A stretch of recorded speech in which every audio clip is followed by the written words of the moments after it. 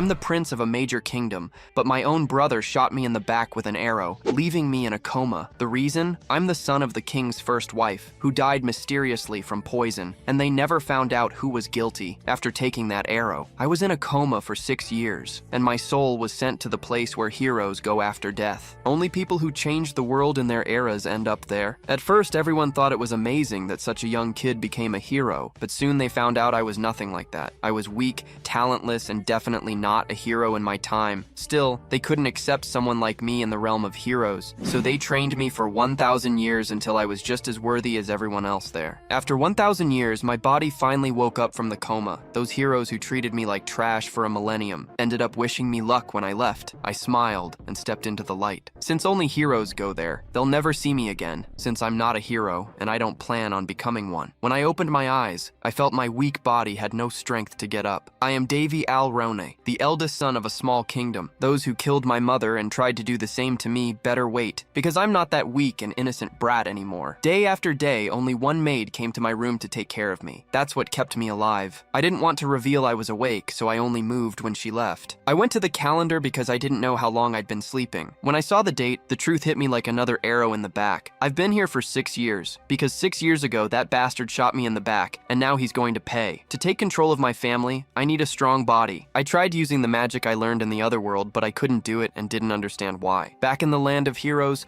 a girl taught me about magic and holy powers. The very saintess known for centuries for her God-given powers was the one who taught me magic. The magic wasn't working, and I soon felt like all my training in the other world was going to vanish and have no effect on Earth. When any normal person would have given up after hours of failing, it worked. The divine healing power actually worked. A green light took over the room, and after that, my weak and miserable body, which felt like a 300-year-old man's, was now bursting with energy. Seeing the kingdom where I grew up, I stretched out my arms in joy and shouted to the sun god. Unfortunately, I didn't notice that the maid had come back into the room behind me. She cried with emotion seeing her young master alive. Sometime later, the castle doctor examined me and confirmed that my health is incredibly better than before. It's an unexplainable miracle. During the checkup, a woman entered the room. That is Linus Barrett, the woman who poisoned my mother and took her place as the king's new wife. These are her sons, the second prince, Carlos, and the third prince, Benedict. The second prince tried to eliminate me, and he thought he succeeded. The woman asked if I saw the face of the person who shot that arrow years ago. I said yes, and that an assassination attempt against royalty is the biggest crime possible. Hearing those words, the culprit felt his blood freeze. But beside him,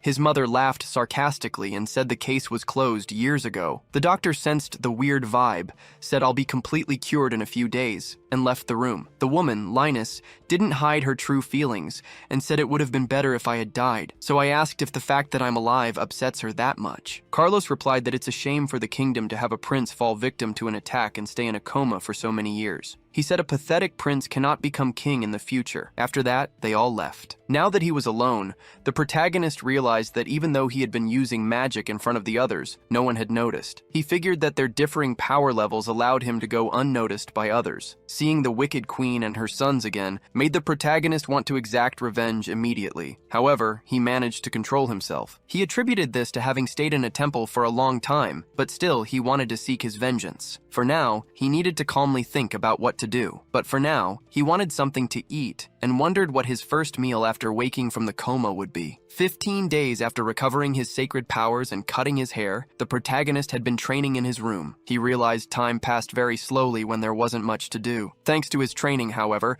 his mana control had greatly improved, and his recovery process sped up considerably. Even though he could recover quickly with continuous healing magic, coupled with a necromancer's knowledge of the human body and the medical expertise taught to him by Master Haya, fully restoring his body wouldn't be an issue. The protagonist put everything he learned during his isolation into practice and found that magic indeed made things much more convenient. Still, one thing bothered him. His maid, Amy, had decided to strictly follow the doctor's orders and serve the prince soup daily. Because of this, he felt like an old man who couldn't chew anything. Amy felt bad that he didn't like it, but claimed she couldn't do anything about it. Regardless, the protagonist insisted that one dish wouldn't be enough to sustain him, so he told her to serve 5 more just like it. The maid was startled by the request, but Davy assured her he would eat everything, as long as she brought the meal. Davy knew that for a normal person this would be a lot, but because of the restoration magic he used, the amount of food he needed was much greater. In a way, after eating properly, he felt like his soul was finally at peace. However,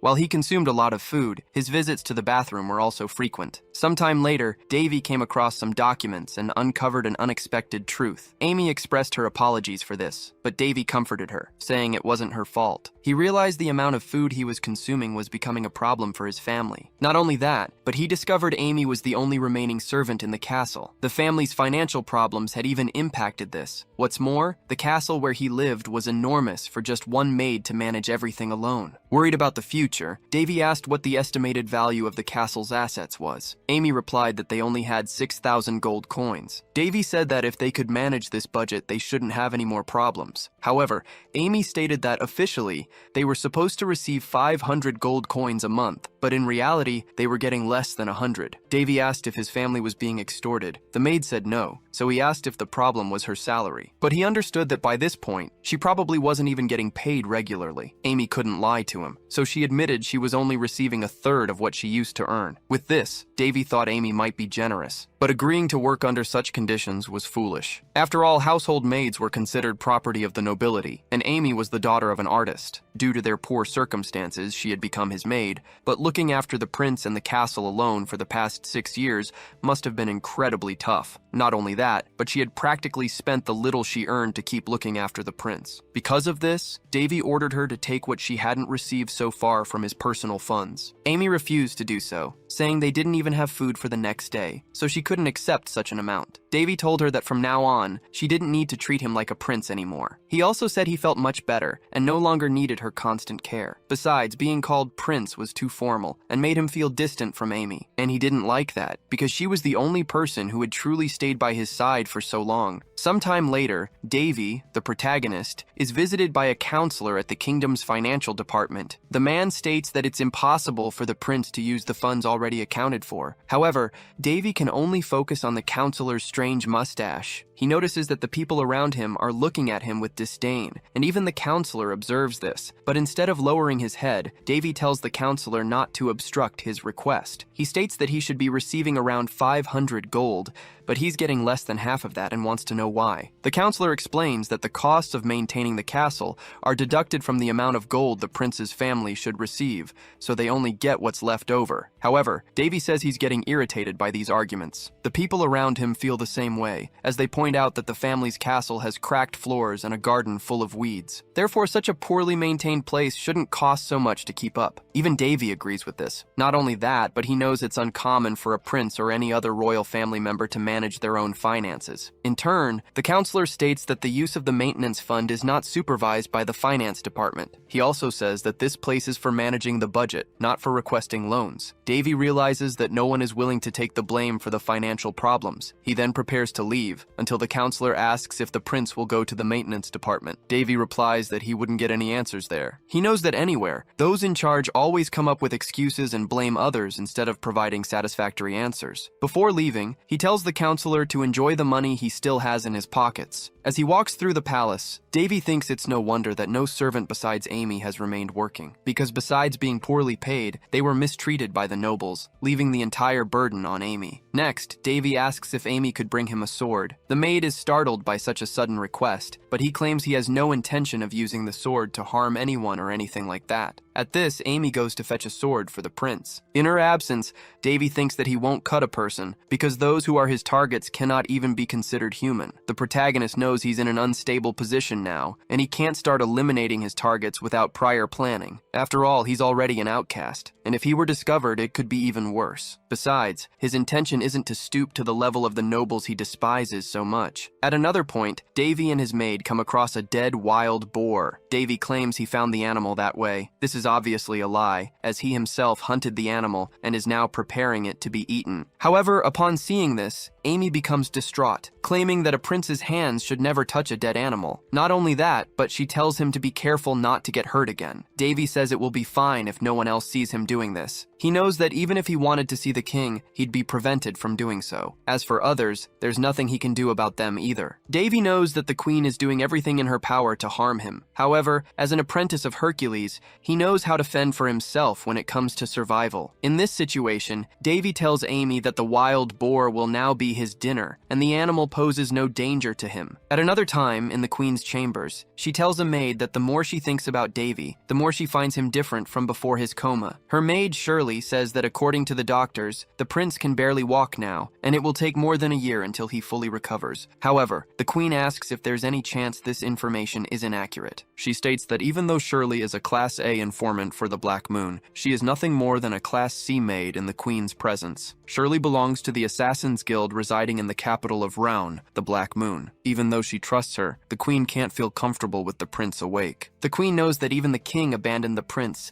and even after waking from a coma, he is still weak. But she'll only truly feel comfortable once she completely removes the prince from her path. Despite this being her desire, Shirley warns that her comrades act independently of class. If the queen continues to insult them, she could face problems with them. Startled, the queen says she merely expressed her concerns out loud. She also says that she wishes she could interrupt the prince's plans at any moment, otherwise she claims it will be Shirley who pays the price. Having said that, she dismisses the maid. In her absence, the queen thinks it's better to get rid of the disobedient dogs before taking her next step, and she can't wait for that to happen. A flashback shows that the protagonist once learned controlling mana is like pulling a thread through hundreds of needles, something that must be done slowly and carefully. His master also told him that the hardest parts to reach are the veins of the brain, and if he didn't want to go blind, he should never forget these teachings. However, when he saw his masters, the protagonist thought that the priestess Ro-Ias was just a drunkard who could split the ocean in half with mere words. The other was a necromancer who acted more like a priestess than Ro-Ias herself, and despite being a great mage, all she ever seemed to show off was her huge staff. Then, the goddess Hippocrea, also known as Sister Hia, said that while participating in this experiment, she would do her best to complete the task. She also said that people didn't seek her out just to watch her, but also to learn from her, so she would like Davy to try a little harder, and she affirmed that if he trusted his masters more, he might be able to evolve his abilities. However, the moment the protagonist did so, he went through such an unpleasant experiment that he never wanted to go through anything similar again. Back in the present, Amy finds him outside the palace. She asks why the prince is exploring the gardens again. He just says the weather is very pleasant, and even the forest garden looks elegant now. He then tells Amy she can return to her duties, and should only inform him if someone asks for him. Davy thinks that normally Amy would go crazy if she saw him getting into anything remotely dangerous, but apparently she's getting used to his routine. Although she still refuses to sit and eat with him, Davy wonders if his efforts to get closer to her are bearing fruit. Anyway, he finds a good spot in the middle of the garden. It's discreet and calm there, so he can finally begin his work. With that, he begins his meditation process, concentrating to absorb the surrounding mana. Davy thinks that as long as the air is pure, besides his lungs being nourished by oxygen, he also absorbs some of nature's mana. This ancient technique, it's said, was created by Odin himself and passed down to other gods from generation to generation. But despite its effectiveness, there's a limit to the mana each user can store in their body. So to increase this limit, training and management are required. However, through this method, mana that would normally take months to collect can be obtained in just a few days, making it a miraculous technique. The protagonist thinks that if everyone discovered this, there would be a revolution in the country, but he has no intention whatsoever of sharing this knowledge. After all, this isn't something just anyone can do. During his meditation, the protagonist notices someone watching him. He wonders who is lurking, but the person realizes their presence has been noticed and flees immediately. Davy thinks that although it's been a while since anyone watched him closely, investigating it would only bring trouble, so he decides to let it go for now. He wants to project the image of a fragile and useless prince, as that would allow him to train his mana in peace. However, he thinks he has to deal with another issue, the mana circle. Davy knows that priests cannot use magic, and mages cannot use sacred powers. Furthermore, necromancy is a power neither can use. However, he's a special case, as he can wield the abilities of priests, mages, and necromancers, all thanks to his crazy temple masters and also the two eccentric researchers. Even so, just remembering that time makes the protagonist feel bad. Anyway, he thinks that mages normally draw a circle in their heart to use mana. Unfortunately, this method cannot handle the clash between necromancy and sacred power. If he were to do that, his heart would probably be destroyed in the process. Called the artery circle, this method involves combining the arteries around his body to create an impenetrable and mana-resilient circle. By doing this, Davy would use his entire body, including his heart, and not only would it stop the clash between necromancy and sacred power, but it would also bring surprising results. However, since this is as close as it gets to body modification, even a single mistake would be fatal. That's why he didn't want to resort to this method. Last time, he only succeeded thanks to the temple masters, but now that he's alone, he's unsure about the outcome of the process. Thinking so much about it, the protagonist has a glimpse. He ends up seeing his masters. So, he thinks that even if he fails the method, it wouldn't be as bad as spending 1,000 years in the temple. In that case, he decides to try. Sometime later, worried about the prince, Amy thinks it's already past dinner time and he hasn't appeared. She finds it strange, as he's never late for his meals. She had been ordered not to disturb the prince unless something of extreme importance happened, but even so, she's worried about his well-being. Plus, if anything happened to the prince, she could be held responsible. However, the protagonist appears shortly after. He apologizes for making her wait. Davy says he admires Amy's resilience. Not only that, but he ends up collapsing onto her. This leaves Amy quite embarrassed, as she thinks it's a display of affection. However, the protagonist was just leaning on her. From sheer exhaustion, he could barely stand. For the same reason, he then falls to the ground, leaving Amy truly worried about his physical state. Sometime later, the protagonist wakes up in his bed, realizing he fainted as soon as he found Amy. Speaking of Amy, Davy notices his friend's presence when he sees her lying beside him. With this, he knows he's caused Amy trouble once again. Anyway, the protagonist realizes that the circle formation process has been perfectly completed. The 3 powers are flowing through his veins, and on top of this strange circle, there's another special effect. Not only that, but Davy feels a stronger mana presence in the environment. Since he's stronger now, he can also absorb more mana from the air. He feels that with just a flick of his fingers, he can use any simple spell, including restoration. 5 months later, things are different. Amy is helping the protagonist with some ingredients. Davy believes he's fine with what he's been eating, as ever since the artery circle was completed and his life stabilized, someone has been leaving meat and vegetables in his castle. At first, he attributed this to some plan by the queen, but he doesn't think she could manage to get away with it perfectly every time without a reason. Davy feels that someone is indeed trying to help him, though he hasn't yet discovered who is doing it. Although he feels a presence, having spread his mana throughout the castle in an attempt to find this person, he still hasn't gotten any answers. However, this has been helping the protagonist better understand who is approaching or moving away from him. Then, Amy says they won't have food problems anytime soon. However, Davy warns that they'll have guests shortly, as he senses someone approaching. He wonders who it could be, deducing it might be one of the queen's informants. Already in his quarters, the protagonist receives his visitors. A priest analyzes his physical state and asks if the prince thinks he'll fully recover soon. He says that since the prince has been bedridden for so long, it's dangerous to use his holy powers in an attempt to heal him. The protagonist, in turn, believes everything the cleric is saying is nonsense, as he hasn't even used proper healing spells and has no real intention of helping. Davy knows that the priest represents God in the nation, so discarding this responsibility to follow someone else's orders is disappointing. Therefore, he thinks the priest should save his words, as he knows the priest has no intention of helping. But contrary to what many believe, Davy is almost healed. He then says that with the silver weapon Priya gave the priest, he should be able to heal such trivial injuries. The priest defends himself, saying that the prince is a layman and has no idea what he's talking about. He also says that the use and knowledge of power are granted only to priests, and even as a prince, he shouldn't be as selfish as Prince Carlos. Hearing this, Amy reprimands Father Boris for his rude words. He, in turn, doesn't like being reprimanded by a mere maid. Angrily, he slaps the young woman. Davy is worried about Amy. After all, he can't intervene without spoiling his disguise. Boris justifies himself, claiming that if he let a maid behave that way, it would be bad for the prince himself, which is why he had to correct her. However, he says it's a shame to have to go that far, as he asserts the maid has a beautiful smile. Irritated, Davy almost gets up to confront the priest. Anyway, Boris says he's leaving and asks the maid to at least accompany him to the door. With that, he says he'll return in 15 days for the next examination. The protagonist asks Amy to accompany him to the door. She doesn't like it at all, but has no alternative but to obey the prince. Outside the room, Boris tries to arrange a meeting with Amy, telling her to show up alone at night. He claims the prince's life is in her hands, so if she wants Davy's well-being, she must do what he says. However, Boris doesn't care about a mere maid or a sick prince. He believes he'll do whatever he wants with the girl and then discard her as if she were nothing. Alone in his room,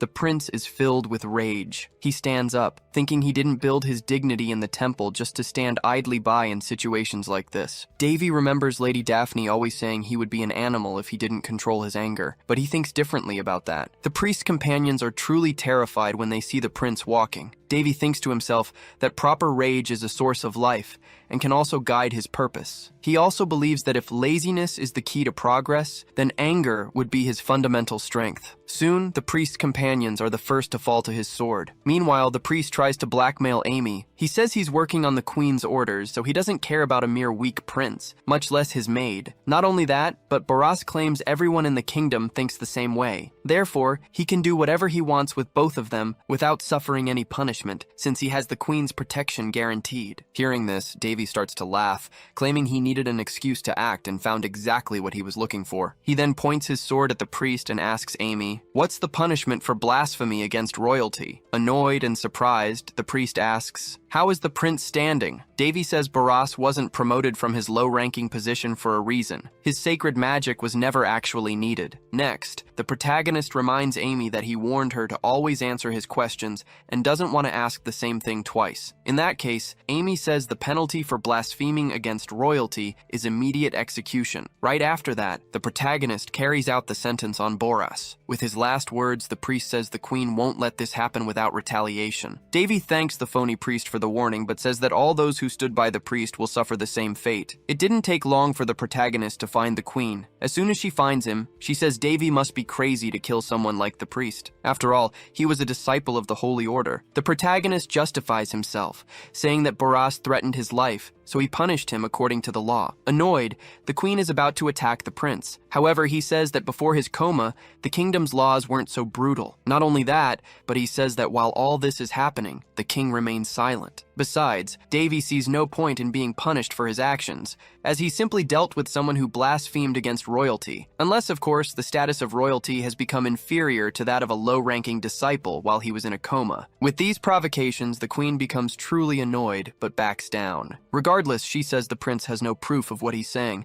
and even if it were true, she claims that recklessly provoking the Holy Order is foolish. She then says she always knew Davy inherited his mother's stupidity and takes the opportunity to insult him and his mother in various ways. In turn, the protagonist says it's not polite to offend someone's parents in that manner, especially someone who has already passed away. He then draws his sword and threatens the queen. However, the queen's servants immediately appear to protect her. That's when the protagonist realizes why the queen is so audacious. She has people to protect her in situations like this. He says it would be interesting to continue this, but he'll leave it for another time. Regardless, he claims that talking too much is just putting another nail in someone's coffin. Therefore, he states that trying to kill someone of the same royalty is no different. Immediately, the queen realizes that Davy already knows it was her son, Carlos, who tried to kill him. The protagonist thinks he's not stupid enough to keep an ace up his sleeve for too long. After all, that doesn't suit his style. He also says that the moment the queen slapped him during his coma, it showed she wasn't very considerate. Not only that, but he tells her to act like a lady, because upon seeing the state of her chambers,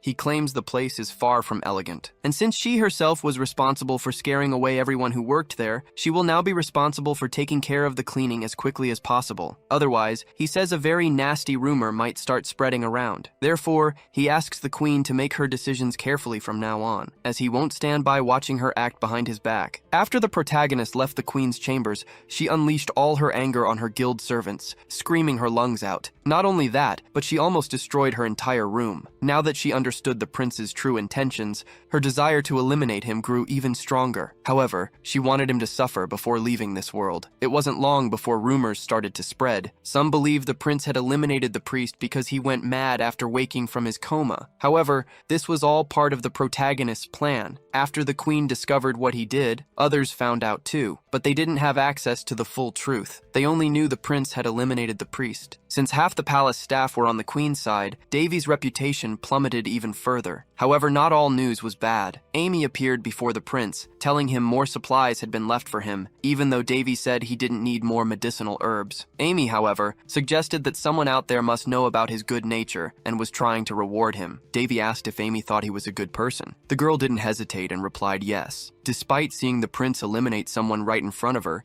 Amy hadn't changed her opinion about his character. Davy then thought she was truly an incredible person. In the middle of their conversation, someone appeared. It was Besfus, the Grand Chamberlain for the royal family's affiliates. He told the prince he had brought the sinners at the queen's command. Besfus explained that all of them had been stealing palace money, and some even tried to escape but were captured. The prince then asked what the appropriate punishment for such behavior was. The Chamberlain replied that normally, the punishment would be the elimination of the sinners and their families. However, it was the prince who would decide their fate. Davy mentioned that rumors about him being bloodthirsty had recently started circulating. He then asked if he should act accordingly. The sinners begged him not to, pleading for their lives to be spared. In response, the prince ordered that the appropriate punishment be applied to all of them, but first, he wanted them imprisoned without food or water for 9 days. Even though this was the queen's order, Davy, despite disliking it, wanted to turn the situation to his advantage. Sometime later, the prince ordered that new servants be hired, but that Amy be kept as his personal assistant, and her salary increased. He also wanted to know if an audience with his father would be permitted. Besfus said no, so the prince asked if it was his father who denied it, or the queen, his wife. The Chamberlain couldn't answer, claiming to be merely a messenger. He also asked the prince to be patient, as his request would eventually be granted. Davy said he would keep that in mind. The Chamberlain then prepared to leave. Before he left, the protagonist mentioned he had eaten all the food he received, and therefore didn't need the Chamberlain to send more medicinal herbs. Besfus, however, claimed not to know what the prince was talking about, suggesting perhaps the prince was simply being blessed by his gentle nature. But he added that someone was outside wanting to visit him, so he wouldn't disturb him further. Despite Besfus denying responsibility for the supplies, the protagonist was certain it was he who was bringing the food and medicinal herbs. After all, Besfus was the head of all the king's staff and had known him forever. He just hadn't known that besides Amy, someone else in the palace was on his side. Anyway, Davy needed to focus on the visit awaiting him. Amy appeared soon after, announcing that the 4th prince and 2nd princess had arrived to visit him. Immediately, the princess entered the protagonist's room. Her name was Winley Alrown, and she was overjoyed to see her brother. Her happiness was so great that she jumped on the protagonist, making him fall to the floor. Amy became very worried seeing him in that state, but right after, their brother appeared, saying Winley should be more careful. He was Boris Alrown, the 4th prince and Winley's twin brother, and he added that he was also happy to see Davy healthy. The current king, Cryaness Alrown, had children with 3 women, the current queen, his first mistress Anisha, and his second mistress Alice. While Alice is the queen's perfect support, Anisha chose to remain neutral, becoming an outsider among the others. Boris and Winley are Anisha's children, making them the protagonist's half-siblings. While Boris adopts a more formal and polite demeanor, his sister acts more recklessly. Winley tells her brother not to act so formal all the time, reminding him that he was the one who started whining about wanting to see Davy. As they argue, Amy tries to check if the prince is okay. The protagonist, meanwhile, remembers hearing that the twins were leading a group of thieves. Seeing how unroyal their behavior is, he thinks it might be true. However, they are still his siblings, and they listen to everything he says. And in the protagonist's current situation, that's something he can't ignore. After they sit down to talk, they realize it's been 6 years since their last meeting. The twins were sent to a remote area after Davy fell into a coma. They were only 8 at the time, and could do nothing but obey the orders they received. Furthermore, their mother had sent her first daughter, Dana, to a foreign realm, all because of the current queen's schemes. Anisha couldn't control her other 2 children, and though others don't know it, everything the king's mistresses do is under the queen's supervision. Back to their conversation, the twins mention they've seen their father. Davy asks how the king is doing. Boris replies that despite being tired, their father is well. However, Winley realizes that her brother Davy hasn't even had the chance to meet his own father, and is shocked by this. Anyway, Boris mentions that on his way there, he noticed the palace's conditions weren't up to standard. Davy explains that some people had been stealing his money, but he's already taken care of it, and soon everything will return to normal. Even so, Boris insists this is unacceptable. While his brother was in a coma, some decided to rob him, so he plans to ask the king to take action. However, the protagonist asks him not to, claiming everything is already resolved. He'll handle it himself, as he doesn't want to bother the king with such trivial matters. Noticing the growing number of people willing to help him, the protagonist wonders if this is truly happening or just his imagination. Putting that thought aside, he expresses surprise that Winley has a talent for magic and asks if they are truly part of an artistic group. Winley explains that her twin would get hurt if it weren't for her, as he always runs around wildly without any coordination. She claims that people like him aren't qualified to participate in any fencing competition. These words genuinely annoy Boris, and once again, the twins start bickering in front of their brother. After they calm down, Winley hands the protagonist a letter explaining that a fencing competition held every 5 years is about to begin. This time, the tournament will take place in the realm of Pisti. Reading the letter, the protagonist recognizes the seriousness of the competition. Boris suggests Davy should take this opportunity to leave the realm, as he's lived his entire life there, and even asked their father about it. However, Winley corrects him, stating that she was the one who made the request, and Davy was personally authorized by the king to go. Besides that, Winley claims that the realm of Pisti is the city of water, so it must be beautiful there. She then declares she wants to accompany him and won't take no for an answer. Given this, the protagonist says he can't refuse a request from his siblings. In that case, he'll travel with them. Davy reflects that he has indeed never been to a foreign realm, and it wouldn't be so bad to enjoy an event like this. What's more, he figures a bit of fun will do him good, and he becomes excited for the event. Meanwhile, in the royal hall, Besfis remarks that Boris will soon turn 14, practically becoming an adult. He adds that the princes must be discussing the fencing tournament right now, but he tells the king not to worry, as the young master has matured. Besfis praises Davy's splendid calmness and perception, expressing surprise at how much the prince has grown. Hearing this, the king says it's enough that even the chamberlain is aware of it, and states that the situation is quite sad. Back with Davy, he stared at a portrait of his mother, filled with admiration. Not just for that, but also because his room was finally organized and no longer looked like a haunted place. With Besfis's help, the new employees had done a quick job, and the palace now had the appearance it deserved. Not only Davy, but Amy too was enchanted by the new decor. She found it very pleasing that things were finally getting back on track. However, Davy wouldn't be staying to enjoy his new room, as he had to travel. Amy confirmed she had already packed everything the prince requested. He then left a bottle in her care and joined the twins to head to the kingdom of Pisti. The continental fencing tournament had long been an event that drew everyone's attention, in addition to holding enormous influence. Alongside Boris's participation, Davy had been permitted to go with them, hoping his brother would achieve victory, thereby shaking Carlos's position. For some reason Davy still didn't know, the queen had agreed to Boris's participation in the competition. Perhaps she didn't believe in his victory, or maybe she was planning something sinister that Davy would have to keep an eye on. Before they departed, the king appeared publicly to bless the journey. Upon being seen by the crowd, he was cheered, for Cryanessa Alrone was the ruler they so loved. But for Davy, he saw the king as his supposed father. This was the first time he had seen him since waking from his coma,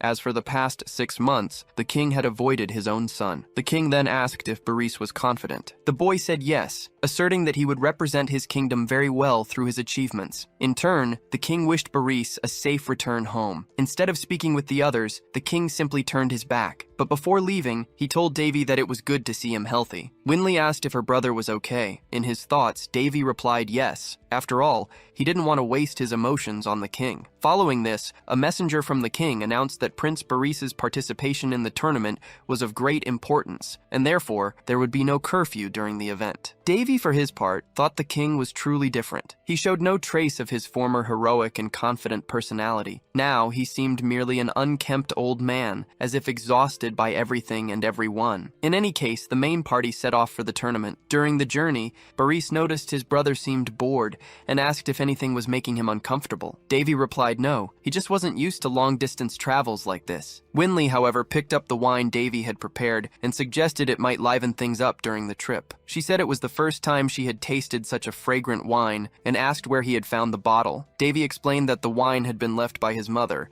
adding that she had done so for some reason he still didn't know. Upon hearing this, Boris asked if they should really be drinking something so valuable. Davy replied that this was the best moment for it. After all, they were celebrating. Winley commented that Davy had changed quite quite a bit, claiming he used to never let go of anything his mother had left behind. Anyway, he said wine wasn't made to be stored but consumed, then proposed a toast to their happiness. Sometime later, they set up camp on the road. Boris said they would continue traveling in the morning, as it would still take about a day to reach their destination. He also mentioned that he had somehow managed to keep Winley settled for now, and the fact that she had drunk too much certainly helped. Boris remembered Davy used to say he wanted to go camping someday, and noted that this was exactly what they were doing now. He also said he had tried to make the departure procession as short as possible, imagining it would be taxing for his brother. Davy thought the journey could be faster if they rode horses. Traveling so slowly was testing his patience. Besides, he reflected on the things that had changed, and wondered if other shifts had occurred too. Boris, for his part, retired to sleep. Amy approached the prince and asked if he didn't want to rest a bit as well. Davy, however, said the moon was more beautiful than usual. Not only that, but he knew the magic was stronger too, and wanted to make the most of it. During the night, someone mentions that the red moon is named Cyrus, and the blue one, Creus. They also say that Cyrus is called the one who makes the beginning shine, and Creus, the one who illuminates the end. At this, the protagonist remarks that the man knows quite a lot. The man replies that it's common knowledge, as even a big kid would know such things. He also adds that he'd prefer to be having this conversation with a woman. Just then, a colleague approaches the man and asks who he's talking to. The man gets startled, as he thought he was already speaking with his colleague, prompting him to wonder if he'd been talking to a ghost earlier. The protagonist laughs at the situation, realizing he was the ghost in question. Davy had used his abilities to become invisible and had been spying on the guards, noticing that 4 of them were elite expert swordsmen. For now, he believes that if anything important were to happen, they would probably be able to handle it, for example, being attacked in the middle of the night by 20 enemies. The protagonist spotted ninjas from afar, imagining they had probably waited for everyone to fall asleep before attacking. This was likely the Queen's plan. After all, it would be an excellent way to get rid of Davy and the groans all at once. The protagonist didn't want to expose himself, precisely to avoid raising any suspicion, but he also knew he couldn't simply ignore the situation. What's more, people who witnessed his power didn't usually live to tell the tale. Even without a proper weapon, the protagonist prepared to fight. He recalled his old master used to say that anything at hand could be used as a weapon. According to Davy, there are no rules in battle. Weapons are an extension of your body, and depending on your creativity,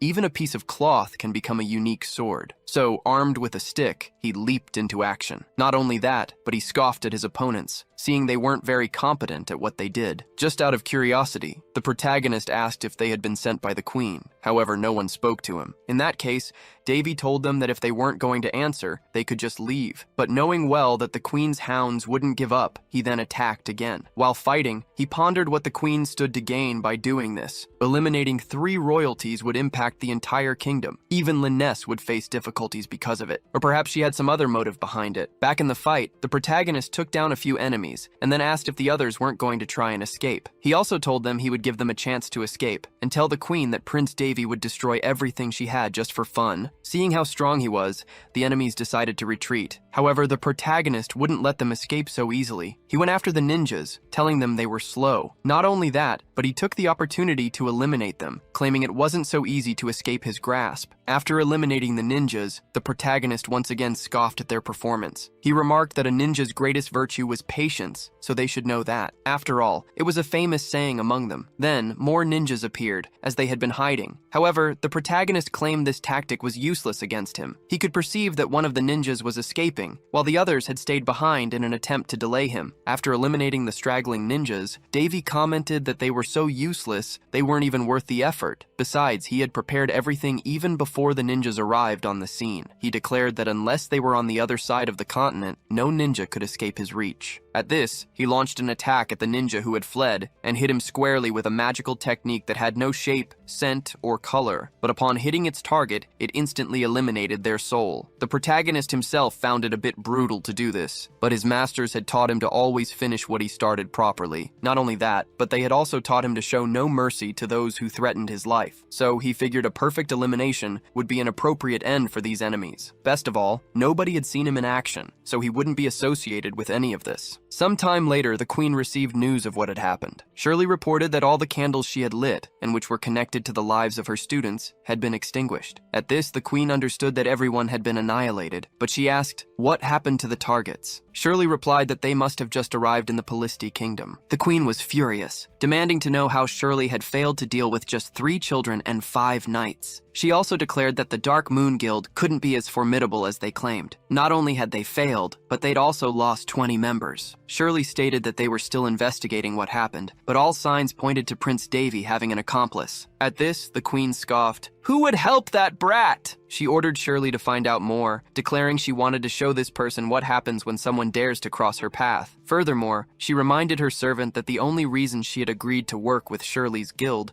was because they had promised never to fail. Therefore, if such a mistake were to repeat itself, their contract with the guild would be cancelled, and she would use her power as queen to dismantle the guild once and for all. Back with the protagonists, Winley spotted the Pisti kingdom and alerted her brothers. Davy was pleased they had finally arrived. He knew the Water Kingdom was a small city-state. However, its historical buildings and ruins were among the most beautiful on the entire continent. Upon reaching the location, the protagonist took in the view. Judging by his expression, his brother noticed he was happy. Davy confirmed, saying that this was, after all, where the sword-fighting competitions took place. They had a stadium typically used as an arena for battles. The place was very popular, with many fighters and monsters battling for their lives. Winley mentioned that in this edition, 8 participants would represent their respective countries. The protagonist then quickly realized that, in the end, this was nothing more than a battle of national pride. Moreover, only people under 20 years old were participating, making it a competition for newcomers, not established talents. Not only that, but Winley added that the Round Kingdom had sent an idiot to represent them. At this, his brother asked if she shouldn't try to motivate him instead of insulting him. Davy, for his part, thought that Boris's skills were intermediate level, his rank just below a master swordsman, which was impressive for his age. But then, Winley revealed that the representative from the Fallen Kingdom was the famous Sword Princess. The protagonist hadn't known this, and realized a lot had changed during his coma. However, he knew that Iliana of Fallen was the only princess of the Fallen Kingdom,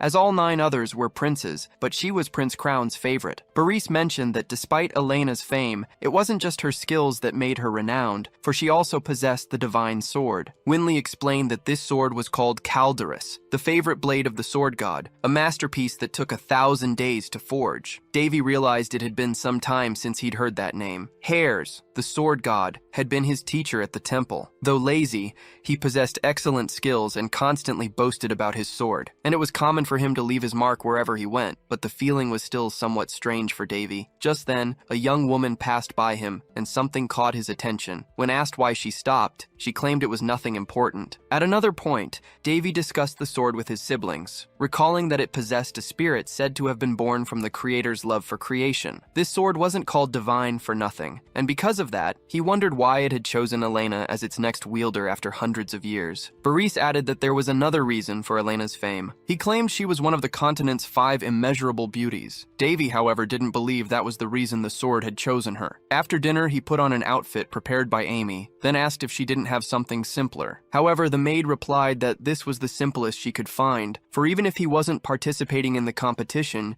he was still a prince and needed to conduct himself as such. The night of the festival arrived, and the twins were also ready. Davy complimented his sister's appearance, but Boris told him not to overdo it, as Winley might actually believe him. After that jab, he received a stomp on the foot, and Winley led the protagonist onto the dance floor, inviting him to dance. At the same ball, another princess was asked to dance. However, she was feeling uncomfortable with all the noise. Her companion suggested that this was an event for the new generation to get to know each other, and she should enjoy it. He then asked how her earlier visit to the village had been. The princess replied that it wasn't bad for such a barbaric place. Before the competition, a banquet and a ball were prepared for the nobles to interact. However, the protagonist was only interested in the competition and used the ball to observe the other guests. He noticed that most guests were young, as the competition was restricted to people under 20. Despite this, there were chaperones just like him. By far, Boris was the most popular. Even without trying, he became the center of attention for several girls. Davy thought his brother's skills might be the reason for his popularity. Regardless, he found it interesting that Boris was interacting with others.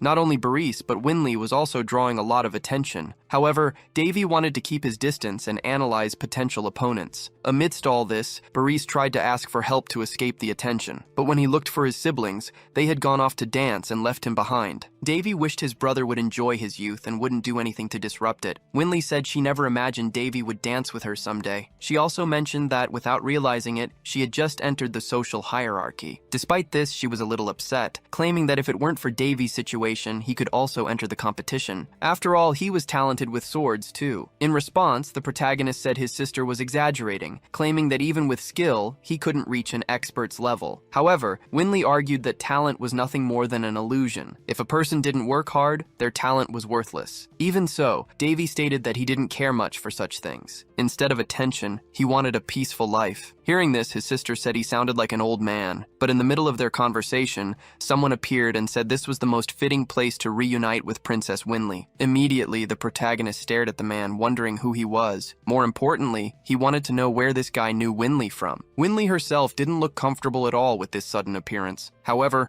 the man pushed the protagonist away from his sister and asked Winley if she would grant him the honor of a private conversation. Winley, however, called him Prince Valencian and said she was in the middle of a conversation with her brother, so she couldn't give him attention at that moment. Valencian, despite not liking to be rejected, formally introduced himself as Valencian du Boltus, the 7th prince of the Boltus kingdom. The protagonist did the same, introducing himself as Davy Alroun. With that, Valencian started a conversation, but the protagonist quickly said he was only there to accompany his siblings. In that case, Valencian wished him a pleasant stay. He then returned to speak with Princess Winley, saying he would very much like to win this competition in honor of her beauty, then asked her to pay attention to the arena during his matches. Winley, however, said he was being rude to the other participants, claiming he would win even before competing. But Valencian asserted that it was rude to only speak the truth. Annoyed, the princess said her twin brother would be participating in the competition, and hearing him say that only proved how much Valencian was underestimating his opponents. She then abandoned the prince and withdrew with Davy. Seeing his sister's attitude, Davy realized she could defend herself. However, he knew very well that the arrogant prince wouldn't let things end there. In turn, Valencian stood up and tried to pull Winley by the arm. Seeing this, the protagonist thought he had been patient enough with this rude individual. He then managed to unbalance the prince and disarm him completely, leaving him without a reaction. Next, Davy said Valencian shouldn't touch his sister like that. He also added that Valencian was lucky he didn't break any bones,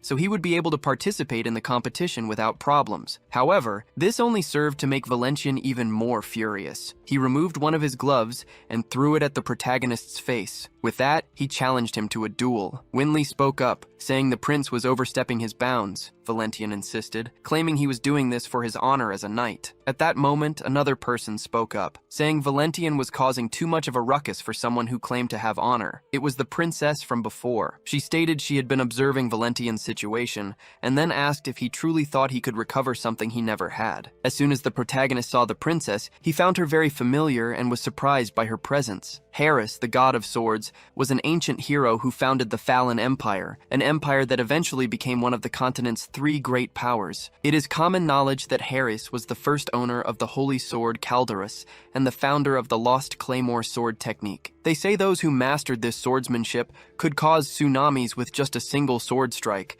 but the protagonist finds that a bit much, even for Harris. Back in the present moment, he realizes the princess looks a lot like Harris. However, this is Princess Iliana of the Fallen Empire, the Emperor's treasure. Still, Davy can't stop thinking that she resembles the sword hero too much. Despite being handsome, Harris was always a man, so there's no way he would have disfigured himself to become a woman. But as he thinks this, the princess approaches the protagonist and asks what he just said. Davy apologizes, saying he was just thinking aloud and was mistaken. He then tries to convince her to let it go. Meanwhile, the princess scolds Valencian. The protagonist thinks that Iliana of Fallon has a truly stunning appearance. However, the same can't be said for Valencian, as Davy believes that besides being ugly, the arrogant prince is uncharismatic. For her part, Iliana says that if Valencian truly considers himself an honorable knight, he should apologize to those he offended. Judging by the arrogant prince's face, he has no intention of doing so. The protagonist thinks that regardless of intentions, someone so proud wouldn't apologize easily. In that case, he says he accepts the duel proposed by Valencian. Iliana asks if he's really serious. She claims that this is a meaningless fight and Davy doesn't need to accept it. But the protagonist says that the decision is his to make,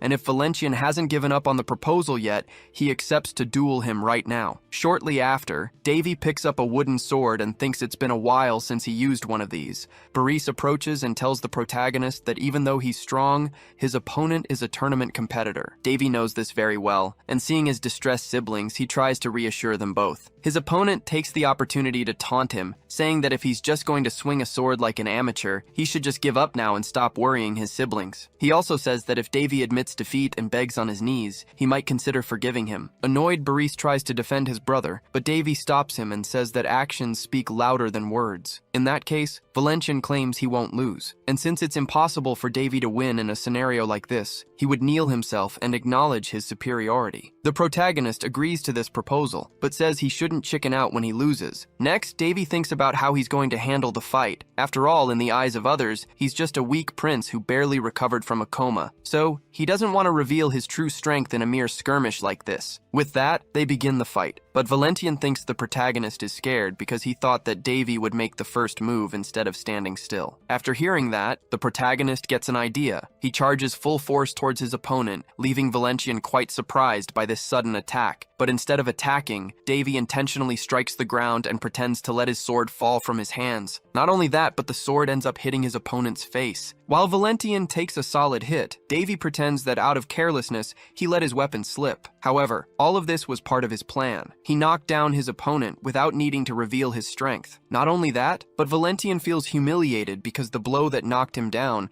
was actually a slip-up by his opponent. And what's more, other people think so too, and quickly comment on how shameful his defeat was. Furious, Valencian gets up from the ground, wanting to eliminate his opponent for good. However, Davy claims that for that, his opponent should train better, because with those poetic skills, he wouldn't be able to eliminate anyone. Valencian attacked the protagonist, trying his absolute hardest to wound him. Yet, he couldn't land a single blow, while Davy, in contrast, wasn't even breaking a sweat. Realizing he was on the verge of defeat, Valencian fell into despair, wondering why he was at such a disadvantage. Mid-frustrated attempt to win, he was struck down, and the crowd watched him fall before his opponent. On top of losing, he had to endure the taunts not only from the protagonist, but also from the rest of the people who had witnessed Valencian lose more than once. Annoyed, he told everyone to shut up, declaring he couldn't stand to hear any more nonsense. Meanwhile, Davy noted that his adversary was more than just defeated. He had been publicly humiliated by the very prince everyone had considered weak until now. The protagonist believed his fencing technique was superior, thanks to his use of the drunken stance. As the name suggests, this fighting style involved deceiving the opponent by pretending not to know what you were doing, just like a drunk. This technique was invented by Go-Jun, the greatest drunk in the pantheon of heroes, and also by the Hare, who was interested in creating the most wicked and wretched fencing style. The protagonist knew this because he had met the man himself during his time at the temple. Go-Jun used to boast about creating the technique, yet he was also aware of how malicious the style truly was. Davy had always heard that such a technique should only be used against someone who truly deserved it. So, the protagonist knew from the beginning that even its creators considered this technique taboo. Not because the technique was too sharp or strong, but because of how much it could manipulate and deceive an opponent. Therefore, this style wasn't made for self-defense or offense, but rather to completely humiliate an opponent in front of others. The style aimed at an opponent's openings while they attacked, delivering a fatal blow, making it highly effective for that purpose. Thus, the adversary became like a mouse lost in a labyrinth. Not only that, but the more people watching, the worse it was for the technique's target. Exactly what was happening now. After playing around with his opponent for so long, Davy wondered if he was incredibly lucky, or if Valencian was just genuinely terrible. Not only that, but he found using this style immensely enjoyable, feeling it suited him perfectly. Davy believed this style was the best for anyone who wanted to have fun while fighting. Unlike him, his opponent wasn't having fun at all. Furious, Valencian manifested his powers, intent on eliminating Davy from the face of the earth. Benedis declared it was just a friendly training match, asking if Valencian had gone crazy for using his powers. However, the protagonist had left his adversary with no alternatives. Thinking about this, Davy figured that if he got out of this attack, he couldn't just use luck as an excuse. Besides, he knew he'd been watched ever since the duel began. Valencian, for his part, seized the opportunity and charged fiercely at the protagonist. But just as he tried to strike, he was taken by surprise, as Davy dodged the attack once more. Not only did he surprise his adversary, but he also managed to turn the situation to his advantage, unbalancing Valencian and sending him to the ground. In this way, the arrogant prince realized Davy's superiority, but in turn, the protagonist protagonist tried to play it down for the public, pretending he had simply tripped, and by sheer luck disarmed his opponent. The people's reaction was one of contempt for Prince Valencian, and regardless, this secured Davy's victory in the duel. Questions were raised about the duel. People wondered if Valencian had always been as pathetic as he'd appeared today, and if Prince Davy was truly the same person who had recently been in a coma. Davy justified himself, saying he could barely hold his sword properly, which made him unbalanced, but luck was on his side. Hearing this, Winley remarked that her brother must have used up all his luck that very day. But what was a great show for some was a complete waste of time for Iliana. She found what she witnessed quite stupid, so she turned her back and left. Davy noticed this and concluded that the princess was quite cold. Sometime later,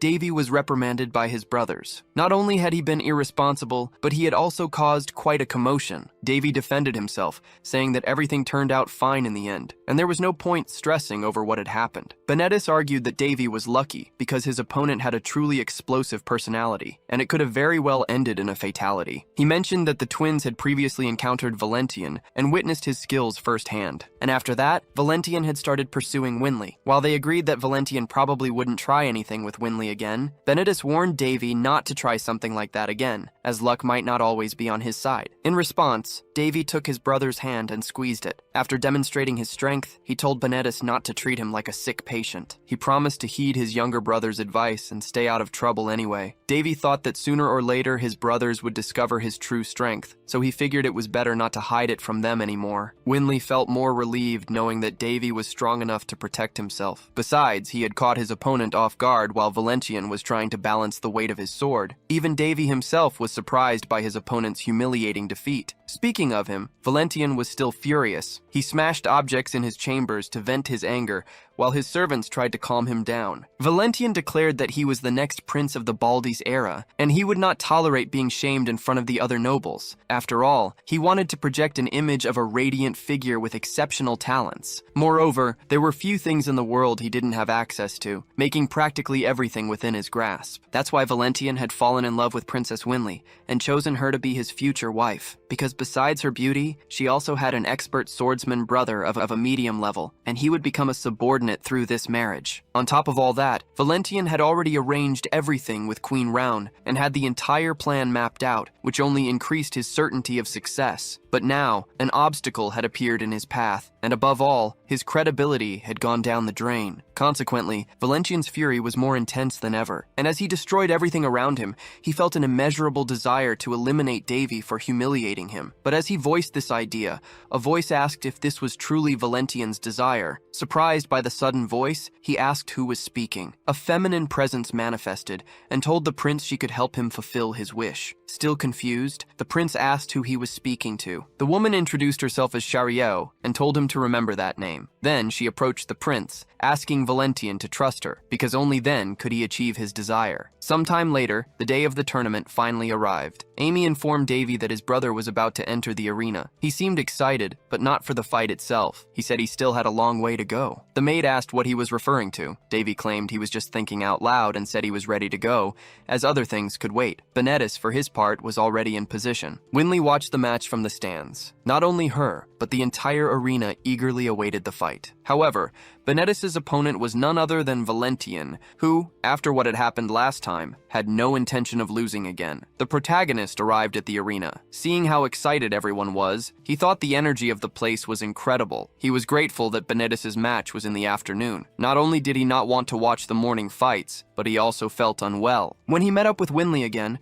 she asked if her brother was feeling better. Davy preferred to keep his physical condition private. He mused that he had completed the mana circle at a very young age, which gave him the power to defeat much stronger opponents. However, his transformation wasn't fully complete, and sometimes, after overusing his abilities, he'd get indigestion. So he figured if this kept up, he'd have to use his sacred powers to cure his stomachache. Soon after, Benedis entered the arena. As he was cheered, the protagonist noticed his brother's popularity. Up until then, he hadn't known who his brother's opponent was. But as soon as he saw Valencian enter the arena, he found it highly ironic that the same opponent would face two key figures from Rhone. Besides, he'd imagined a fight like this would take much longer to happen. Before the match began, the judge announced that the blades were blunt, making it forbidden to use mana on the swords to injure or threaten an opponent. Staring at his brother, Davy said that the audience's opinion was no joke. Winley worried about her twin, thinking he might get hurt if he got too carried away. However, the protagonist reassured her, saying Benedis was no rookie, so he didn't fear for his safety. Therefore, he believed nothing bad would happen. Back to the fight, the judge asked the competitors to step forward. Then, some mages created a magic barrier around the arena. Valencian, who hadn't said a word until now, remained focused. Not only him, but Benedis was also taking this very seriously. With that, the judge authorized the start of the fight, and both adversaries charged forward. Judging by the duel against the same opponent, the protagonist concluded that Valencian was unpredictable with a sword. Benedis, on the other hand, used strength to deal massive damage to his opponent, and comparing their styles, his brother had a better chance of winning. Furthermore, the protagonist believed Valencian likely wouldn't be able to withstand Benedis's heavy attacks. However, the opposite happened. When attacked, Valencian didn't dodge. He chose to block the blow, defying all expectations about him. Seeing this, some people concluded the fight would be more interesting than they'd imagined. In turn, the protagonist thought Valencian hadn't acted like this during their duel, and improving literally overnight was impossible. Even a genius would take time to master certain physical abilities. Still, he believed that if Benedis kept attacking, sooner or later the opponent would reach his limits and tire out. Even trying to analyze the situation coolly, the protagonist had a feeling that something was wrong. Not only him, but Winley said she had never seen Benedis move so fast. She thought that if her brother had improved, she would have to work harder too. Davy also noticed his brother's improvement. Since he was little, Benedis had dreamed of being a knight. After 6 years, the protagonist could see his brother's evolution. After all, he had dedicated himself to it. However, he knew little about his opponent. Seeing Valencian fight so differently than before, Davy thought he was practically facing another person. He had felt this strange sensation before, as if something dangerous was about to happen. Noticing her brother's discomfort, Winley asked if Davy was okay. Back in the fight, Benedis analyzed his adversary. He hadn't expected Valencian to counterattack his longsword. He admired his opponent's persistence, and despite his strange movements, he knew he couldn't drop his guard. Instead of waiting to be attacked, he wanted to end the fight at once, so he prepared his strongest blow. But as he unleashed his attack against his adversary, Valencian stood still, waiting to be attacked on purpose, and saw the sword very close to his face. Benedis didn't understand why his adversary acted this way. However, he diverted his own attack at the last second. After all, he couldn't injure him, or he'd be punished by the organizers. With that, he tried to attack again, but in a way that wouldn't hurt his opponent. However, it was all part of Valencian's strategy. Before Benedis could attack again, he channeled his mana into his sword, and even knowing it was against the competition rules, he put Benedis's life in danger. The night before, Benedis had practiced a lot, not wanting to lose the competition. Then, Davy appeared to talk to his brother, claiming he couldn't sleep because of him. Davy mentioned that Winley was already asleep and asked why Benedis wasn't doing the same. His brother replied that he couldn't sleep, which led him to practice a bit. Benedis also admitted he felt uncertain about the upcoming combat, yet he still believed he would win. Davy encouraged his brother, assuring him he wouldn't lose and had no reason to worry. Observing Benedis's structured mana flow, Davy noticed his brother possessed a gentle and smooth mana. He even considered giving his brother a boost. While it would be a scandal if people found out, Davy was willing to take that risk. So he asked Benedis to stop for a moment, saying he seemed a little tense, and offered to massage his shoulders. However, during the massage, Davy took the opportunity to lend his brother some of his own mana, warning him that the process would hurt a little. Immediately, Benedis felt as if his entire body was in shock. Davy explained that this was likely due to Benedis staying up all night instead of sleeping, and advised him to get more rest. Meanwhile, Davy mused that the technique worked by activating the recipient's mana, creating a chain reaction that forced a greater flow of mana throughout their body. He knew that despite its seemingly simple nature, this method required an experienced practitioner and was forbidden in most places. Come to think of it, Davy once heard of a place where the technique wasn't forbidden, and they even gave excellent massages. As the process concluded, Davy uttered a magical word. Surprised, his brother asked what language it was, but Davy just continued without answering. Once he was done, his brother was on the floor, his body unable to withstand the sudden surge of extra mana. Davy figured this wouldn't directly help Benedis in the upcoming battle,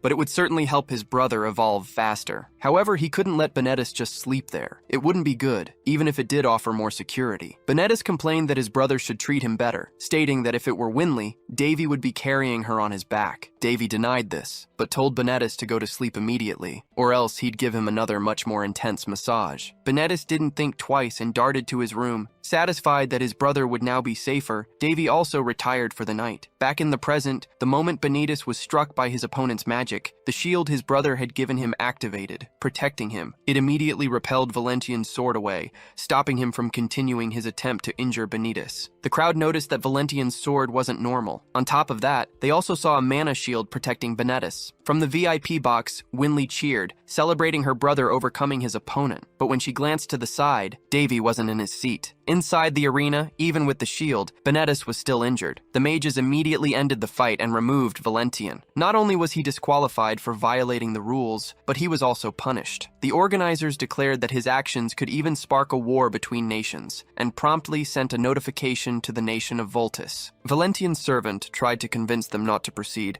begging his prince to say something. However, Valencian grabbed the servant by the neck and, in an exaggerated display of strength, exploded the poor man's head in front of the horrified crowd. This act, of course, left everyone utterly shocked. After all, no one expected to see a prince publicly execute one of his own servants. What's more, they all thought Valencian had completely lost his mind, and in a way they weren't wrong. Ever since his encounter with Chariot, Valencian hadn't been the same. Seeing the madness that erupted in the arena, some people started fleeing the scene. Prince Valencian had gone mad and was on the verge of a complete breakdown. The organizers knew they had to do something, but realized it wouldn't be easy to contain someone in that state. That's when the protagonist stepped forward. He went over to his younger brother and told him the match was over, and he'd done incredibly well. Benedis mentioned he had created a mana barrier. The protagonist then gave a proud smile. He knew that a mana barrier was a high-level mana ability, protecting its creator from harm. Davy had placed a barrier on his brother as a safeguard, but the main reason Benedis was safe was due to his own growth. Even though Benedis was only 14, it was something anyone would be proud of. Despite his immaturity, he clearly had a lot of potential. Davy had expected his brother to cry and complain about the pain, but Benedis had surprised him. Nevertheless, he told Benedis that he had done enough, and it was now time to rest. Benedis was then carried out of the arena on a stretcher. Meanwhile, on the other side of the arena, a problem was still unfolding. Valencian was causing immense chaos, something the protagonist had to resolve. Some mages tried to contain the Mad Prince, but even using magical attacks, they couldn't handle the situation. Valencian's mind and body were visibly altered. Not only that, but he was far stronger than the mages could cope with. So, they tried to evacuate people while the magical barrier was still intact. However, at that very moment, the protagonist arrived in the arena, surprising the mages who were already there. They urged Davy not to get closer, warning him that the opponent was too strong. Even Winley, seeing the protagonist in the arena, grew worried about him, especially since she hadn't even seen him move to get there. Despite this, the protagonist wanted to deal with the situation. He noticed that Valencian had been infected with something, and remarked that it looked like the enemy had truly taken hold. He then started thinking about how he would deal with him. Valencian grew even more furious upon seeing Davy. As he charged towards the protagonist, the mages tried to stop the prince. However, they couldn't handle the crazed opponent. Valencian then had a clear path to Davy, but then Winley suddenly appeared in the arena, worried about her brother. The protagonist was caught by surprise by her appearance. After all, this wasn't part of his plans. The last thing he wanted was to involve his younger sister. However, Winley wasn't the only one to show up. Iliana arrived right after, pushing the protagonist away from the enemy. Davy definitely hadn't expected this. Up until then, Iliana hadn't even been seen in the arena. She had seemingly appeared out of nowhere. Not only that, but she arrived with the clear intention of eliminating the enemy. Valencian, by this point, wasn't thinking straight and was merely following his fighting instincts, but Iliana knew what she was doing. She unleashed an attack called the Great Mountain Divider, and upon hitting the enemy, she sent him flying. Seeing this, Davy was truly amazed. It was the first time he was seeing Iliana in action. After attacking the enemy, Iliana thought the situation was resolved, but she was surprised to see Valencian still standing. Even though her attack was above average, Valencian wasn't seriously hurt. Not only that, but he looked even more bloodthirsty. But before he could do anything, Iliana launched her attack, striking him from several different directions, aiming to incapacitate him once and for all. She continuously attacked with her blade and hand to hand. Taking advantage of the enemy enduring her blows, Iliana didn't hold back any energy during the fight. Seeing her fight with such energy, some spectators were left speechless. Iliana thought she had finally succeeded. Valencian was seemingly down and unconscious, so she ordered the guards to arrest him for his actions. Winley tried to pull Davy away from the arena, telling him to let Iliana handle everything. Meanwhile, Davy admired Iliana's energy and understood that she was much better than most other swordsmen. However, Iliana saw something others hadn't noticed and called Valencian a vampire. Davy didn't quite understand, but Iliana moved towards the enemy. Even chained, Valencian could move, and with that, he inflicted damage upon himself. Davy observed the enemy's actions from afar, yet he could still perceive what he was doing. Iliana tried to stop the enemy from doing this, but she couldn't get close in time. Because of that, Valencian conjured a blood tide, and those who were close to the attack were the first to fall. Amidst the blood mist, Davy tried to protect his sister. Winley wasn't feeling well, but instead of worrying about herself, she showed concern for Davy. Trying to reassure her, Davy said everything would be all right. He then got up from the ground and asked her to rest for a bit, claiming that when she woke up, she'd think it was all just a bad dream. As soon as he put his sister into an induced sleep, Davy thought it was time to act. Otherwise, things could quickly get worse with this necromantic mana in the air. He was the only one who understood what was happening. Not only that, but he believed that when someone connects with their own mana, their powers start to develop their own personalities. But he had 3 different powers, and each behaved in different ways. Necromantic mana was basically a psychopath, making it the most effective to use. On the other hand, regular mana was a tsundere. Even though it seemed difficult to handle, once it developed trust, it worked with the user's will. And finally, there was the most stubborn of all, holy power. This power had no intention of listening to anyone and also had a lazy personality. Therefore, if there wasn't a significant commotion, holy power wouldn't manifest. However, this was commotion enough. Because of this, Davy received the Radiant Blessing, a 4th-level holy magic. Now that Winley should be fine for a while, he had time and space to think. He concluded that the enemy had used the Blood Tide, a power that steals the life essence from living beings in the surrounding area. The bad news was that Davy didn't have enough power to save everyone in the arena, but he was happy that Benedis had left earlier. And now that no one was watching, he could handle the situation calmly, without having to worry about hiding his abilities. However, to Davy's surprise, Iliana was awake and still had the strength to get up. After all, a proud warrior like her wouldn't give up so easily. Davy considered this the worst possible situation. He hadn't imagined anyone else could remain conscious in the blood tide besides himself. But seeing Iliana de Farron standing, he realized there was indeed a reason she was the new owner of the divine sword. However, Davy could only think about how beautiful Iliana looked, even when tired. He approached the princess, and as he touched her shoulders, she flinched slightly. Davy tried to talk to her, asking if she was all right. But despite their perilous situation, Iliana tried to keep him at arm's length. The monster was still on the loose, and Davy only wanted to help. Noticing her resistance, he told her that if she felt well enough, she should leave. But Iliana grabbed Davy by the arm and asked how he wasn't feeling unwell. Davy realized he was cornered. He'd expected Iliana to suspect something,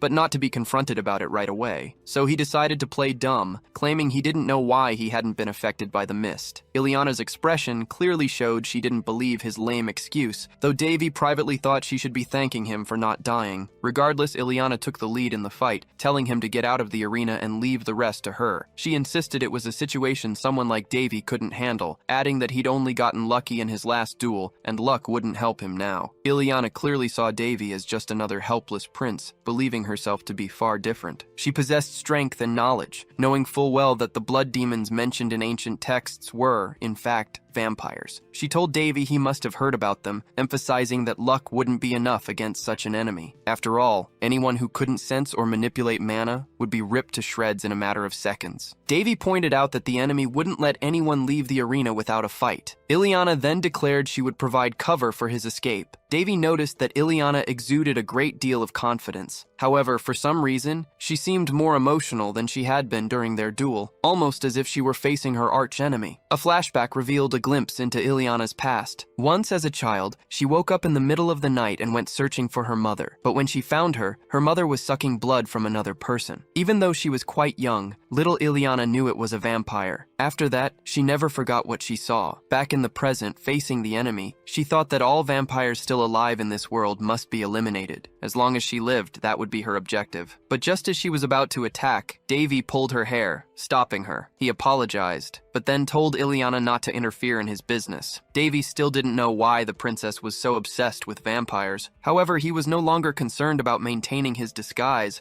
and prepared to fight the enemy. Contrary to what the princess believed about him, Davy actually possessed a great deal of knowledge about vampires. He'd learned about them during his training and probably knew more than Iliana. Plus, he had already faced several vampires before, gaining extensive practical experience. In fact, fighting yet another vampire was almost tedious for him. As he dodged the enemy, he muttered that it seemed to have gotten much dumber compared to their last duel, but Davy wasn't there just to defend himself or dodge. He also intended to attack and eliminate his adversary. With that, he landed a blow that struck at the enemy's very heart. This was an application of the celestial demonic arts, an ability known as demonic blood explosion. After being hit, the enemy not only felt the impact, but was also hurled across the arena. Seeing this left Iliana truly impressed. After all, someone she had judged to be weak had just unleashed an extraordinary display of power. After seeing what just happened, Iliana wondered what that was. Seeing the protagonist use his powers, the princess doubted if it was even humanly possible. Until then, she believed Davy was just an ordinary person, incapable of sensing mana,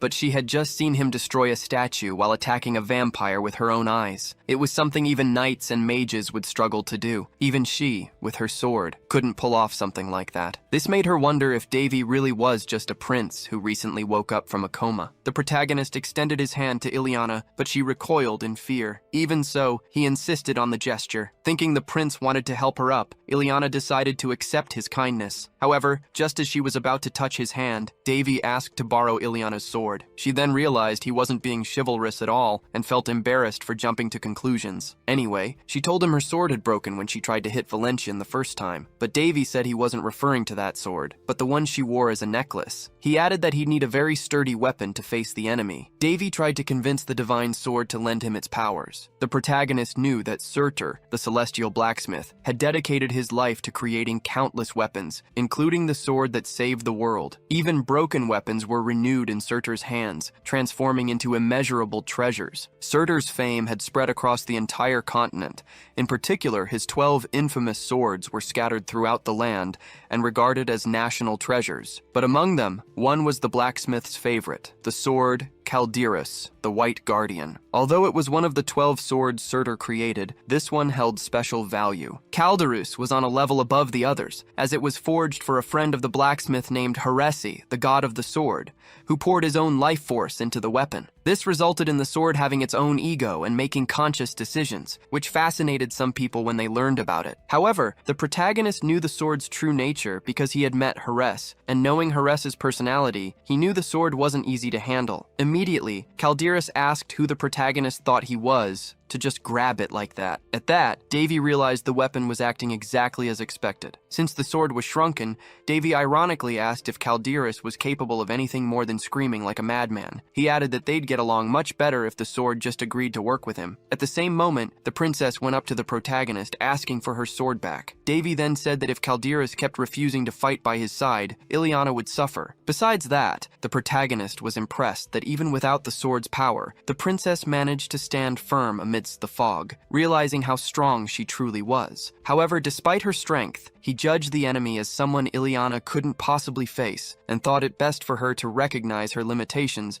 before doing something foolish. Amidst all this, despite the state of its guardian, the sword still refused to help. The protagonist then realized he'd have to do it the hard way. He immediately invoked the sword's powers, making it manifest in its true form. Seeing the sword in its true form, the protagonist remarked that Caldeirus seemed to be just as the rumors claimed. Caldeirus in turn asked how he managed to do that. Davy said all the sword needed to do was lend him its powers during the fight and leave the rest to him. Next, Davy combined his skills with the divine sword and began calling down lightning from the sky. After that, Davy asked the enemy how much longer he would keep hiding. He saw a rift in front of him and declared it was time for the villain to show himself. But upon seeing a mere bat flying toward him, he said he'd expected more from a vampire. After all, he thought he was dealing with an advanced species. At that, the The small bat transformed into a female vampire. Davy then said he already knew her, calling the vampire Miss Maid, confirming she was surely the queen's servant. Seeing him, the vampire woman said she had thought someone was backing the prince when her subordinates were taken out, but now she realized he had acted alone. Sarcastic, Davy tells her he's really amazing, but he tells her not to be shy and to come closer, because he can't stand having to look up all the time anymore. Not only that, but he adds that if she stays up high for too long, she might end up revealing more than she intends. Shirley, in her vampiric form, becomes incredibly irritated by these provocative comments. However, this was exactly what the protagonist wanted. Immediately after,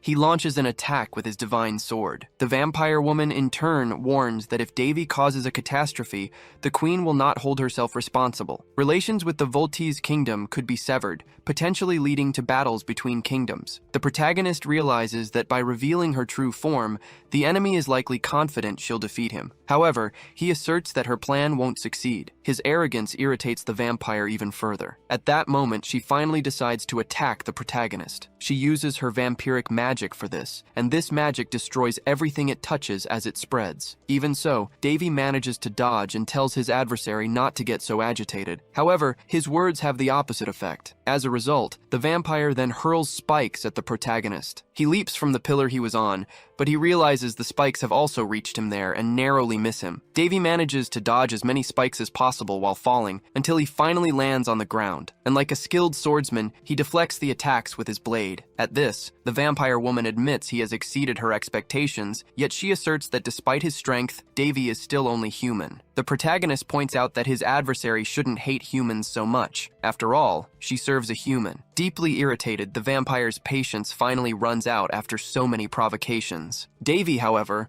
argues that this is a trait of vampire lords. After all, they are as irritating as they are strong. Not only that, but they are also one of the strongest species, born with immense power, and upon awakening, they become leaders. If it weren't for their natural enemy, the Great Elf, they would be impossible to defeat. A flashback reveals that in the protagonist's past, the sword god had revealed he used to irritate vampires before striking them. This tactic destabilized his adversaries, making them easier to handle. He also revealed that vampires were especially proud, so the higher their rank, the easier it was to wound their egos. Back in the present, the protagonist muses that the Farron Empire held great faith in Harisi, and he wonders how they would react if they knew Harris's true nature. Then, the protagonist returns to the fight. After dodging a few enemy attacks, he counterattacks with his sword. However, the vampire uses a magic shield to defend herself. Not only that, but she doesn't employ just any ordinary defense. Instead, it's a blood shield. Calderas remarks that he's likely facing a countess. Although her rank isn't very high, she's a pureblood and could easily challenge a lord. Hearing this, the protagonist declares that there's no alternative but to defeat her right now. Calderas, however, questions if he can truly do what he says. Davy replies yes, and then asks if the sword itself is afraid. Before he can hear the answer, he is attacked. Shirley states that people who pretend to be calm in situations like this always meet the same end. She adds that the girl who received the divine sword, despite her strength, lost consciousness. Furthermore, she intends to defeat the prince and leave him minimally intact,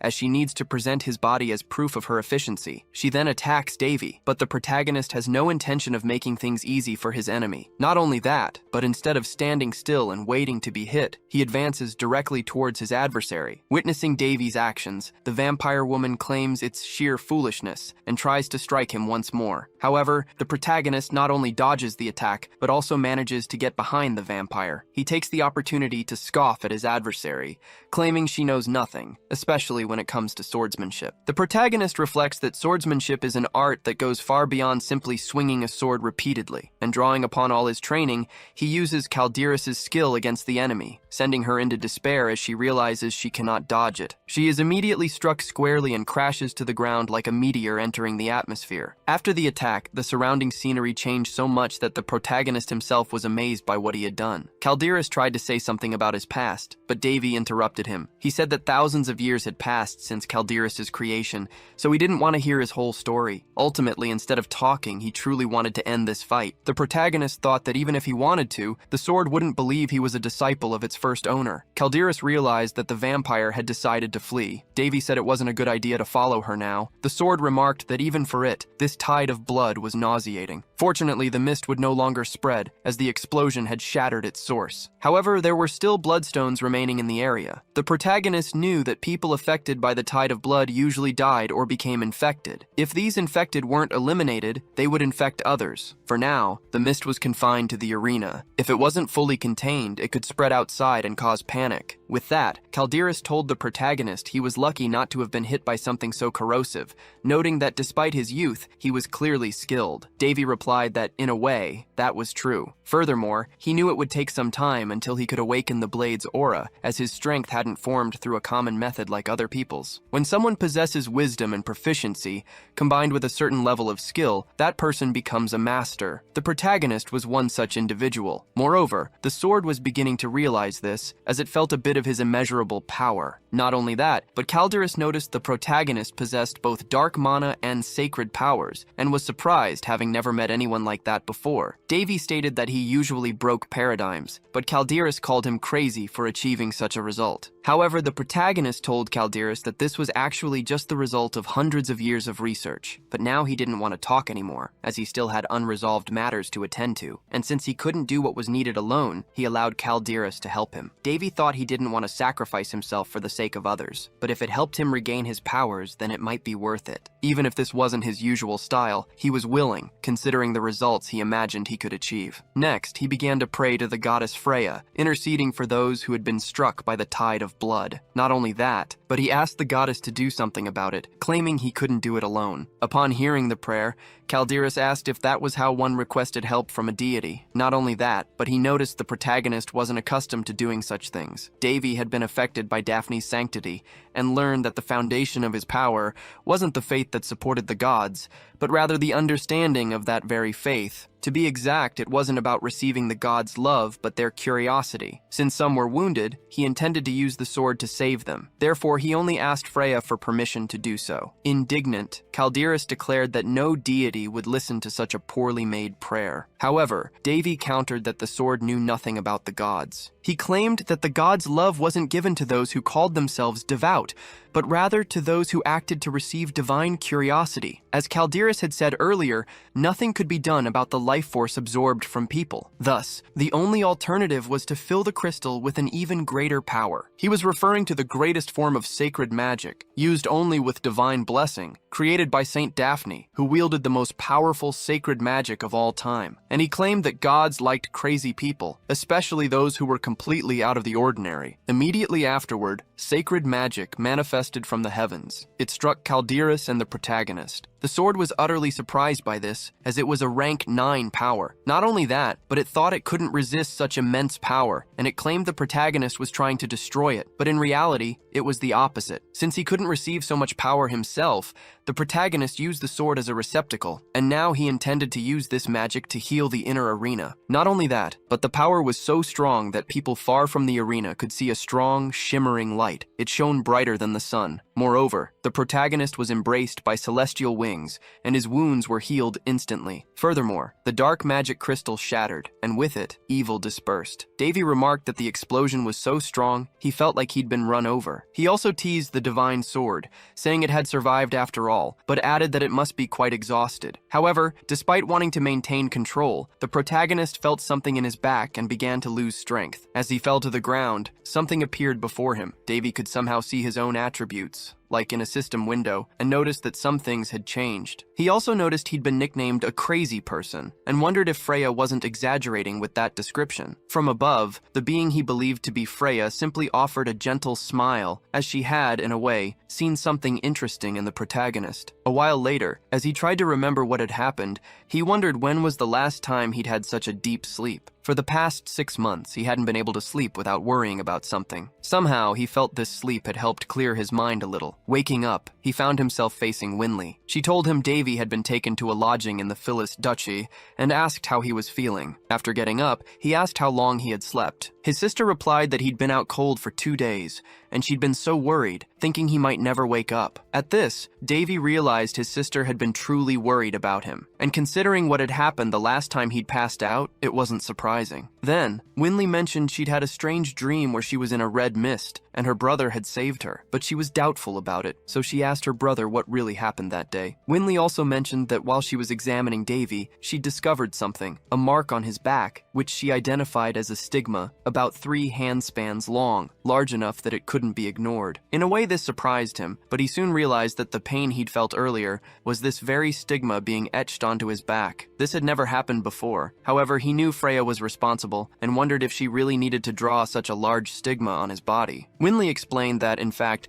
it was the priest who treated him who discovered the stigma. Not only him, but the entire duchy knew about it, and chaos was erupting outside. Furthermore, when Davy was found, not only had the mist disappeared, but the surrounding sacred energy was concentrated on him. He thought that a stigma meant a deity had granted a person their love, and the good thing was that only this information had leaked out about him. Winley, however, wanted to understand better what had happened to her brother. He was unsure whether to tell her his secret or not, because he knew what would happen if he did, and if something big occurred now, it would make his journey more difficult. In that case, he decided to withhold the information and simply said he'd fainted before seeing anything, so he couldn't say what happened. Although that didn't make much sense, Winley decided to trust her brother, but asked if he was in pain. Thinking about it, he concluded that he was better than ever, because in addition to invoking the 9th sacred magic onto the sword, he had also increased his own sacred powers, and the result couldn't have been better. His mana capacity had increased considerably. With this, all 3 of his powers had improved, and he could now create an aura blade, worthy of a true master swordsman. Of course, sacred magic was the power that had evolved the most among the 3. However, by extension, the others had also improved, as if from the stigma's effect. Nevertheless, Davy lamented that to get stronger, he always had to go through extreme experiences like this one. Winley told him he had no idea of the craziness that had happened while he was asleep, especially when his maid, Amy, discovered what occurred and was worried about him. His sister added that besides the maid, Princess Iliana had also come looking for him and wanted to take him to her kingdom, claiming she could give Davy more proper treatment there. He thanked his sister for her concern and care, but said she must be exhausted so she should rest and he would do the same. Before leaving, Winley told Davy he didn't need to worry about Benedis, as he had left the arena as soon as the tournament was cancelled and was out of danger. And despite the current commotion, she hoped Davy would recover soon. As soon as his sister left him alone,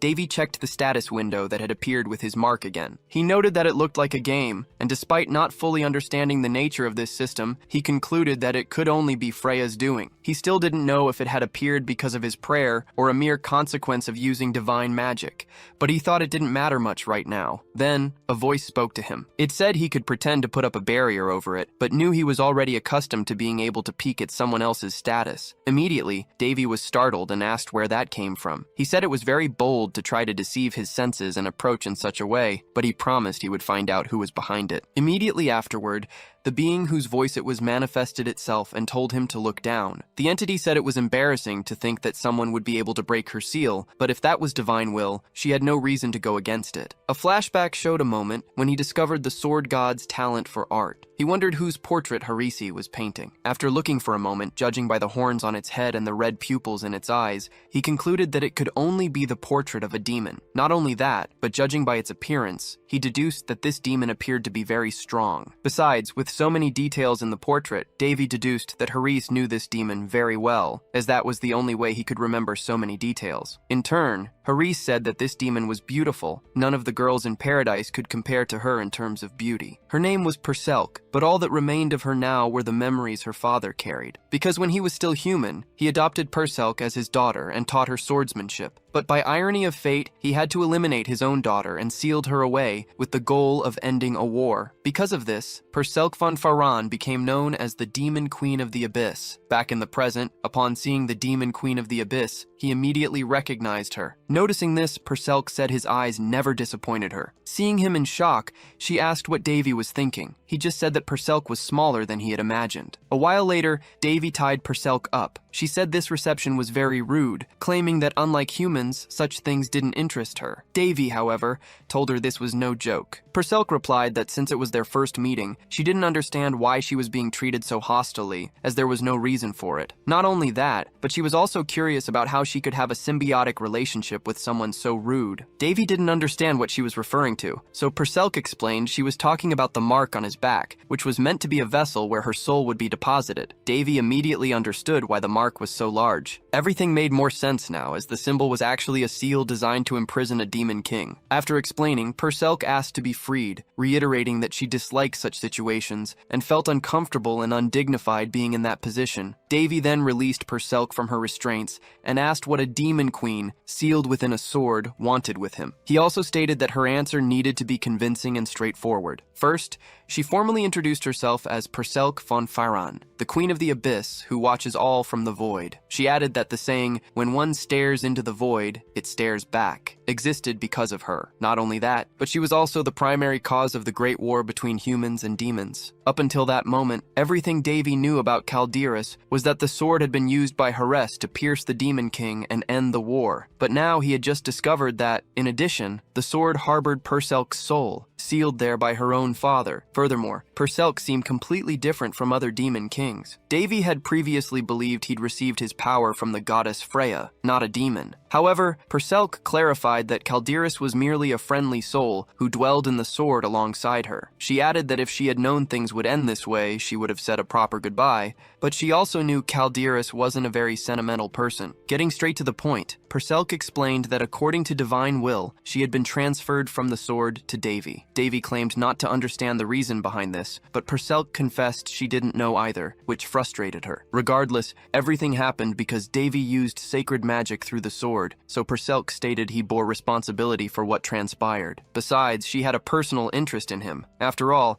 Davy was the second person to successfully unlock the divine sword's full potential. Speaking of which, Perselk asked if Davy had ever met Heres. He replied that he had, recalling that Heres always said Perselk could return. The Demon Queen was pleased to hear that her father spoke of her frequently, instead of keeping it a secret. Davy remarked that people needed to learn to hide certain things from each other, and questioned why one would lie to a demon king. In turn, Perselk wanted to correct something about herself. She affirmed that she wasn't the one peering from the void. She had merely borrowed the will of a greater being. She was referring to the status window, and she believed humans customarily called this the Great Divinity. Hearing all this, Davy couldn't believe that a being as powerful as Perselk communicated in such an infantile way. He also wondered what a divinity emanating sacred power expected from someone like him. Perselk, in turn, suggested they take a walk, claiming Davy could use the opportunity to show her how interesting the world outside was. Davy asked what he would gain from it. Perselk replied that he had already gained something, as he had received her powers. She asserted that with the system window, he had become capable of acquiring even more abilities. Davy realized Perselk knew much more about him than he had imagined, and he couldn't ignore that fact. In any case, Perselk claimed it had been a very good trade for him, and she was eager to see how Davy would reciprocate. Davy thought Perselk's powers were quite tempting. He didn't even consider giving them up. So he agreed to do as she wished. Not only that,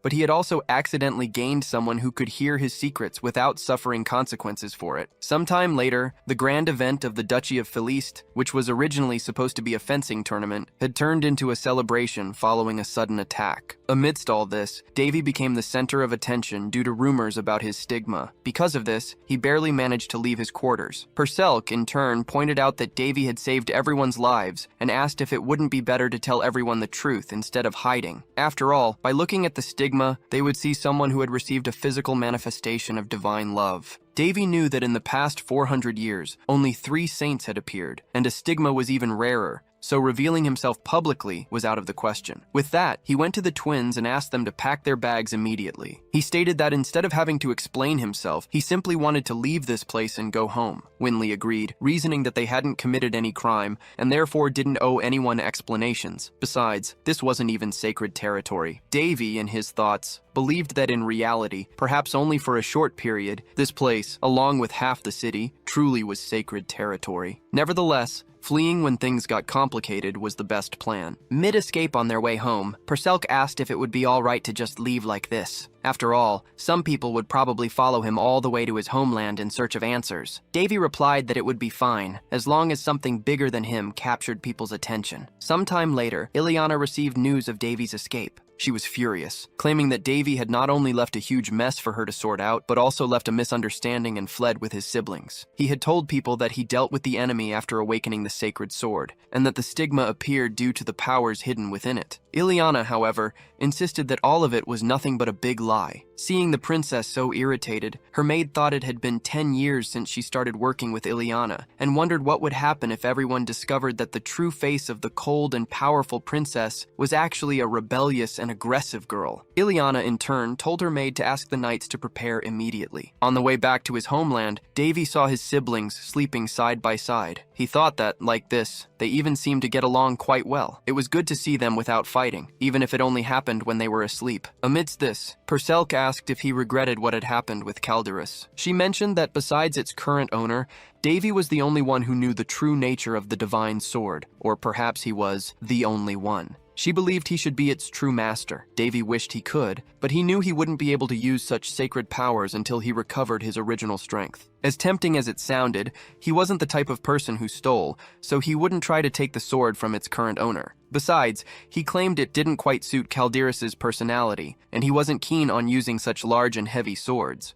Not only that, but he had another sword in mind that he wished to possess. Judging by his expression, Perselk concluded that Davy had a plan. She admitted she didn't know everything, and even when she looked deep into Davy, there were still parts she couldn't access. But putting that aside, Perselk asked what he planned to do when he got back home. She said that with the stigma, Davy's enemies wouldn't be able to move freely, so finishing them off right now would be the best option. Davy claimed he wouldn't do anything without being well prepared. Besides, the opinions of the nobles led by Duke Barrietta held a lot of influence in the kingdom, unlike Queen Linus. For the same reason, the royal family couldn't punish the nobles carelessly.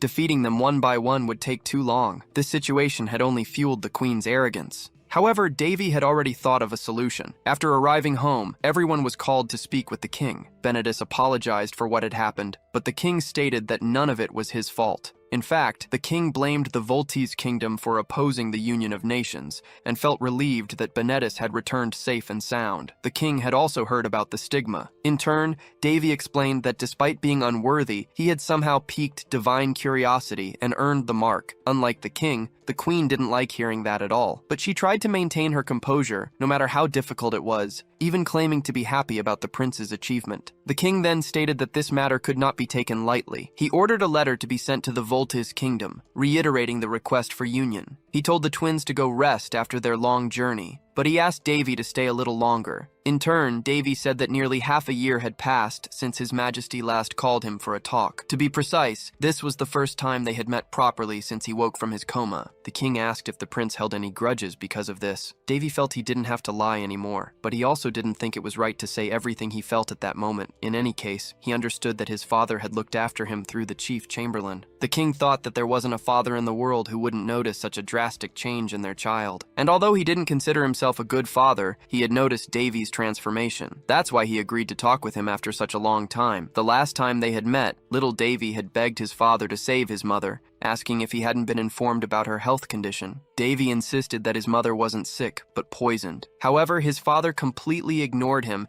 and ordered the guards to remove the child from his presence. Even so, Davy refused to leave without an answer. Yet, there was nothing he could do about it. Only 4 years later did Davy discover the truth about his mother's poisoning, but the king had remained silent on the matter. Now, standing before the king again, he asked if his father felt good after abandoning his mother and marrying the enemy for the good of the kingdom. The king said the fault wasn't his current wife's, but his own. However, Davy didn't want to hear about that. He only wanted to know if the king felt any remorse. After all, his mother had called out for him even in her last moments. No matter how much Davy tried to shake off these thoughts, a scar like that didn't just disappear. Besides, he had seen his mother die with tears in her eyes. In turn, the king stated that he was aware he hadn't been a good father. But he claimed that being king wasn't a position that allowed one to do whatever they pleased, as most of the time, a king had to deal with matters they didn't fully understand. So he asked Davy to live in silence and grow stronger each day, because that way, no one would cross his path or stand in the way of his future reign, for that was what he wanted, to pass the crown to his son. However, Davy realized that his father had apparently completely forgotten about his mother, so he said that normally people say it's a son's duty to follow in his father's footsteps, but he wouldn't do that. He claimed that if being a king meant giving up his own family for the sake of the kingdom,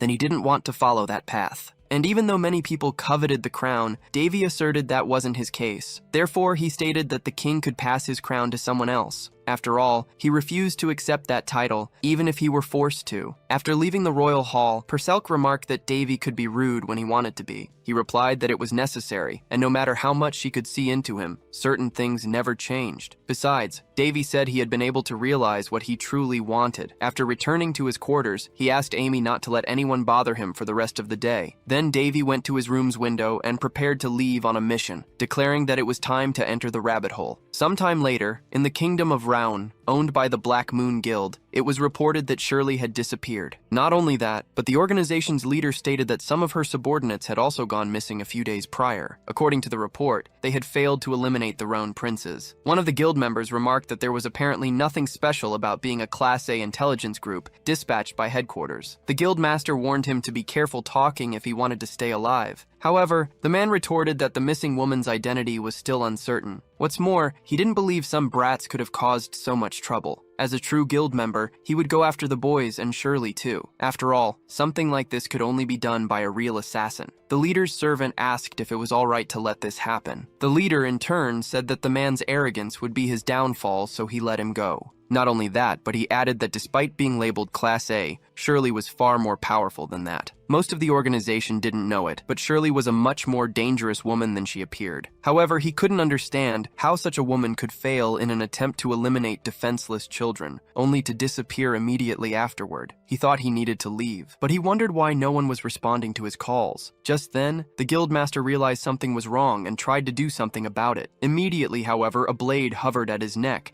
and a voice told him to think twice before moving. Not only that, but the leader realized his servant was the first to fall, and he hadn't even noticed. Next, he was forced against his own desk. His captor noticed that the guild leader was an ordinary human, not a vampire. Annoyed, the leader wondered why none of his people had appeared to confront the intruder. Little did he know, the intruder had eliminated everyone else before even entering. The intruder also said that no matter how much he screamed, no one would come to help him. The leader then concluded that if things continued like this, he'd be next. So he tried to talk to the intruder, asking if it was the Ruxo Guild or the Karsha Guild that sent him. Instead of answering, the intruder told the leader that if he wanted to live, he must provide the requested information. Scared, the leader said he'd hand over anything requested in exchange for his life. The intruder then released the man. He then said he didn't need much. He only wanted the list of nobles who were the hands and feet of the Barrietta family, and a list of all the crimes committed by the Duke, who held great influence in this kingdom. He already knew the Duke had a report on everyone he wanted to keep in line,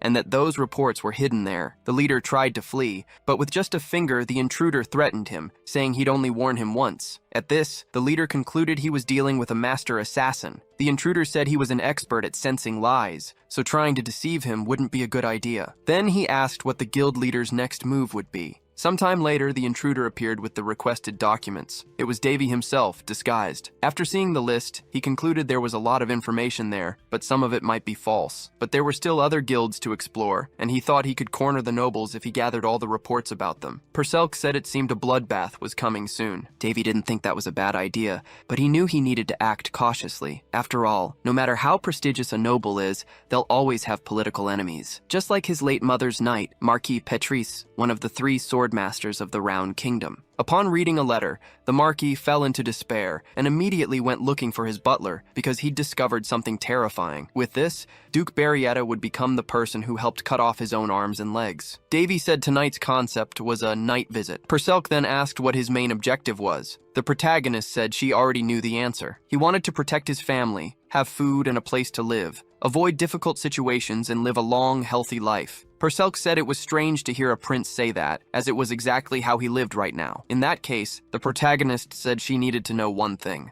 He'd be leaving the kingdom soon and going to a small territory he was given as a member of the royal family. There, he'd build his future. What's more, this territory was in the most advanced city on the continent. Revenge was something he'd pursue along the way, but it wasn't his main goal, and he wouldn't let something so small ruin his life. Perselk said that if he were king, he'd make his desire a reality faster, adding that being a king wasn't much different from managing a territory. Davy, however, claimed that managing a smaller territory was much easier than governing a country. Besides, he wanted something simpler. His wish was to have a place he could call home. Back in the royal hall, the queen declared that Prince Davy was the kingdom's pride for possessing a stigma. She then asked why the king hadn't rewarded him for such an achievement. She argued that since the prince had already recovered and even received a territory, it wouldn't be a bad idea to send him to manage his own land. Some people didn't understand why the queen had suddenly started praising the prince. She thought to herself that she would never do such a thing under normal circumstances. But after the failed attempt to eliminate the princes, coupled with Shirley's escape, things had become much more complicated. What's more, the intelligence guild where the Duke stored his information had been attacked in 7 different locations on the same night, which deeply worried her. The guild leader himself had brought the news to the queen, claiming they were attacked by a monster that was impossible to defeat or even locate. As a result, the queen's fear only intensified, as she knew what could happen if the information she was hiding fell into the wrong hands. After all, she could be accused of trying to rebel against the crown, and the documents proved it. On top of that, she was starting to distrust Marquise Patrice. She suspected he might be supporting Prince Davy against her, and in that case, the solution was simple: get rid of the Marquis. However, since she no longer had Shirley to assist with such a task, the best she as queen could do was try to remove the prince from the royal palace. She had suggested distancing the prince, but hadn't expected the king to agree so easily. Yet the opposite occurred. The king argued that it wasn't right for an adult, uncrowned prince to continue living in the palace, so he called the chief chamberlain to prepare the prince for his departure. Surprised, the queen wondered what the king was thinking. Sometime later, the protagonist was summoned to speak with the king, but he wasn't surprised. He knew that sooner or later, the kingdom would recognize him as a threat and decide to remove him. The king told Davy to go to his territory and develop it to prove his worth. Perselk commented that the king was probably afraid his son would rebel, and that's why he decided to send him away. Little did the king know, the prince himself had planned to do exactly that even before this decision was made. Davy thought that the king and queen surely had their own plans. It wasn't his place to stay there any longer, as he also had other things to do. Amidst all this, Perselk remarked that things had become complicated, as many lives could be at risk due to Davy's recent actions. However, he didn't seem worried, believing a complete overhaul was necessary before the next king ascended the throne. There was no way to hand this current reality over to Varys, and it would be a bonus if, in the meantime, he also got the chance to face his enemy. As soon as the protagonist left the meeting, he was surprised by the twins. Desperate, they wanted to know why Davy had to leave and if there was anything they could do to help. Davy told them that this was already his wish, and although he might seem weak compared to others, he now possessed the stigma, so he wouldn't be in danger. With that, he asked the twins to trust him. Winley told Davy to ask for their help whenever he needed it, even for small problems, because she would do everything to assist him. The protagonist explained that even though Hines' territory wasn't the best place in the world, many people still lived there. He promised that once he transformed the place into a pleasant environment, he would invite them to visit. Next, the protagonist went to Amy and asked her to go to the Ministry of Finance and the Department of Territory Administration to gather all available documents about Hines' territory. He also mentioned that no one would likely refuse to provide the documents if Amy stated they were for Prince Davy. In turn, Perselk commented that the protagonist seemed to believe he was invincible. She found the situation quite interesting. She also mentioned that her mother loved eccentric things. What's more, even with his great powers and abilities, she noted that Davy hadn't become an insufferable, arrogant person. At this, the protagonist asked if she was feeling empathy. Perselk replied that Davy was quite passive compared to her mother, so it was possible she genuinely felt empathy for him. Not only that, but she told him to feel flattered because the Demon Queen had become his fan. In a way, Davy said, that was an honor. Sometime later, Amy appeared with the few documents she had found. Even though there were only a few, the protagonist understood that the territory was a remote village. And, thinking about it, maybe that was for the best, as he'd have more freedom to develop it. He was eager to pioneer this new place, and not just him, Perselk was too. However, she took a look at the documents and discovered that Hines' territory was a cursed land. But she wasn't surprised. After all, a territory wouldn't be given to Davy without some kind of catch. The protagonist couldn't disagree. Not long after, All the preparations for their departure were complete. Amy asked if everyone who was going with Davy was already there. He replied that he didn't have many allies, since only a few had sworn an oath of loyalty. Next,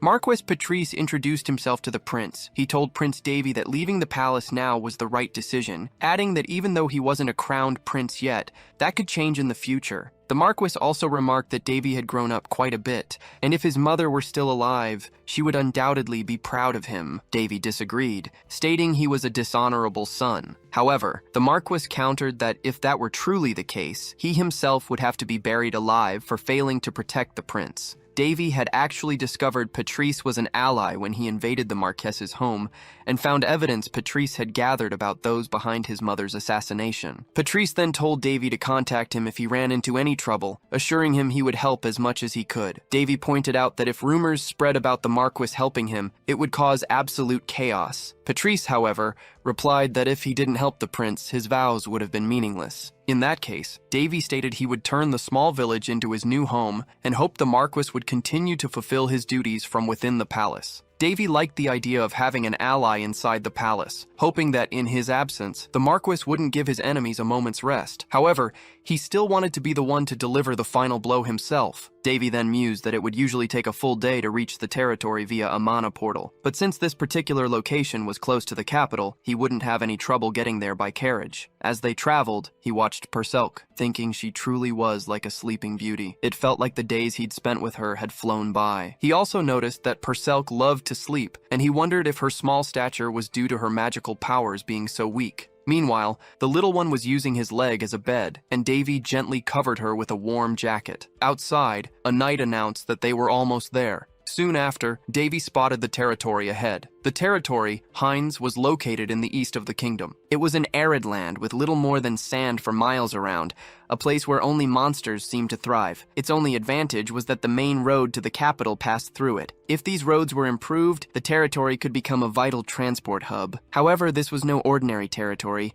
It was a cursed, inhospitable land, a dry place where nothing could grow, and one that was poorly regarded by everyone. The territory had been managed by someone before their death, but 5 years prior, a severe drought had devastated the land. The exact cause of this devastation, however, remained unknown. With this in mind, Davy opened his status window to analyze the territory's information. He noticed that one of the listed pieces of information was incomplete. Perselk commented that it was a curse. Not only that, but she explained that this curse spread like an addiction, starting small but quickly spiraling out of control. Davy hadn't realized remnants of black magic still lingered in the world. Apparently, some ancient citizen of the territory had angered a sorcerer, so he tried to use purification magic to cleanse the area. Perselk, however, stated that it wouldn't be an easy task.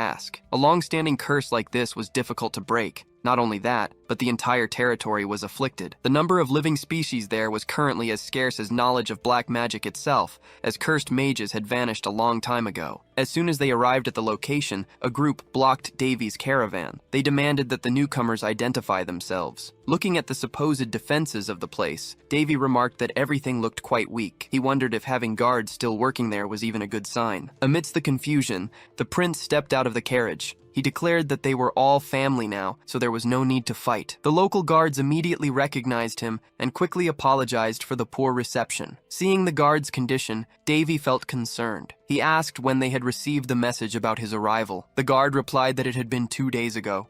Davy then asked if there had been any monster attacks since then. The guard's expression told him all he needed to know. With that, Davy declared that before tackling the curse, he would have to deal with the goblin problem first. The captain of the guards introduces himself as Manhwa. He explains that in the absence of a lord, he had to take over leadership of the territory, but now that the prince is here, he can take on this role. Davy states that the guards have worked hard, and from now on, they will be promoted to official guards. He tells Manhwa that one of his lieutenants will train them, and instructs the captain to make sure the squad is properly organized. Davy claims he doesn't like to waste talent. He also says that if Manhwa can improve himself, he will grant him a noble title. After all, he still has the authority to do so. Some time later, Davy assesses the situation, noting that despite its age, this fortress still has a robust defensive line. He wants to understand how the goblins managed to invade. Meter explains it was all thanks to the guards' constant exhaustion. He adds that dozens of houses were burned and many citizens were abducted. Furthermore, he reports that they don't have enough provisions for the winter, and even the farmers are starving. Amidst this, Perselk points out that the prince won't be able to use his wealth here, and even if he fixes the castle walls, it will only last 2 years at most. Davy jokes that if she keeps this up, he'll promote Perselk to his secretary. She refuses because that would mean less time to sleep. Regardless, Davy doesn't have much else he can do. He then gives some money to the guard leader and asks him to buy as many materials and provisions as he can. Amy, who accompanied Davy to the distant territory, speaks up, asking how he still has so much money. Davy makes up some excuse, but he knows he actually stole it from the Intelligence Guild. Perselk reminds him that there's no justice in being a thief, but Davy tells her to go to sleep instead of lecturing him. Bernil, who left his position as palace butler to accompany the prince, offers to help with the purchases. He is a relative of the Chamberlain Besfus and says he will make sure to get everything His Highness needs. In that case, Davy tells them to act quickly, ordering that only a minimum number of guards remain there while the rest should gather with the knights. Outside, Davy set up a platform to address the residents. He formally introduces himself as the new ruler of the territory. He states that he's already aware of the goblin abductions, and although some people feel the urge to pursue the enemies, many are afraid and prefer to hide. Even though not everyone is a warrior, the prince insists they cannot do nothing. Otherwise, sooner or later, the goblins will return and repeat their actions. He doesn't just want to defend against the goblins, but to eliminate the problem once and for all. Some residents speak up, agreeing that the prince's words make sense, but they are the last line of defense remaining and can't do much in their current state. However, Davy claims they only need to act successfully once for the attacks to stop. Davy knows that to some, he's just another noble confidant in his own bloodline, but incapable of doing anything. Yet, he asserts that he is not just a prince, but the lord of Hines territory, and now everyone here is his family, so he will take care of them. After all, he's not the type of person who lets his family die. He knows that mere words won't convince everyone, but he claims to possess a stigma sent by the gods, which might increase his credibility. But if it's still hard to believe his words, he asks people to take it as an order, and he declares that no one will die without his permission. Sometime later, Davy enters the demon forest accompanied by a group. However, Perselk says that taking these unprepared and exhausted men to hunt goblins is a terrible idea. Davy, however, points out that they have 150 men, which should be enough. Even so, Perselk says that being overconfident might not always help him.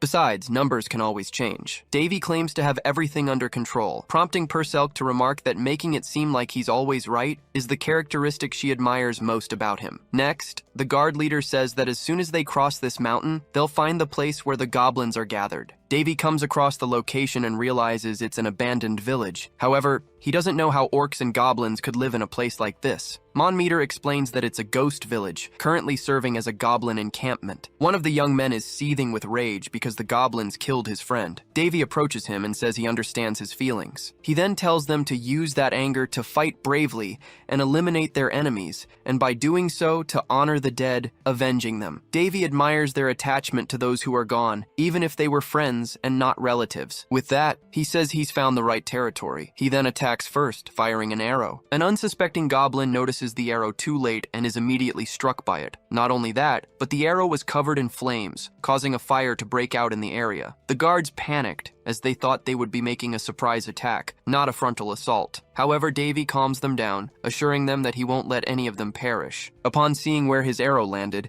Davy celebrated. He had used an arrow crafted by the philandering god of the bow, the same deity who had mastered all Apollonian skills. Now, it was serving its purpose in this attack. Although it seemed chaotic, this wasn't an ordinary skill. It was originally designed to be used as a trap during wartime, but the protagonist had to use it now. After all, he wasn't the kind of person to back down over trivial matters. With that, he prepared for his first action as a lord, blessing all his companions with battle buffs. Perselk asked if it was right to use magic on these men. Davy replied that either way they didn't even know they'd been affected by magic. All he needed was for the men to feel motivated to fight. Now that everyone was blessed, the protagonist stated that soldiers elsewhere wouldn't receive such special treatment. Not even the paladins of the sacred kingdom of Balshaz had this, as only a saint or a pope could use level 7 sacred magic. Davy gave them permission to unleash all the resentment they had held against their enemies until now. He imagined he had always wanted to do this. Then, he ordered everyone to advance. The protagonist had no idea of the guards' thirst for revenge, but seeing how they were acting, he could only conclude they had been eager for this. All the guards were in a state of ecstasy,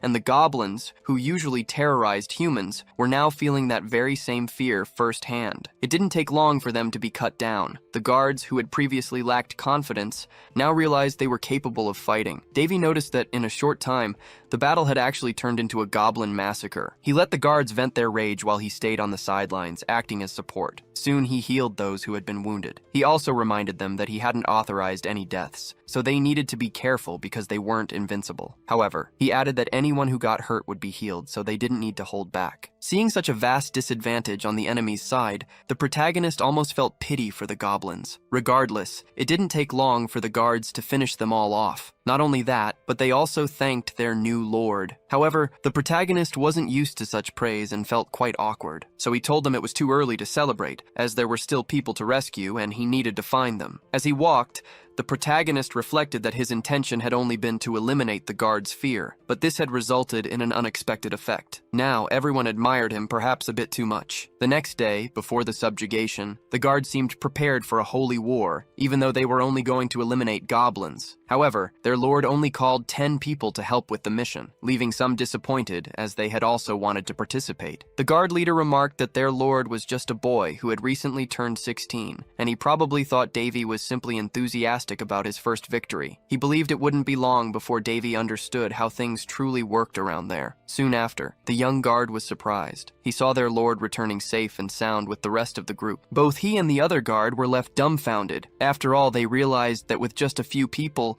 the lord had managed to subdue the remaining goblins in a short amount of time. The protagonist sensed that some people might think the guards who accompanied him had been hypnotized or something similar, but he just wanted to make sure everyone returned safely. Perselk warned that if this continued, they might end up developing a pseudo-religion or something similar. However, Davy stated that there were still some goblins left, so he would have to continue with the expeditions. While he took some with him, others would stay behind and prepare for winter. He thought everything would return to normal in a few days, and the excited guards would calm down. At least that's what the protagonist believed at the time. After that, rumors spread far and wide, and he gained the reputation of a saint among the people. Not only that, but some guards even started escorting the lord as if they were priests of a religious leader. Thus, this became the first time the protagonist regretted something since waking from his coma. Anyway, the protagonist earned the people's trust, unlike many others, and that's important to him. According to Astria, the king who conquered the Palladian Empire on the continent of Bord, and also the man who taught Davy how to use a spear. Even when governing a small territory, a ruler deals with people, not cattle. Therefore, people need to willingly follow their leader. Even though Davy didn't learn much about politics from Astrea,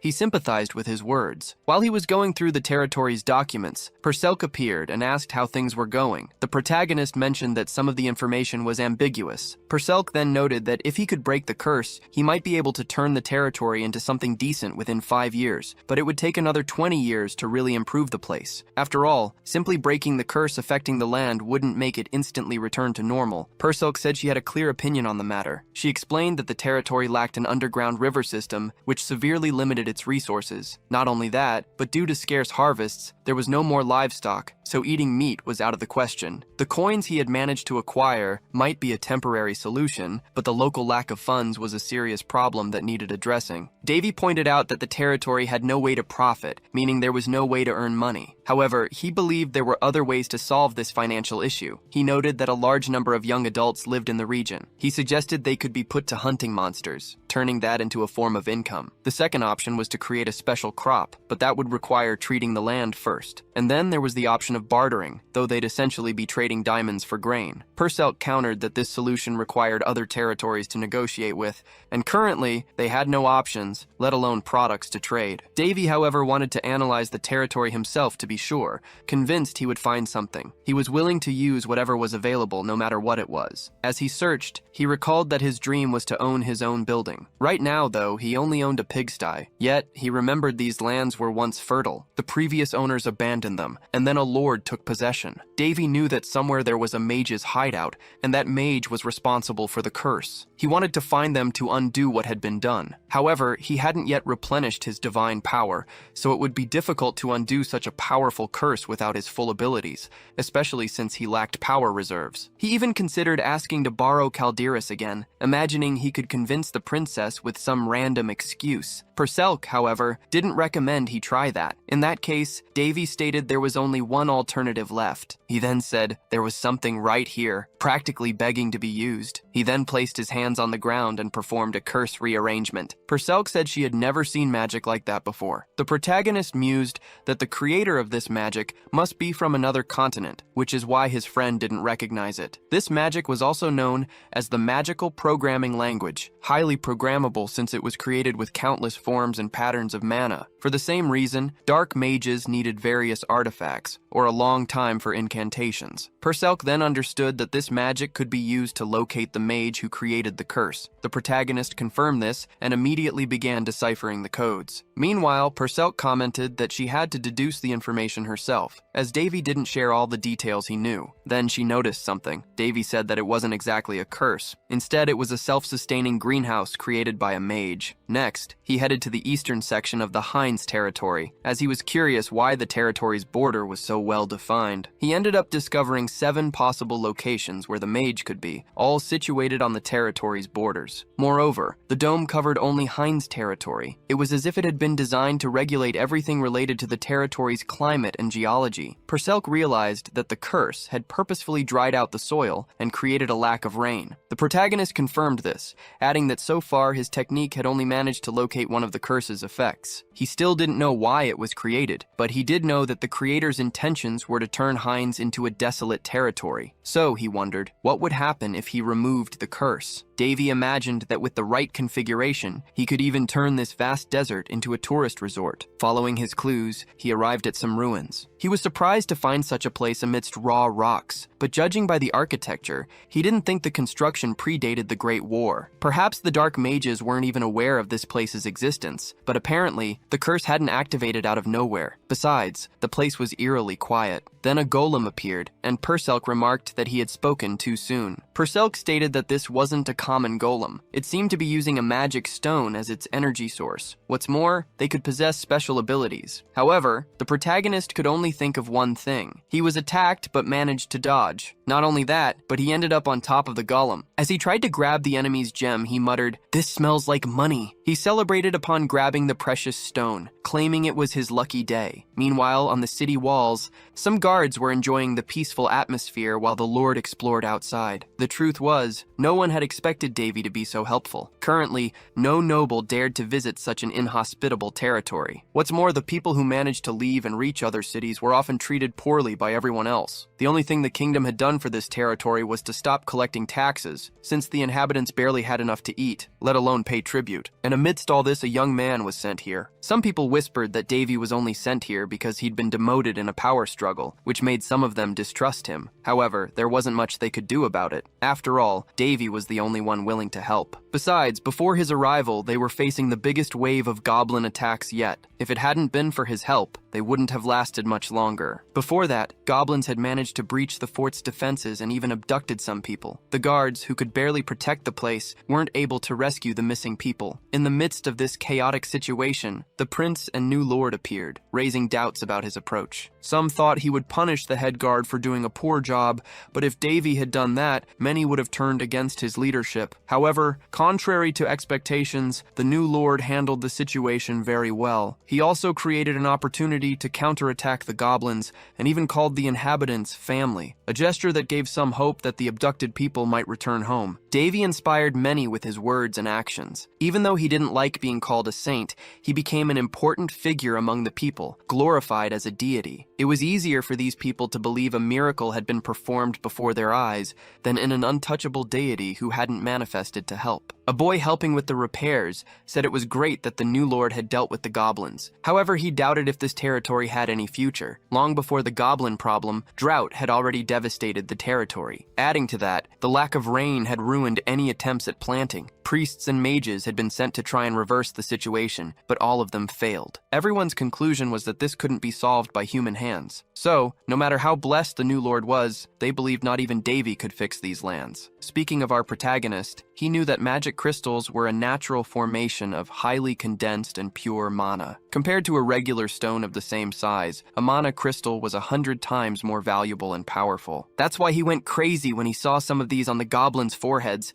and he didn't hesitate to try and get those crystals. Even though he said the task wasn't easy, Perselk disagreed, having seen him deal with the goblins effortlessly. Davy thought the only known fact about mana crystals was that they could be found in ancient ruins, and only in small quantities. This only increased their market value. Despite that, the protagonist wondered how long the money generated by these items would last. Moreover, Perselk said he couldn't just show these items to any buyer, as that would raise suspicions. Anyway, the protagonist continued his path until he found a crystal much larger than the others. Not only that, but he realized this could be the energy source of the curse. With this, he understood Perselk was right, as many had started wars to obtain a crystal as large and valuable as this one. Besides, the crystal was full of pure mana. Davy imagined that if he could use it, he'd be able to freely cast ninth circle spells. So he decided to try, but he noticed that, unlike its external appearance, Davy thought the code's structure was overly exaggerated, just to cause a drought in the territory. He suspected there was something hidden within it. Even though it was difficult to manipulate, he wanted to try and find out. And amidst his search, he ended up finding some energy cores which were hidden within the source code. Seeing the change in the magic's behavior, Perselk asked what Davy had done. He replied that to start, he had spread a bit of water in the area. But there was a catch. With so much water already stored in the clouds, everything accumulated would fall as a single massive downpour. It would be a huge storm. Far away, a discussion was taking place. Some nobles were talking about Marquis Patrice, and they believed that if he continued to act independently, it wouldn't be long before the aristocracy disintegrated. So, they tried to find a solution to prevent any of the evidence from being used against them. For the conspirators,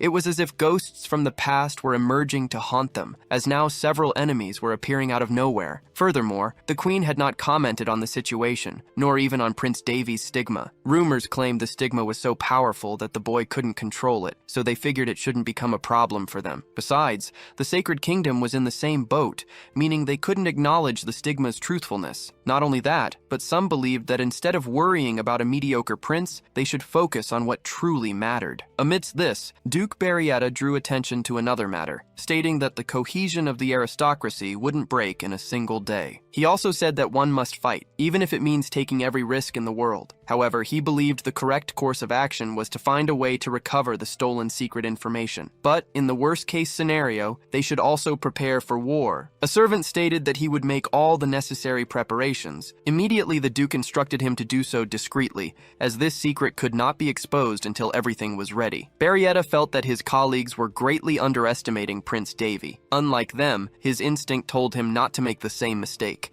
as something had happened to the prince after his coma. The moment he gained influence and support, he would likely show his true colors. However, he believed that as long as Davy remained in Hines' territory, he wouldn't be able to do much. After all, he wondered, what could the prince possibly achieve in a barren, dead land? Contrary to what Duke Barrietta believed, the protagonist made it rain under the Hines skies for the first time in years. Still, he admitted that doing so was not an easy task. Back home, he mentioned that it would take a few days before they could start planting. He could tell this just by looking at the magic crystal, which functioned like an operating panel. Moreover, it was connected to all the other magic crystals in the region, working as a kind of remote control. With this, Davy asserted that he had control over the region's weather, and since humans are naturally lazy, having something like this was quite useful. He had also stored the other crystals he collected in magic bags, and wanted to wait for the land to recover before acting again. A week later, the protagonist went for a walk, and immediately his fans appeared. Davy asked why they were doing this. One of them replied that they couldn't just stand by while their lord worked so hard, which was why they were offering to do heavy labor. The protagonist wasn't sure if they would be able to handle so many tasks. Regardless, he said he had something simple for them to do. He had asked the knights to prepare land for planting, so he wanted everyone who could to cultivate that land. He also stated that they had 4 days to plant, and if they couldn't manage it, they could give up without any issues. Davy explained that he would reward their working hours, depending on how much effort they put in, but he wouldn't let anyone work without getting paid. The leader of the guard said that despite the climate change, cultivating such an enormous plot of land in just 4 days was impossible. However, the protagonist didn't understand why. After all, the land had already been used for planting, so they should have equipment to assist with the work. While Monmeter worried about the population, some were only concerned with what they would spend after getting paid. At that, the leader of the guards said they should be grateful for everything their lord had done, and not try to take advantage of his kindness. However, the protagonist was not foolish. Was not. He used his magic to increase the physical strength of the workers, and just as he had done with the guards, he gave these people the necessary motivation. Monmeter was quite surprised to see this, but at the same time, realized it would be useful. In turn, Davy told Monmeter that he would discover a new world once he started using a pickaxe. Moreover, if he had Calderis,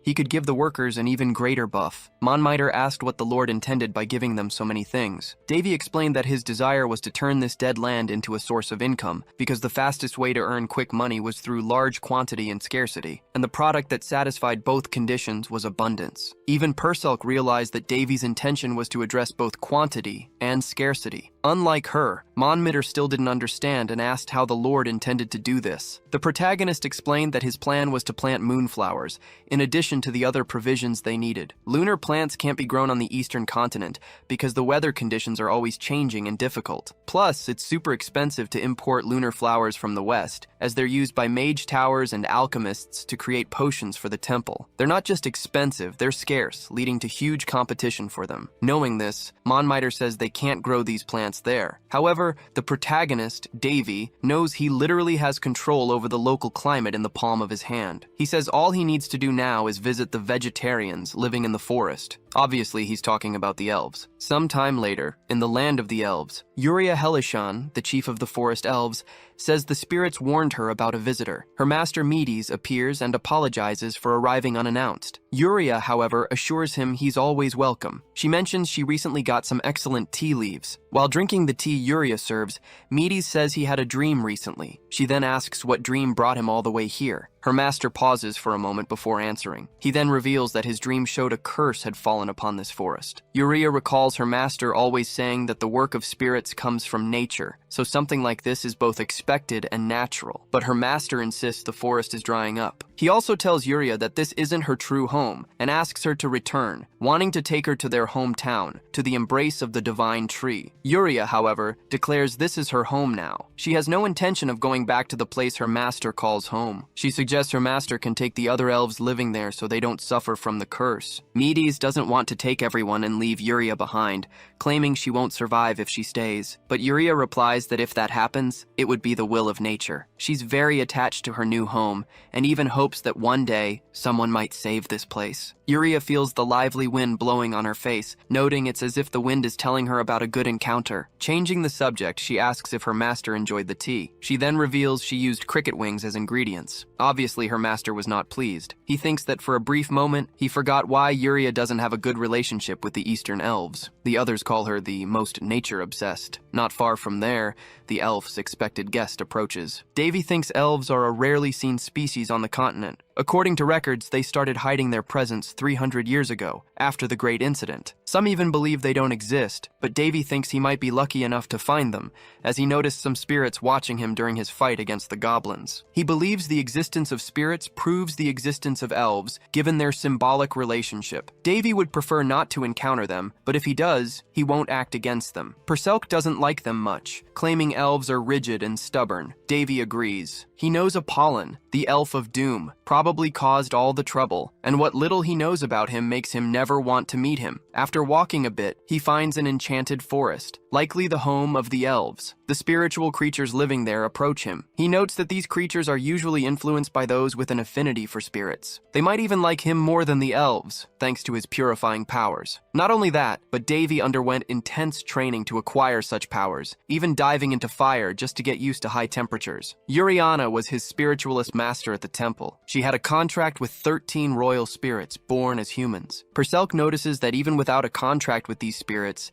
Davy also has an affinity for them. Plus, the fact that he possesses dark mana doesn't interfere with his relationship with good spirits. Perselk then asks how he plans to find the lunar flowers. Davy replies that actually he doesn't even know if these flowers can produce seedlings. After he says this, a small creature places a tiny flower in his hand. Shocked, Perselk asks if it's what she thinks it is. Davy confirms, yes, a lunar plant. Right after that, they discover a garden full of these plants, hidden inside a cave. He then thanks the spirit that guided him there. Perselk realizes there are a lot of lunar plants, enough to replant near their territory with some left over. However, she notices Davy doing something strange and asks, "What exactly is that?" Spiritual power is based on mana, divine power, and dark mana. Anyone with the power can see spirits. The only difference is the level of affinity a person will have with them. Therefore, the protagonist can confidently admit that there are no spirits he cannot summon. At this point, Perselk asks if he's planning to form a contract with a spirit. Davy explains that this is the Garden of the Moon Goddess, and as the name suggests, the place belongs to the spirits. If someone picks one of these flowers without their consent, a disease will befall them. So, he knows he can't act carelessly. With this in mind,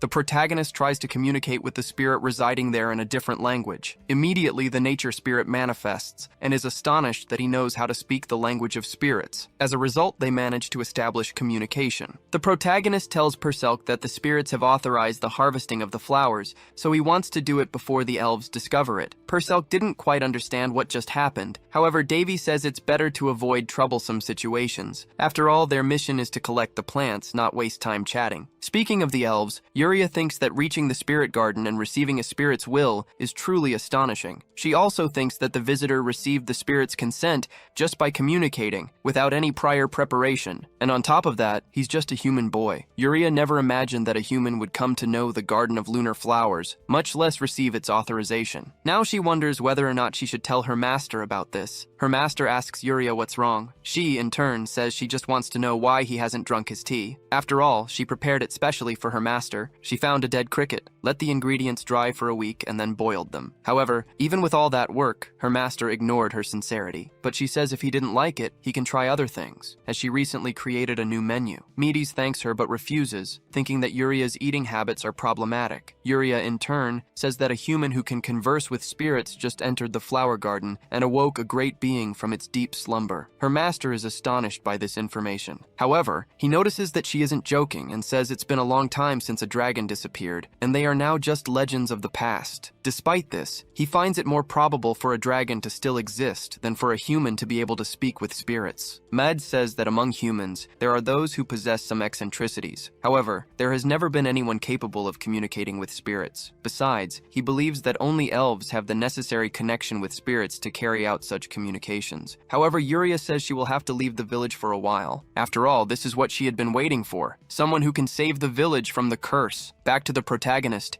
He wants to know why the work that should have been done in only 4 days was completed in half a day. His ally says that all the workers are enamored with the Lord and want to repay the kindness he has shown. Davy can't complain. After all, this was the result he was looking for, but he knows that in the long run this won't work. The production of lunar buds began in earnest, and using the watchmen they started the plantations, but suspicious voices began to be heard throughout the territory. This raises a question for the protagonist. If the plants will really grow in his territory after all, he knows that lunar buds take up to 5 months to grow. It's also necessary to have the power of spirits for the flower to bloom. However, he only wants to sell the leaves and not the whole plants. Monmater tells the Lord that they don't have the necessary skills to cultivate lunar plants, and claims that the leaves are slowly drying. Davy claimed that rain would soon arrive, thus solving the problem. However, a few days later, not only did it not rain, but the temperature also rose, and the workers became worried. Even so, the protagonist had everything under control, and for the past 4 months, he controlled the temperature and climate as he pleased, eliminating any worries. It wasn't long before the news that lunar plants were being cultivated in the Hines territory spread. Besides, the nobles know that the current lord of the territory himself is leading this experiment. The master of the Red Tower of Mages, known as Sage Harrison,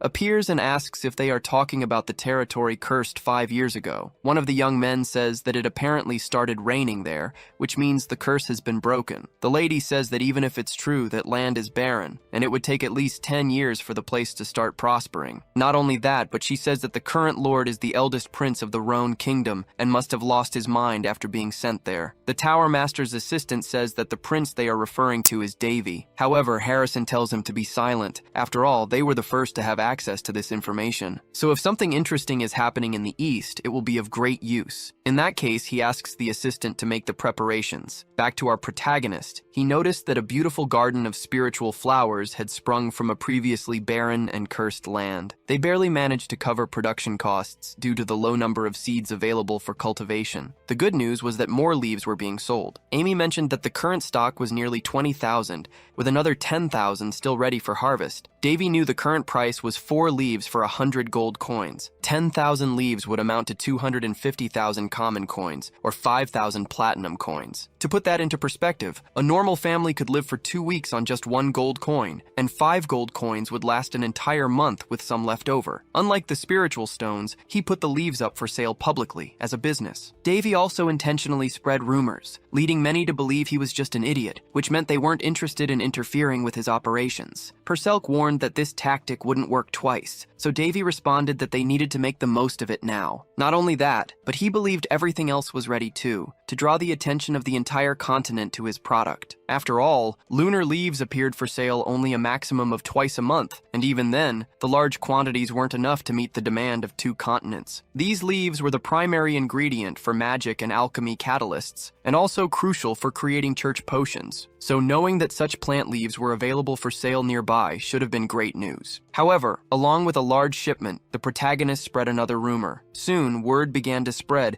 that the lord attempting to grow the leaf business had fallen ill and was bedridden. Davy did this, believing it to be a necessary evil. It wasn't uncommon for an expensive product whose price was high due to scarcity to see a sharp price drop with an increase in supply. Therefore, if he were to distribute them without any reservations, the price of the leaves would obviously plummet. To maintain high prices, he wanted to create an artificial shortage, allowing him to charge whatever he wished when he resumed sales. Amidst all this, a crowd gathered before the protagonist's gate. He realized that within a few days of the rumor circulating, the region had descended into chaos. All the merchant groups, organizations, and even priests had come there, demanding answers. Amy reported that she had informed everyone the lord was bedridden, yet they insisted on seeing the products. At this point, Davy realized he would have to do something about it. Meeting with his staff, he asked Monmeter about the security of the territory. His allies said they were doing their best, but claimed they needed more people working at the security posts. After all, it was difficult to handle so many visitors at once. In response, the protagonist ordered that anyone appearing suspicious should be expelled. He knew he had the advantage in this situation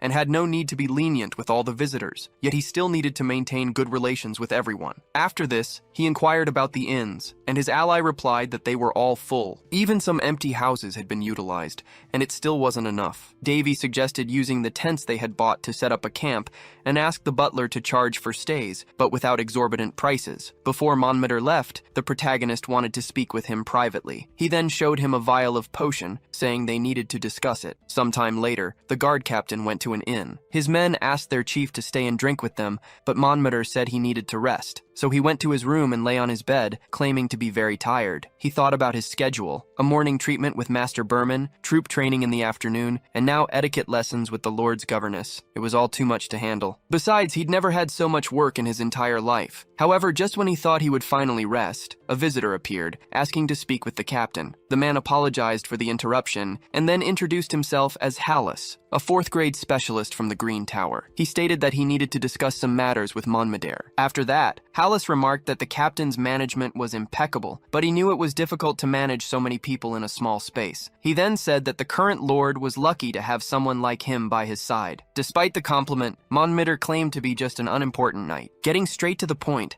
Hallis said he would like to meet with the lord, but his quarters were closed to visitors. He then asked if Monmeter couldn't help him with that. The captain explained that the lord had fallen ill from working so hard, and until he recovered, he wouldn't be able to receive visitors. After all, the lord's health was more important than business. Hallis claimed to understand his reasons. However, he added that the Green Tower had no time to waste. He then placed a bag of money and precious stones on the table. Monmeter immediately stated that he didn't accept bribes. However, Hallis argued that it was actually a gift, and he wanted nothing in return other than Monmeter's friendship. The captain said he wasn't used to receiving gifts like this. Hallis, however, told him to accept it as a reward for working so hard. Besides, it wouldn't be missed by him, and he believed Monmeter would make good use of the money. However, Monmeter was already prepared for situations like this. He thought to himself that everything was unfolding exactly as his lord had predicted. During their private meeting, Davy reminded the captain that he was his right-hand man, and that it wouldn't be long before some tried to turn him against the lord. The protagonist told Monmeter that he might be tempted with bribes or pressure, but he asked the captain to choose those people carefully and discreetly. He also told Monmeter to accept any bribes, pretend to help them,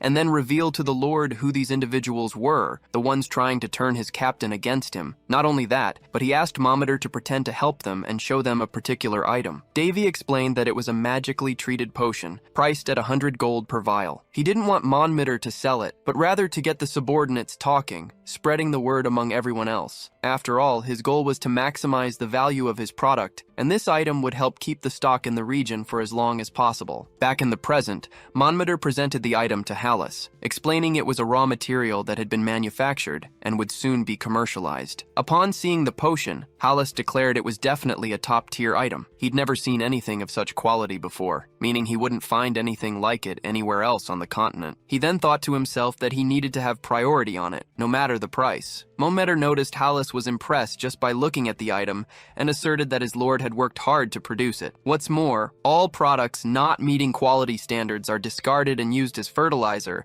and they have another 10,000 of these ready for sale. Hallis understood that from 20,000 grams, they had produced only 10,000, meaning half was discarded. He thought that for a 17-year-old lord, that was a bold decision, and in this case, he couldn't let the opportunity slip by. Monmeter then mentioned that the lord intended to auction off the current stock and continue production afterward. Hearing this, Hallis assumed there would be some priority for buyers as well, but Monmeter claimed not to know any more details. Hallis said he knew enough, and promised that the Green Tower would reward Monmeter for this. With that, he took his leave and departed from the captain's quarters. Monmeter was then surprised that the lord's plan had worked out so well. The next day, he went to the lord to recount what had happened. The protagonist explained that certain actions were easy to predict, and that this wasn't a place free from the clutches of greed. All he had done was display attractive products to entice rich clients. Monmeter then revealed that besides the Green Tower, he had also received bribes from representatives of other regions. Davy told him to keep the money and didn't care how his captain would spend it, as he had earned it. Besides, the protagonist already made most of the profits from the leaf production, so he didn't mind leaving Monmeter with that money. After all, he wanted to keep him close. Persilk asked if the protagonist was sure he would be fine standing up to the other larger groups. He replied yes, explaining that once the rumor spread, many would want long-term agreements. Branches of various towers and alchemist groups would want to establish themselves in this region, which would transform from an empty territory into something bustling and prosperous. With that, profits would increase, along with an increase in population. Davy knew that in a way, the ancient curse had served to keep the territory empty for him. Now he just needed to manage the new administration. At one point, Ulyss, the Red Tower Master's ally, reported that the other magic towers planned to invest in the Hines region with money and relocation. He wasn't sure if he should do the same, so his master said that despite becoming an elder, Ulyss was still too cautious. He also said it was normal to make mistakes and trusted that Ulyss would make the right decision. However, Ulyss argued that it didn't make sense for the regional lord to insist on auctioning off his goods. He reasoned that despite needing more investment, selling directly was more profitable, which made it seem like the lord was intentionally devaluing his own product. Ulyss didn't quite understand the reason behind this strategy. Little did he know that the protagonist was secretly selling directly to the Western continent. Unlike Ulyss, his master believed the lord was smarter than he appeared. Harrison explained that in a small region like Hines, there likely weren't many inhabitants, and they could only buy what was sold within the region itself. Therefore, the lord was accelerating the territory's growth while saving as much money as possible. Furthermore, the territory had geographical advantages for being situated between major trade routes, and by having towers and branches from various places, it would make Hines a perfect commercial district. Harrison stated that the lord's decision not to increase product production was to prevent other groups from buying in bulk and selling at a higher price to the end consumer. He also said that the lord's strategy was to accumulate as much money as possible in a short amount of time and plan for the future. He was acting as if he had nothing nothing to lose, even if risks existed, which meant the leaf production was just the beginning. Harrison added that the Lord had much more to offer, and he probably wasn't the only one who had noticed this. Even if the Lord was bluffing, he would still come out ahead. In that case, Eulis said he knew what kind of relationship he wanted to have with the Lord, and concluded that he needed a meeting with him as soon as possible. His master said that he also wished to speak with the boy, so he asked his disciple to arrange a meeting. As soon as his conversation with Eulis ended, the sage remembered being asked if it was possible for a young man who barely emitted a mana trace to kill a high-level vampire with just a single attack. Iliana had harbored this doubt since her last encounter with the protagonist and had turned to Harrison for his wisdom. What's more, Davy had also used his borrowed sword without even having a contract with Caldirus, further increasing the doubts about him. Reflecting further on the question, Harrison thought it was possible, provided this individual was a disciple of the sword god, or even the sword god himself. Adding this to all the other information he had about Prince Davy, the great sage concluded that everything was slowly falling into place. Sometime later, various requests for housing in the Hines territory began to accumulate, as did land purchases near the village. Some even started fighting over the properties. Desperate, Amy asked what she should do to resolve these disputes. Davy told her to put the territories up for auction. Whoever paid the most would get the property. However, the butler asked what the starting bid should be. The protagonist said to start with the highest possible value, as he had always heard that those who were truly rich owned large estates. Furthermore, he imagined that a true state was a business where profits needed to be maximized. Before leaving, Amy mentioned that a message had arrived for Davy. It was a letter directly from the royal palace. After this, Amy announces the public auction. The initial bid is 90 gold coins. Soon after, a competitor covers the bid, but a member of the Green Tower quickly counters it. Then a representative from the alchemist school raises the bid once again. They've been fighting over the same piece of land since the beginning, and the auction just made things even hotter. With each increased bid, both parties looked ready to fight. Amy announces that the latest bid is 130, so if no one raises it, the land will be sold. While the bidding war rages, Hallis's last bid seems to have won him the dispute. However, in the very last second of the auction, someone else steps forward and covers the bid. After that, the protagonist receives news that they've secured a deal of 150 gold coins per flask with the Aliui trading group. Davy credits this to the strategy he devised with Monmeter. Plus, all the auctioned houses sold at a similar pace to properties in developing areas of the capital. He's happy to have profited on both fronts. Moreover, if things continue this way, Hines's annual revenue will be around 1.5 million gold, making his territory the richest region in the kingdom. With this in mind, he wants to continue leaf production without increasing the quantity. He also plans to clear land to cultivate other products. Davy believes that too much of anything is bad, so he needs to maintain a balance between supply and demand. He tells his allies not to keep unusable structures standing,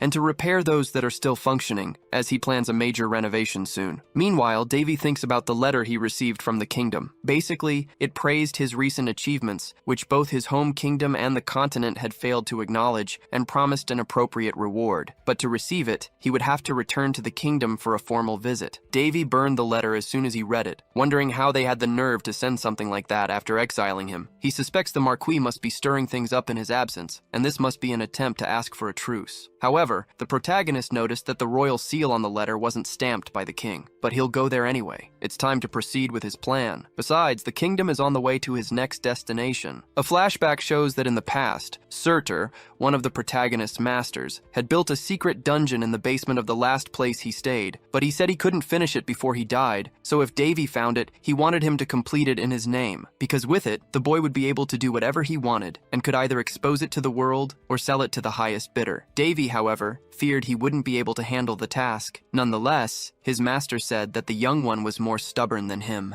but he trusted him with the task, and as long as Davy completed it, he could do whatever he wanted with his creation. Back in the present, the butler insists on sending someone to accompany the Lord on his journey, but Davy insists on traveling alone. Before leaving, he asks the butler to look after Amy and not let her overwork herself, ensuring she gets proper rest. The butler says it's quite fun to teach Amy, as she's not just a baron's daughter but also very intelligent, and he sees her like a granddaughter. With that, the protagonist realizes his friend is in good hands. So, he finally departs on his journey. Midway on the road, Purcelk notices he's veering off course and asks if Davy is taking a shortcut. The protagonist explains that he needs to visit a place before heading to the Royal Road, a famous tourist attraction. He adds that the place is one of the few great sites in the Round Kingdom, where the entire alliance worked together to preserve and research it. After all, he's referring to the blacksmith Surtur's hometown, called the Valencian region. Davy knows Purcelk was raised as Harris's daughter and figures she must have encountered Surtur at some point. She confirms, informing him that Surtur used to say this place was built with the same materials as the holy sword Calderis, so it must be an incredible location. However, the protagonist disagrees, explaining that the place belonged to Surtur thousands of years ago, but now it belongs to Queen Linnes. Not only that, but it's full of Variettas who are all his enemies, so he needs to enter disguised, as things could get tense if they discover who he really is. The protagonist waits in line to enter the site and uses a fake identification, presenting himself as the mercenary Davy. He thinks he worked hard on this new identity, and as long as they don't recognize his face, he'll be safe. However, he ends up being stopped at the entrance. The guard says he's there to explore the recently discovered labyrinth, but tells the boy not to stick his nose where it doesn't belong, and expels him from the site. Surprised, Davy wonders what's going on. Frustrated, the protagonist just stared at the spot, lost in thought. He thought that even for a noble's land, this place was terrible. Just then, a man approached him, saying the protagonist must be from far away not to know what was happening in the region. The old man pointed at something. In the queue to enter the city, someone was paying a bribe to the guards. The old man then explained that was the only way to get into the city. Davy thought it had been a few years since the laws changed, so bribes shouldn't even exist anymore. However, the old man said the protagonist's eyes were terrifyingly cold. He then handed something to Davy, telling him to give it to the guards. He also said that though it was little, it was enough for Davy to get in, and advised the young man to avoid unnecessary trouble. The old man said Davy resembled his grandson, which was why he was helping him. Davy thanked the kind man for his generosity and gave him a few coins in return. After all, he realized it wasn't money the guards were truly after. Next, the protagonist approached the guard again. He then stated that collecting money from people was illegal, unless it was a processing fee for large-scale purchases. The guard scoffed, calling the protagonist just a naive kid, and asked what he planned to do about it. In turn, Davy said this was their last chance to redeem themselves and avoid punishment under national law. Therefore, he told them to return all the money they had received so far and confess their crimes. While the guards laughed at the situation, even the protagonist felt a bit embarrassed, but he knew this was just standard procedure. At that moment, the chief of the guards pointed a sword at him. He said no one would care if they killed the boy right there, so he told Davy not to meddle in their affairs. Davy, however, asked if the guard didn't mind being an outlaw. The guard replied that he and his group were the law. Besides, they were following the orders of Duke Varietta. Just as he was about to attack, the old man from earlier interrupted the guard, claiming the protagonist was just a boy and didn't deserve to be punished. Annoyed, the guard, instead of attacking Davy, aimed at the old man who had interrupted him, but the protagonist intervened and disarmed the guard. Not only that, but he said attacking defenseless elders was an act even more cowardly than accepting a bribe. Furthermore, threatening a citizen of the kingdom was the same as stealing from the nation itself. Davy then took hold of the guard's sword and declared that he needed to be punished appropriately for his crimes. After dealing with the guard, he announced that the same punishment would be applied to everyone involved in the scheme. He then told the others not to complicate things further and to inform their chief about what had happened. However, instead of complying, the other guards surrounded the protagonist. Davy then stated that they had chosen the most difficult way to deal with the situation. He also said their actions were enough to have 3 entire generations of their families penalized. But since the guards didn't back down, the protagonist didn't stand idly by and attacked. However, he still gave the guards a chance. He told them to call their chief to that spot before the worst happened. Immediately afterwards, someone appeared at the scene,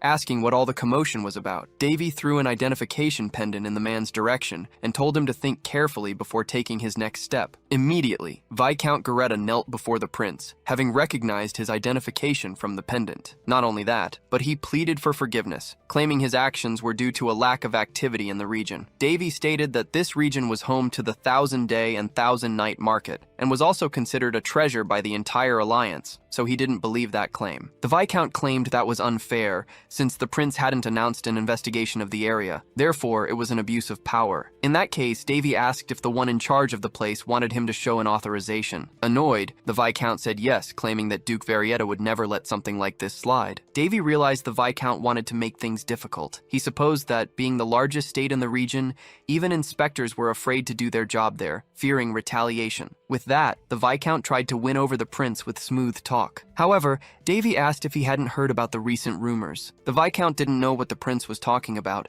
so Davy declared himself bloodthirsty. As soon as he eliminated the Viscount, Davy remarked that the man had wasted his last words. Sometime later, the old man drives a cart. He tells the protagonist that 10 years ago, everything was peaceful, but then Baron Alishad of the royal family passed away. That's when refugees started appearing in the area. Soon, exploitation became a problem, and people who sided with the foreigners were punished. The old man lost his son this way. Davy then realizes that this is why the old man helped him. He reminded him of his son, not his grandson. He also says that the old man's son seemed to have been a kind person, judging by this story. Soon after, they arrive at a marked spot. Davy declares that he has finally found the ruins of Valharashad, the historic site of the Market of 1,000 Days and Nights. The old man is unsure if everything will be all right after what happened earlier, but the protagonist claims that the local duke doesn't pay much attention to what goes on there. Then the old man thanks Davy for saving him from the guards and for avenging his son. He now feels indebted to him. Davy, however, just tells the man to simply continue living a just life. As they say their goodbyes, Purcelk remarks that the story he heard was a bit sad. The protagonist agrees, but claims that things will get better from now on, and he feels he has done something significant for the area. Upon entering the ruins of Valharashad, Davy is enchanted by the beauty of the place. He takes the opportunity to get a panoramic view of the surroundings. However, he didn't expect to find so much intact. Because of this, he decided to make some notes. Purcelk, however, thinks it's pointless to look for anything amidst ruins that have already been excavated. Davy says that even though it seems like a waste of time, there's something there that hasn't been discovered yet. He soon notices there's a cryptogram in the area. Purcelk doesn't quite understand what that is, so the protagonist explains that the place was coded to hide something that only those who decipher the code will find. He got this idea by looking from above, as he could discern the patterns. The code was created by Surtur, and even though there were people in the past capable of deciphering it, currently, the protagonist is the only one who knows how. So, he believes no one but him could find the true treasure of the place, and all signs point to the spot indicated by the code holding something interesting. Davy realizes there's an entrance through the anvil in the center, and to enter, a special password is needed. The protagonist thinks Surtur left a will for the people of his race, in which he would give his entire fortune to the person who found his legacy. Because of this, the protagonist feels like a pirate king or something similar. Upon opening the dungeon's secret passage, he realizes that the creator of the place put a lot of effort into its construction. It has magic to resist the underground pressure, and an oxygen source was created for people to breathe inside. Davy imagines the task couldn't have been easy, and if he hadn't known Surtur, this place would probably have remained buried forever. After exploring the dungeon, the protagonist finds something. Purcelk says it looks more like a residence than a dungeon. Davy remembers that Surtur proclaimed himself a forge maniac. He created this place right after Harris's death and spent the rest of his life working on just one project until his last breath. Even though his mortal body died, everything of Surtur's remains intact, just as he left it. Amidst all this, Purcelk finds a room resembling an altar. Davy thinks Surtur worshipped some kind of unknown forge deity or something similar. As he tries to approach, he ends up activating something. Magic manifests from the chest stored there. Purcelk says he's never seen a person's consciousness materialize with such force. The protagonist's system warns of imminent danger. However, he knows that the 1,000-day blacksmith received this title after forging for 1,000 consecutive days without rest. But his own race, the dwarves, called him by another name, the Devil's Blacksmith. Unlike normal blacksmiths, who simply prided themselves on striking metal forcefully, Surtur used mana to overcome the limits of normal forging. He broke through all his limits until he was recognized as a hero, and despite not completing his final work, he asked Davy to complete it in his stead. With that, the protagonist opens the chest left by Surtur and finds the nameless crimson sword, which exterminates the living, and also the blue sword, which governs the dead. Both are twin swords, but they were not completed by their their creator. Anyway, Davy could see the swords as statuses and realized their power hadn't fully manifested yet. Perselk said the cries he'd heard earlier probably came from these weapons. Davy agreed, explaining that these were living swords, just like Calderis, and claimed that was so typical of Surtur. The holy sword Calderis is Surtur's greatest creation, but it was forged using the physical essence of the fencing master Harris. These two, however, are different. They were created without a specific master in mind, meaning Surtur had no one particular to wield them. As a result, the swords were made to find their masters on their own. Perselk commented that the swords didn't seem incomplete, but Davy knew that wasn't true. He said the final touches still needed to be applied. For that, he needed fire. Not just any fire, but one that burned hotter than normal. And he only knew of one place that had such a thing, the dwarves' forge. After leaving the area, Davy headed in another direction. A guide told him that if he followed the main road, he would soon see the plaza he was looking for. Davy thanked him and continued on his way. He then asked Perselk what she thought would happen regarding the royal summons he'd received. His friend replied that the business he'd created was very profitable, so, as stated in the letter, they intended to reward him, because in just a few months, he'd made more money than the entire kingdom in a whole year, and the taxes he paid had opened the eyes of the bigwigs. Therefore, they would likely try to convince the prince to nationalize the business, making the kingdom even wealthier. However, she knew very well that Davy already knew this, and had only asked to make the trip less boring. In turn, Davy was a bit shocked to have received so much attention from the continent, but he knew it only happened because his business had made such a huge impact. Sometime later, he arrived in his homeland and was greeted by the chief chamberlain. Davy remarked that it had been a while since he last saw Besfus. Besfus replied that he, the prince, had grown, not just in height, but also in stature, thanks to his new ventures. In turn, Davy said he believed the heavens had blessed him, and he was just making the most of it. Changing the subject, Besfus mentioned that some important books had recently been stolen from the palace. This had enraged the king, leading to all related nobles having their titles revoked and facing imminent execution. He also added that the king had already retired for the night, and if Davy wished to see him, it would be best to wait until the next day. Davy thought that even if the information had been gathered with Marquis Paletris at the center of it all, such significant progress wouldn't have been possible without the king's involvement. He also thought that the king had apparently been holding back, but now had decided to go all in at once. Amidst these thoughts, Davy bumped into someone. Prince Carlos had decided to show up to see him. Even though he didn't enjoy seeing him again, Davy said that Carlos apparently wanted to speak with him alone, and asked the butler to leave them alone. Despite his concern, the butler obeyed Davy. Then, Carlos said that Davy had become much more arrogant just because he'd succeeded in a business venture. He then told him not to feel proud, claiming that Davy had merely gotten lucky, and any commoner in his place would have done a better job. But Davy replied that Carlos must be quite envious to say such a thing in person.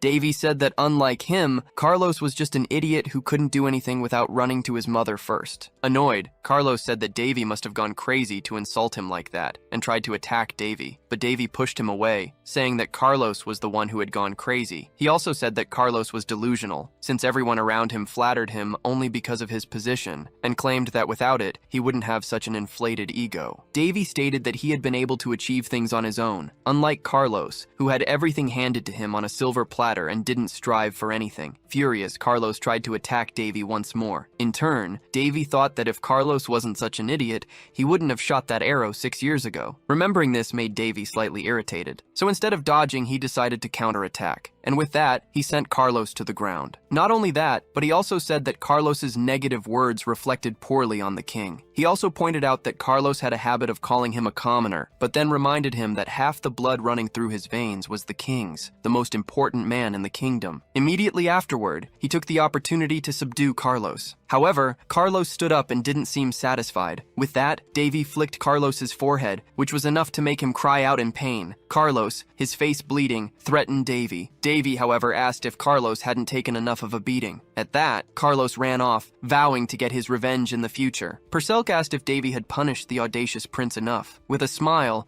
Davy replied that he had only been playing with Carlos. Startled, Perselk realized Davy had actually enjoyed what he did. She told him never to laugh like that again, as he might end up scaring someone. Davy hadn't realized this, thinking it was just a bad habit. Anyway, he said he had put a curse on Carlos, one that couldn't be cured even with magic. Perselk asked what exactly he had done. Davy replied that he had simply given his dear brother a gift, one that everyone would witness at tomorrow's meeting. The next day, the nobles gathered in the royal hall. They discussed how best to profit from and use the money raised by Prince Davy's business. The king himself, however, had not yet spoken. Perselk observed that the nobles were discussing Davy without even involving him, as if he weren't present at all. She didn't see Marquis Patrice, the only noble who had shown any empathy for Davy, unlike the others who only cared about money. This made her worried about the direction of the conversation and the future of the country. Meanwhile, Davy remarked that next time he might open a restaurant, having heard that the most profitable businesses involved food and water. He added that he had no experience with such things. The king then spoke, stating that before any decisions were made, Prince Davy must be rewarded, as he was the one who had brought these blessings to the entire kingdom. He thanked the prince on behalf of the whole kingdom. Davy, for his part, said he had done nothing more than his duty. Even so, the king claimed that Davy had achieved something greater than anything in the past 10 years, promising to reward him with anything he requested. However,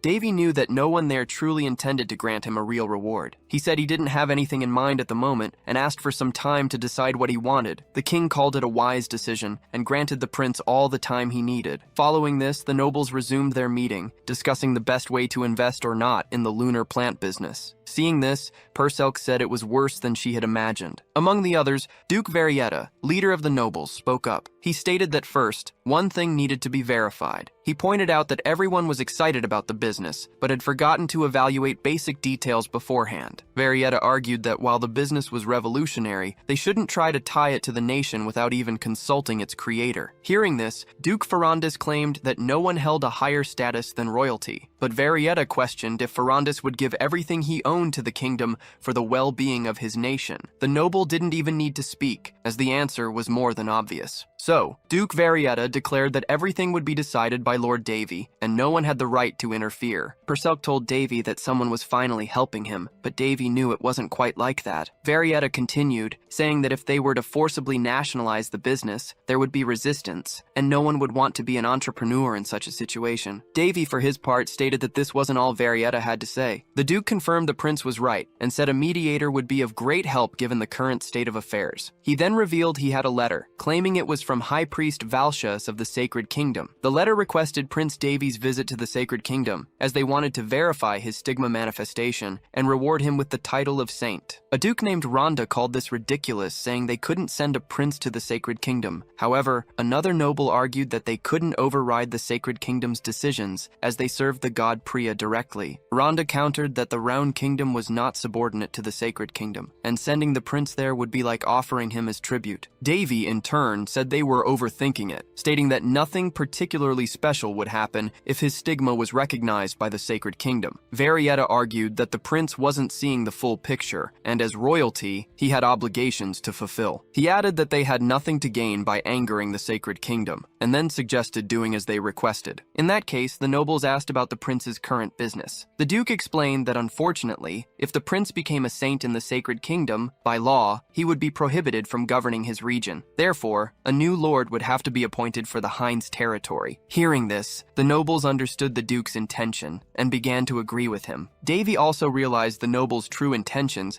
and found the situation had just become more interesting. Varietta stated that currently, the Hines region was the most important point in the entire kingdom. Because of this, they couldn't just put anyone in the position of lord. He could only think of one person to take the post. He then nominated Carlos, the second prince, to take over the territory in Davy's absence. Davy thought this made sense. After all, Carlos was Varietta's grandson. With him in the position, the Duke could privatize the business and take the profits for himself. Not only that, but Davy knew the other nobles' intentions weren't any different, as they all wanted a piece of his business. Then, Carlos entered the royal hall. He knelt before the king, making sure everyone saw it, including his older brother, Prince Davy. However, something unusual happens. In front of the king and all the nobles, Carlos behaves very strangely. Without knowing why, he makes animal sounds when he tries to speak. Instead of being praised, he ends up humiliated at the worst possible moment. Perselk finally understands what Davy did to his brother the night before. Davy then remarks that she's laughing too much. However, Carlos's grandfather finds no humor in it, asking how he dares behave like this at such an important meeting. Carlos tries to justify his actions, but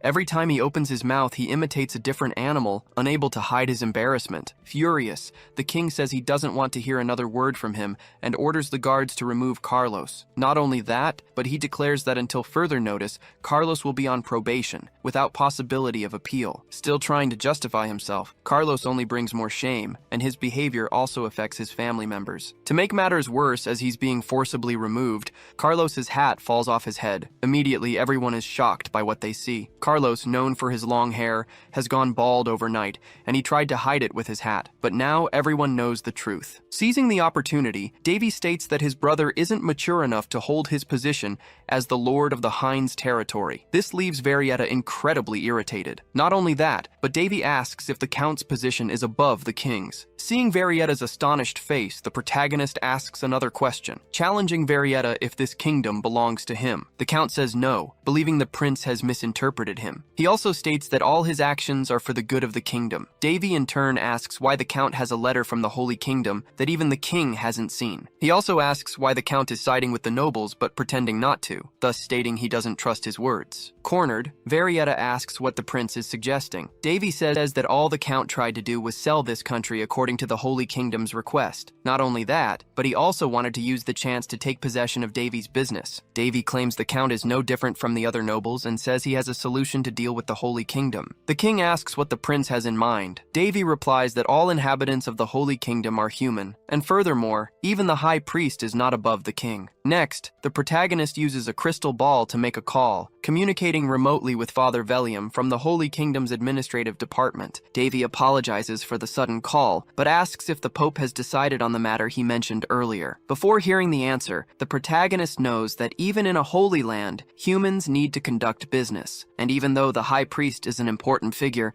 he contacted the Holy Kingdom's highest authority directly, the Pope. Father Velium says the High Priest acted alone, without the Pope's authorization, and promises that this will never happen again. With that, the meeting concludes, and the letter sent by the High Priest proves useless. Alone, the protagonist takes the opportunity to thank the priest for his help. Velium explains that while it wouldn't be bad for them, they never actually considered asking the prince to come to the Holy Kingdom. Furthermore, in the long run, it wouldn't be a significant benefit, as Davy is more useful in his current position. Also, Davy told the Pope that if he stayed away from the Hines region, the cultivation of the plants would be interrupted, and the Pope doesn't want that. Plus, he also promised to send a special shipment to the Holy Kingdom. Father Velium thanks him for such great cooperation, and says the Pope is interested in continuing to buy large quantities. Davy knows there's nothing sacred about this arrangement. It's a materialistic deal, but he doesn't care about that. After all, he created this business from the start to make a profit, so as long as they pay, he's willing to sell. He just wants to make some good, easy money. And ultimately, he only cares about good results. Seizing the opportunity with his crystal ball, the protagonist calls Amy. She cries for help until the butler interrupts, telling Amy she shouldn't show weakness. The butler apologizes for this, saying he's taking care of things at home. Davy says the meeting ended well and he'll soon return to Hines. Meanwhile, the butler mentions that the guests have been moved to temporary tents, and he's also taken care of the construction permits, which will begin soon. However, there's a problem with the infrastructure improvements. The butler doesn't believe everything the Lord requested can be accomplished so easily because there isn't enough time. The protagonist thinks that even though he revived a territory, Hines has been stuck in time, and its local technology is quite outdated. Therefore, the butler claims that finishing everything requested would take 10 to 20 years, as the problem can't simply be solved with money. Davy realizes that despite having money, he has nowhere to use it, so he claims it's time to start his second venture. He says he'll rely on the skills and technology of the continent's greatest engineers. After all, he's prepared an offer impossible to refuse. Basically, the protagonist intends to trade corn for diamonds. And nothing beats a trade item that offers a great return with low risk. He's referring to rocks. Sometime later, Davy travels to the territory of the Yellow Rock tribe. This is a village of dwarves located in the northern region of the kingdom. Dwarves, often called little engineers, are known for being stronger than humans and for their high resistance to heat. In addition to being considered perfect for engineering, and unlike elves who are merely legends, dwarves have some contact with humans. However, they don't have much interest in other species beyond trade, so only important humans like nobles and royal representatives interact with them. Being promoted to the point of being able to enter a dwarf tribe was the reward the protagonist requested from the king. Instead of asking to be king, he decided to take another path, knowing that if he hadn't made this specific request, he wouldn't be received so easily by the dwarves. After all, the little ones aren't very easy to deal with. When he made his request to the king, he and other nobles were wary, as angering the dwarves could close the doors with them forever. Davy said he was fully aware of this, and that's why he requested such a reward. Furthermore, he said he was confident he could at least pass through the gates, despite the skepticism of the others. Purcell says that when the request was made, he noticed all the nobles thought the same thing. Everyone wondered what on earth Davy would do next. Not only that, but they also sent several soldiers with him to keep an eye on him during his expedition in the land of the dwarves. But they are right about one thing. The protagonist indeed plans something big, and this could put the nobles in a tough spot. As soon as they reach the Yellow Rock tribe, the prince's representative announces his arrival and requests permission to enter. One of the sentinel dwarves, named Gerut, says he's never seen the prince before. The protagonist formally introduces himself and says he's there to make an irresistible offer. Looking at the prince's carriage, the dwarf immediately recognizes the cargo and knows the protagonist isn't bluffing. However, he says his tribe is facing an internal problem, so they aren't in a position to take part in any agreement. Even so, he will allow the prince to enter, but he tells him to proceed on foot and leave the horses outside. Upon entering the dwarf village, Gerut says the elder will see the prince. Soon, he takes him to the elder's quarters. Davy notices that the place is small but cozy. Inside, the 8th elder, named Golda, awaits him. Just by looking at the dwarf, Davy senses he isn't in the mood for conversation. However, he finds it strange that there's only one leader, as he's certain multiple dwarves lead the tribe, so he thinks it's better to introduce himself before asking questions. With that, the protagonist makes a more than formal introduction, greeting the leader in the way dwarves greet each other. Golda is surprised. He thought humans had no idea how dwarves greet one another, and he concludes that he's in the presence of an honorable human. He then says it's very rare to receive someone like this, so he asks the prince to sit. He says all the other elders are busy at the moment, which is why he's the only one in the meeting room. Getting straight to the point, Golda says the prince must know they usually make agreements outside the village, so he asks what motivates his visit. Davy says that formal trades are scheduled for a few months from now, and he isn't there for that, but rather to make some personal requests. He also says he brought some gifts with him, such as meat, beer, and other provisions. Golda says he likes humans who know how to show proper respect to dwarves, and above all, he really likes beer. However, he says that unfortunately, his tribe is in a complicated situation and cannot attend to external demands. Furthermore, he cannot go into details. However, since the prince has come from so far away, he will allow him to stay for a few days to rest. But he tells him to behave,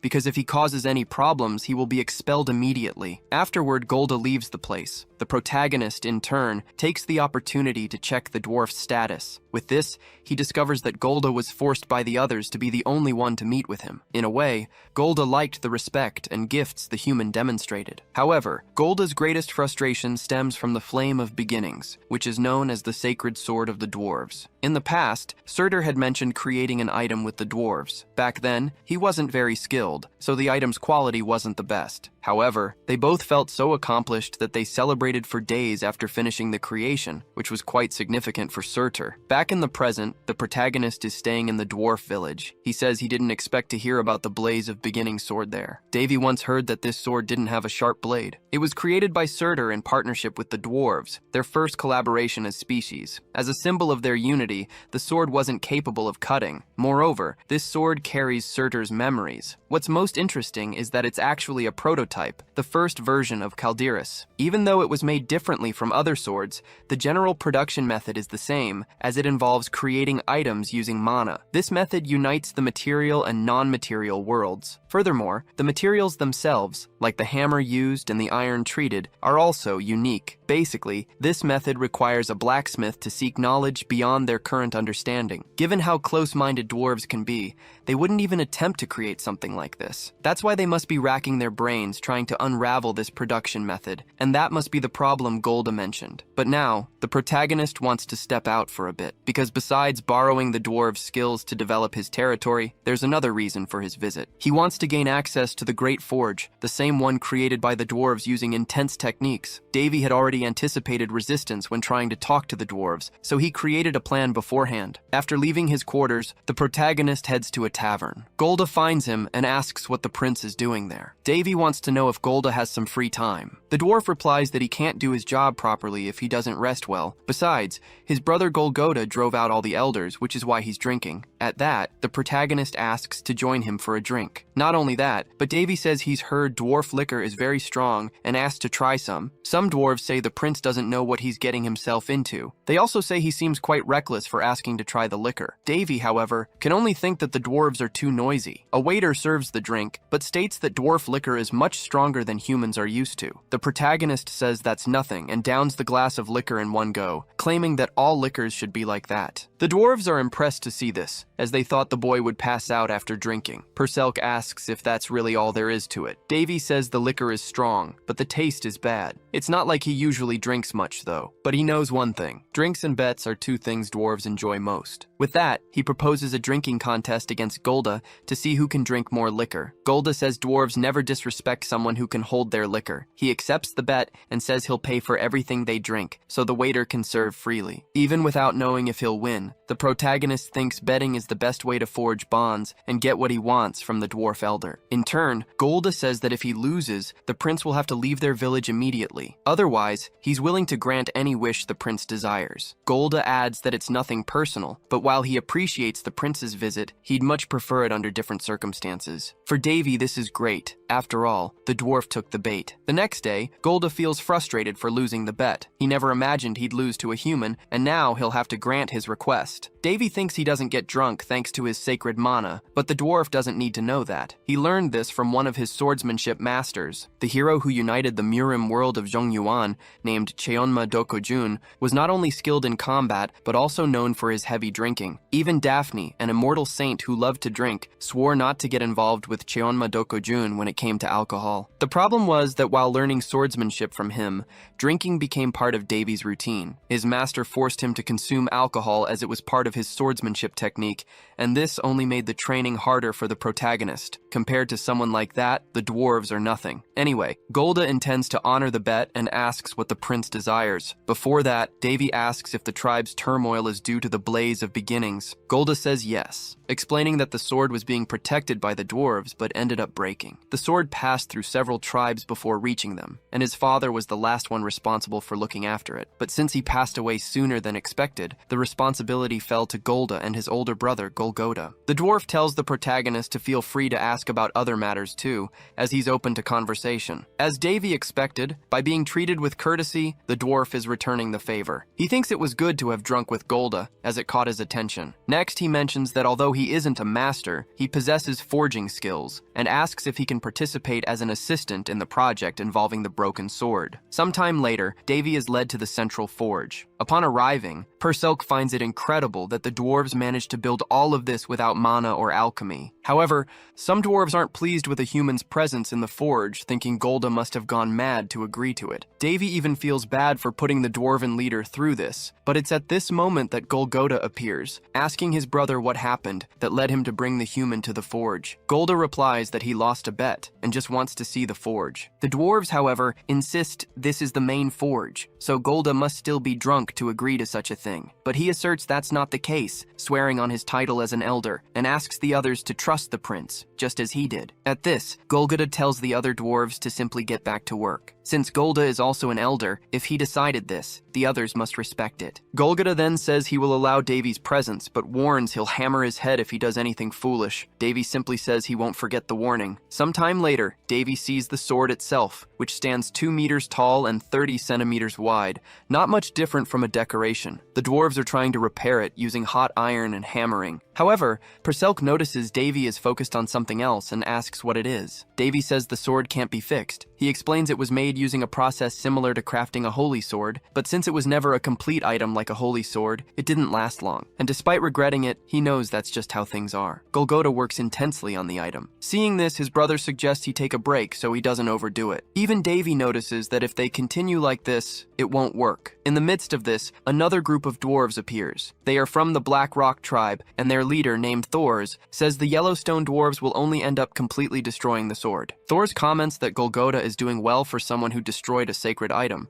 adding that he never liked the idea of Golgoda being in charge of the sword. He also says it's not too late to hand the sword over to the Black Rock tribe, claiming their smiths will take much better care of it. The Yellowstone elders respond that even the best smiths of the rival tribe wouldn't be able to fix the sword so easily. Thors retorts that they are mistaken, pointing out that they've been working on the sword for a long time without any progress, and therefore might end up destroying it completely. He also states that the elders of the other tribes have already agreed that the sword needs to leave the Yellowstone tribe, as they can't leave this item in the wrong hands. After all, things would have been different if the father of the Gord brothers were still alive. Hearing these words, Golgotha looks desolate. With that, Thors declares there's nothing more to see there, and he will take the sword to his tribe, whether the Yellowstone dwarves like it or not. However, Davy speaks up, asking if Golgotha is truly a master smith. Seeing this, Thor scoffs that Golgotha must really be finished, having even found a human friend and brought him to the central forge. At this, Golda tells Davy to step back and not get involved in this matter, but Davy says that a true master smith feels the spirits in each of their works and respects every single one of them. However, he claims Golgotha threw that mentality away from the beginning. Then, Davy takes the dwarf's hammer and uses it on the sword. In shock, the dwarves think the sword is now completely ruined. Some even try to pull the human away from the sword, so he doesn't make the tribe's situation even worse. However, Davy asks if Golgotha truly wants to resolve this situation. Golgotha says yes. Davy then states that having a big ego won't solve the problem, especially when this sword has protected their small village for 3,000 years. Instead of letting go of an item that fulfilled its duties, Golgotha is imposing his own desires on it, trying to forcibly repair it. Davy claims that an item that was the pillar of the village shouldn't be treated this way, and anyone who doesn't understand this shouldn't be called a master smith. Even though he knows he's standing before the best artisans on the continent,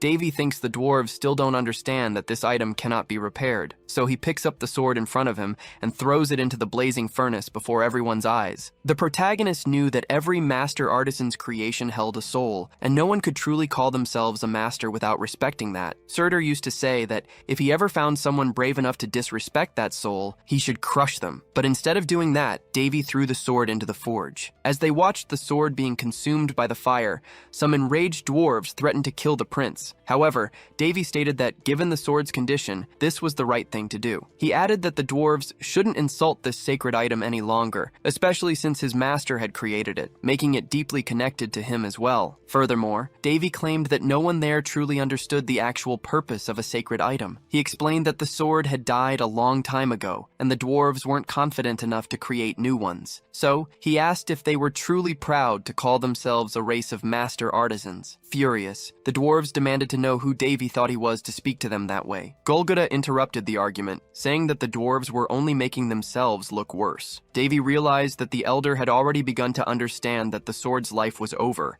and trying to repair it would be a waste of time. However, even though they knew they lacked the skills to recreate the item from scratch, they didn't want to admit it. They had eventually come to the conclusion that the sword would lose its meaning if it wasn't passed down through generations, but they were now realizing that this approach wasn't ideal. Thors retorted that the prince was only saying this because the sword had no connection to humans. Even the best dwarven artisan couldn't recreate a legendary item. He added that Davy shouldn't be so arrogant, as no human, not even him, could accomplish such a feat. Perselk noted that he had never seen these stubborn dwarves so shaken. In response, the protagonist told Thors he was wrong to say he couldn't craft a legendary item. Immediately, all the dwarves present were shocked to hear this. Even Perselk was left speechless. Some dwarves muttered that even among their own, no one was that skilled, so a human claiming to create a legendary item was absurdly difficult to believe. Moreover, they believed that only Surtur could ever craft such an item. The protagonist, in turn, told them they could continue spouting nonsense or simply watch him work and learn something. With that, Davy began to work in front of the dwarves. He thought that among all the skills he learned from his master, one in particular stood out, and with it, he had managed to master several other abilities. Surtur was a great teacher, and because of that, the protagonist learned a lot from him. Even so, he hadn't reached the same level of skill as his master, but what mattered was that he had managed to create many items, some even better than the dwarves' sacred sword. After all, it was just a prototype. As he watched the protagonist work, Thors noticed the prince was mixing cadmium steel and mithril alloys, and immediately told him to stop. However, Davy replied that unlike them, he wasn't constrained by common sense in creation. He claimed that the rules the dwarves had created didn't apply to him. Furthermore, he argued that common sense didn't truly exist, as the possibilities for innovation were endless, provided one changed their approach. One could combine various processes to create new things, even if apostle was what they called the dwarves. The dwarves watched the protagonist work, disbelieving what he was doing. After some time working, a sword was created. Davy showed them the item, stating that it had been quite easy to create. The dwarves realized the protagonist had melted the old sword and forged a new one. Upon seeing the item, they were dazzled by the creation. Not only that, but the protagonist believed his new sword's strength was far greater than the previous one. Perselk praised his work, and Davy replied that if they threw out the idea of common sense, anything could be created. He explained that the most important thing was the texture, as the sword would absorb mana on its own. In short, it was a structure that made mana circulate throughout the sword, very similar to the mana circle inscribed on his own body. Next, he asked if Elder Golgotha recognized the technique he had just demonstrated. Davy explained that only a few items could self-heal without the aid of mana, which made them different from artifacts that became useless once their mana ran out. Perselk noted that despite the tumultuous start, Davy had won over the dwarves' hearts. The protagonist then stated that although he had started creating the sword, he wouldn't be the one to finish it, for even the blacksmith of 1,000 days had only created the item's base and left the rest to the dwarves, so he would do the same. Golgotha replied that they didn't have the necessary skills, but Davy simply told them to learn. Immediately, the dwarven elder asked if the prince could teach them. He said yes, but not for free. He then proposed to begin as soon as his current task was completed. Some dwarves were truly impressed by the protagonist's swords. Then Perselk says Davy might be accused of blasphemy, but Davy replies that with his stigma, he's not worried about it. He asks what Golgotha thinks about it, and the elder doesn't quite know what to think. Davy states that he didn't make these swords, but he will be the one to give them the final touches. The dwarves mention that the blacksmith who created these swords passed away a long time ago. Davy knows this very well. These swords have been aging while stored for so long, and because of this, their power has increased more than tenfold since they were first forged. When this type of mana processing technique is used, the sword needs to be intentionally stored to become stronger over time. Therefore, the new sacred sword will need to be left untouched for at least a few months, as the time can vary. This worries the protagonist, as he doesn't know how he'll give such items their final touches, especially since he doesn't even have the necessary materials. However, since he's in the dwarves' central forge, he considers asking them for what he needs, as that was the main reason for his visit. Golgotha says he's willing to help and authorizes the prince to use the forge and its materials as much as he wishes. He adds that even if his own skills are lacking, he's recognized the protagonist's talent and believes everything will be in good hands. Davy knows that forges are personal items usually forbidden to other blacksmiths, so being lent something like this is truly unusual. This means the dwarves genuinely want to learn the protagonist's techniques, and if that wasn't clear already, it certainly became clear now, as Golgotha appeared with an item. Perselk asks if it's a bone. Davy says it's not a common bone, but rather the bone of an unknown ancient dragon. Golgotha claims there's nothing more precious than this, stating that the item is a family heirloom, passed down through generations because no one had the skills to use it. The protagonist becomes very excited, as he never imagined he would see a dragon bone in such a place. However, a dwarf draws attention to something. He says that if the prince takes both the dragon bone and the elder's personal forge, it could cause a problem. So, he offers his own forge instead of Golgotha's, telling Davy he can take whatever he wants. Not only that, but several dwarves start arguing over who will help the protagonist with this project. They begin offering various items and materials to the prince, claiming they also have family heirlooms to offer. Sometime later, the protagonist stands before a pile of various items. Perselk then asks if he has everything he needs. Davy says yes, and thanks the dwarves. Golgotha says he'd like to help more, but explains that there are rules blacksmiths must follow. In any case, he leaves the prince free to work,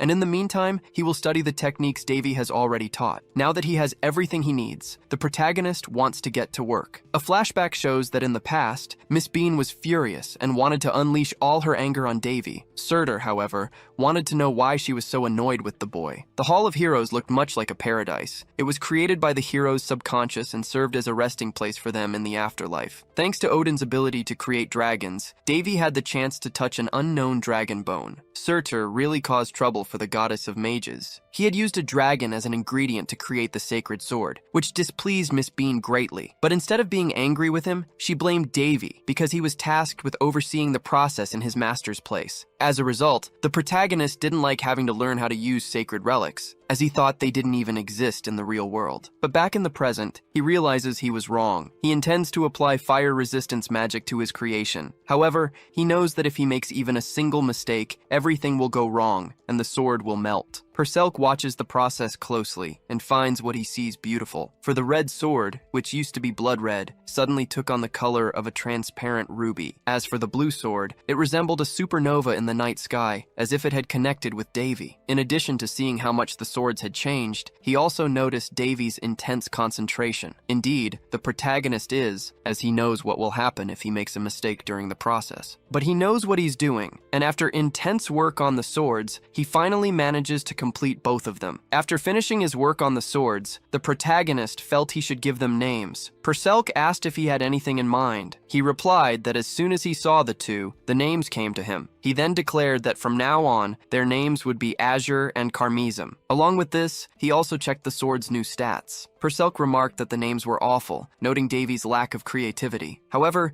he was more interested in their attributes than such minor details. So, he decided to test the Carmesum sword. Perselk asked what he was doing. Davy said he was just testing the cut. Immediately, a whetstone in front of him began to melt. Perselk observed that Davy hadn't even used force to strike the target, yet the stone was cut in half. Next, Davy decided to test Azure, but this time, he didn't strike any target. However, Perselk noticed it wasn't for nothing. The sword had cut mana in the air. The protagonist confirmed that everything was as it should be, as Azure was designed to cut things that don't exist in the physical realm. He was therefore amazed by the sword's final quality. Now that everything was ready, he could finally leave. Outside, some dwarves were waiting. Davy asked what they wanted. The dwarves explained they had secured the area so no one would bother him while he worked. They mentioned the prince had been inside for 4 days straight, and they were worried since he hadn't come out even to eat, nor had he responded when they knocked on the door. Perselk commented that Davy had become obsessive about finishing the swords, but found it very interesting to observe him at work. Davy asked why, but Perselk preferred not to say. Anyway, the dwarves asked to see the finished swords. As they looked at them, some even cried with emotion, appearing like devotees before a sacred artifact. This wasn't strange, given their passion for crafting items as blacksmiths. Witnessing a masterpiece being created was truly moving. A few weeks passed, and the protagonist offered to teach the dwarves. He shared everything he had learned from Surtur about crafting weapons. Not only that, but he also taught the dwarves how to combine metal and mana for better results. Davy, however, had to be patient, as the dwarves were quite rough, and the technique he wanted to impart required a certain delicacy to master. However, the moment the dwarves set aside their pride, they became even more passionate about their work. Some looked as if they were holding a hammer for the first time, so full of enthusiasm they were. To take a break from the forges, the protagonist went to enjoy some fresh air. Golgoda accompanied him and invited the prince for a drink. He explained that this drink was more suitable for humans than the liquor dwarves usually drank. Despite that, Golgoda wanted to talk about something else. The protagonist already guessed what it was about and apologized for what happened to the whetstone, but the elder wasn't interested in discussing it. Golgoda knew the prince had come there not only to complete the swords, but also to secure the dwarves' strength in building his territory, and he asserted that dwarves never forget a favor. Although not as skilled as the prince, Golgoda stated he would help him with anything he wished. He felt they were indebted to the prince, and with that, everyone from the Yellow Rock tribe would assist him. Therefore, Golgoda swore by the Iron God that he would stand by Davy for whatever he needed. Thus, the protagonist felt his mission there was accomplished. Soon after, one of the dwarves appeared looking for the elder. He said an intruder was hidden in the village,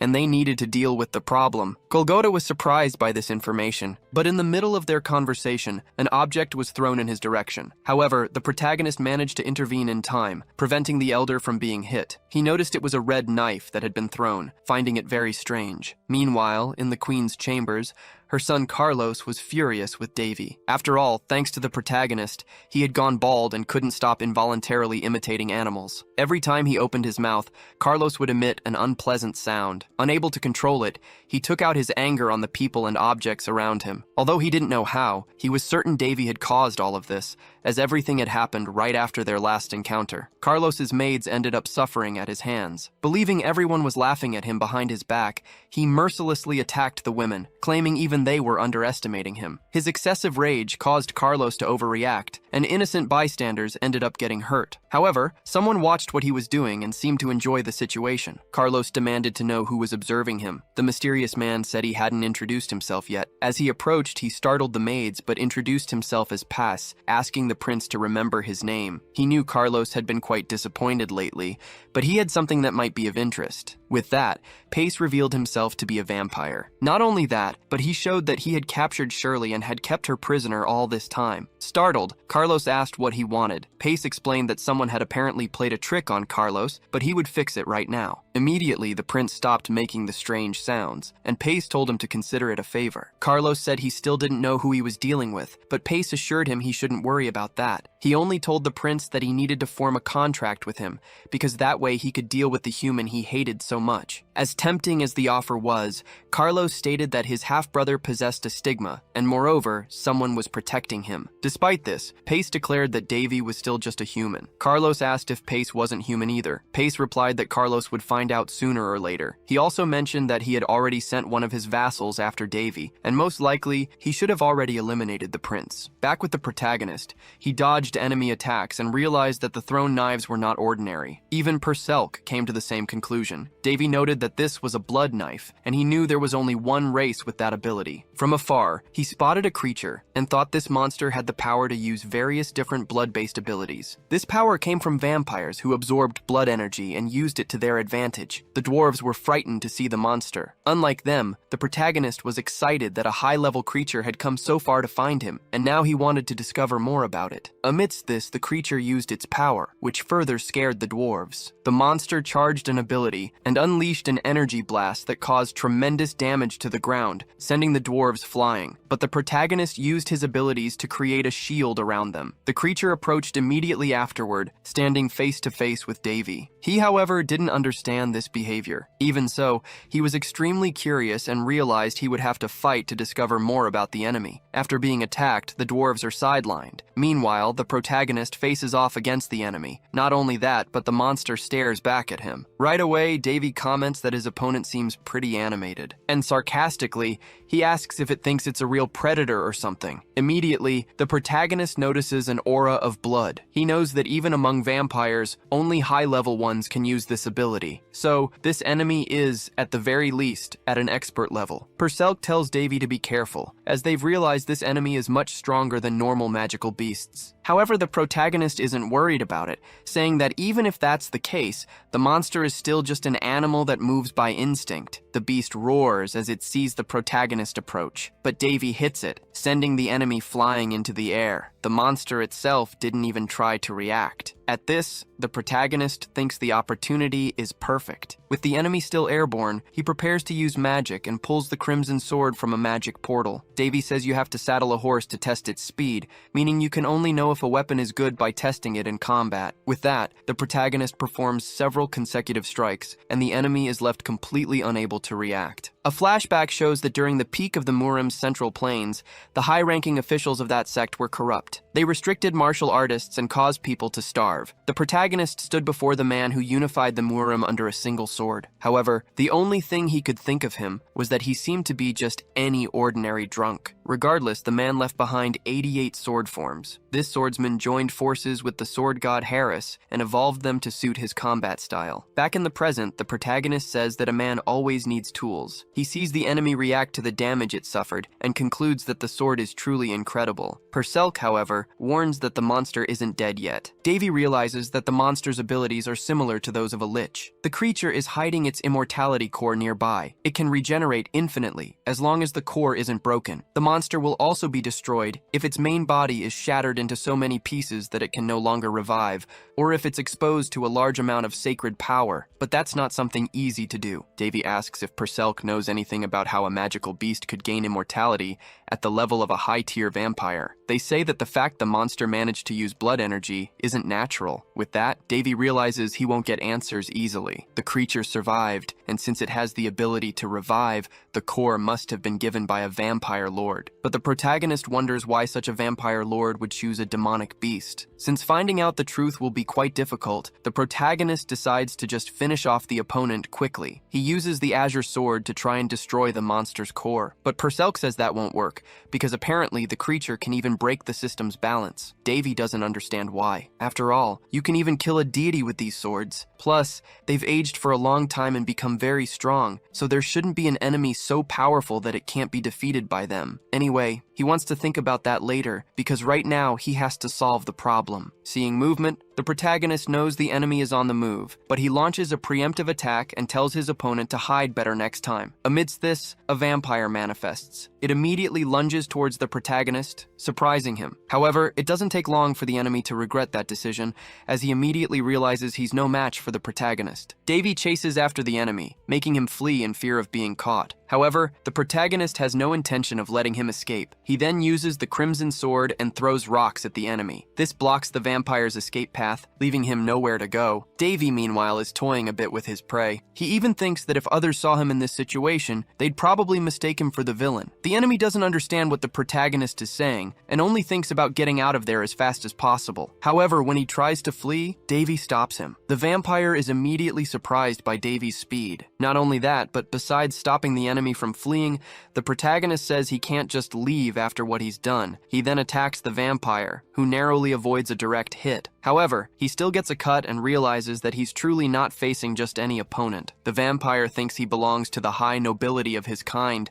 and not only that, but he believes his race is superior to humans. He's facing a human who wasn't scared by the magical beast, and on top of that, after defeating it, is playing cat and mouse as if it's nothing. With this, the vampire realizes that Pace misjudged the prince, and now that he's become easy prey, his master isn't there to help him. The vampire can only think that he's not facing a normal human. Plus, he can't even counterattack his opponent. Sometime later, the protagonist subdues the vampire and tells him to behave and not try to resist. The vampire calls the protagonist an inferior human and asks, "What do you think you're doing?" Davy says he needs to know a few things, but the vampire claims his species doesn't give confidential information to humans. The protagonist, in turn, claims he never intended to make the vampire talk, as he has a perfect magic for that and can see through others' minds. He knows about the resilience of vampires. However, he believes there's nothing he can't uncover. At this, the protagonist uses his interrogation flame magic to get all the information he needs, and in the process, the vampire feels the flames burning his body. Immediately after, he begs the protagonist to put out the fire. Perselk says that even though he's an enemy, she finds this excessive, but Davy claims the vampire won't die. His friend says she isn't worried about the vampire, but Davy says he usually doesn't show mercy to someone who tries to take his life. Perselk knows this well, yet she still feels uncomfortable, so Davy says she's too kind-hearted. Next, he says he doesn't need to uncover much about the vampire, so he wants to get it over with quickly. Crying in despair, the vampire can barely speak and still shows resilience in this situation. The protagonist asks if he wants to experience a little more of the flames. Knowing he doesn't, the vampire introduces himself as Pedkid and says he's a viscount. Davy says he knows very well that he was the target, not the dwarves, then asks if this attack was because of what he did to the vampire maid. Pedkid says yes. Davy comments that the vampire is very cooperative for someone who, just seconds ago, was saying their mouth was a tomb. Next, he asks what he really wants to know, questioning why Pedkid and the magical beast have immortality. The vampire hesitated to answer this question. With this, the protagonist thinks he might need to provoke him a little more. Annoyed, Pedkid makes an unexpected decision and claims he'd rather die than answer that. Immediately, Davy perceives the danger. He knows the vampire was cursed not to reveal what he knows. Pedkid starts to swell up and is about to explode. It doesn't take long for him to become a walking bomb and go flying, taking his information with him. After the explosion, the protagonist explains that the vampire didn't act willingly, but rather due to a curse, adding that he hadn't expected to uncover much anyway. Perselk apologizes, feeling guilty about the situation, but Davy assures her it's not her fault. He explains that when a curse is broken, the person who cast it can sense it. So, essentially, the defeated vampire's master now knows their subordinate has died. Not only that, but Davy also realizes that the curse he placed on Carlos has been lifted. The curse he used was deliberately difficult to remove, but someone apparently managed it, leading Davy to believe that all these events must be interconnected. Therefore, he expects the person behind it all to be powerful. Back in the dwarf village, they are rebuilding some of the destroyed parts. Purcell notes that the beast passed through here before going after Davy, which is why the area was devastated. The protagonist realizes the dwarves have become much busier because of this, mobilizing their forces to repair the damage, so he goes to meet the dwarf elder. Golgotha, in turn, apologizes for what happened. Davy asks if the elder was injured during the attack. Golgotha replies that he wasn't, but dozens of buildings were destroyed, and a few people suffered minor injuries. However, the protagonist notices something different. He senses the elder wants to tell him something, but is hesitant. At that, Golgotha invites them inside to talk. Inside the chambers, Davy mentions seeing several sentinels around the city and asks if anything happened. The elder says it's nothing major, just a child who disappeared from the orphanage. The sentinels are looking for them, but haven't found them yet. Furthermore, Golgotha fears that this place is no longer safe for the prince. Davy, however, says he also has something to reveal. He hands an item to the brothers, explaining that the notebook contains all the necessary information to restore the sacred item, as it will take a long time for them to finish it. He also mentions he'll be leaving soon, which is why he prepared the notes. The elder says there's no way they can pay for this, but Davy replies he wants nothing in return. In fact, he's the one who owes them a favor. Thanks to the dwarves, he got what he wanted. His sword's finished. Furthermore, he reveals that the magical beast was after him, not the dwarves. So once he leaves the village, their problems will resolve. He apologizes for causing so much commotion. Davy muses that the dwarves could have reacted differently. If they had been hostile, they might have used this chance to place all the blame on him. But instead, the dwarves stood by the protagonist, which is why he decided to reveal that he possesses a stigma. The only thing that worries him is the possibility of vampires attacking the village after he leaves, but there's not much he can do for now. In return, Davy went looking for the missing child and found them hidden in a tree. The protagonist felt he owed this to his hosts, and now he can leave the village without further worries. Sometime later, he departs for his home. Things at the Hines territory gate aren't very busy until, amidst the calm, a caravan arrives. The guards demand they identify themselves. At this, the protagonist says these visitors are the Lord's companions.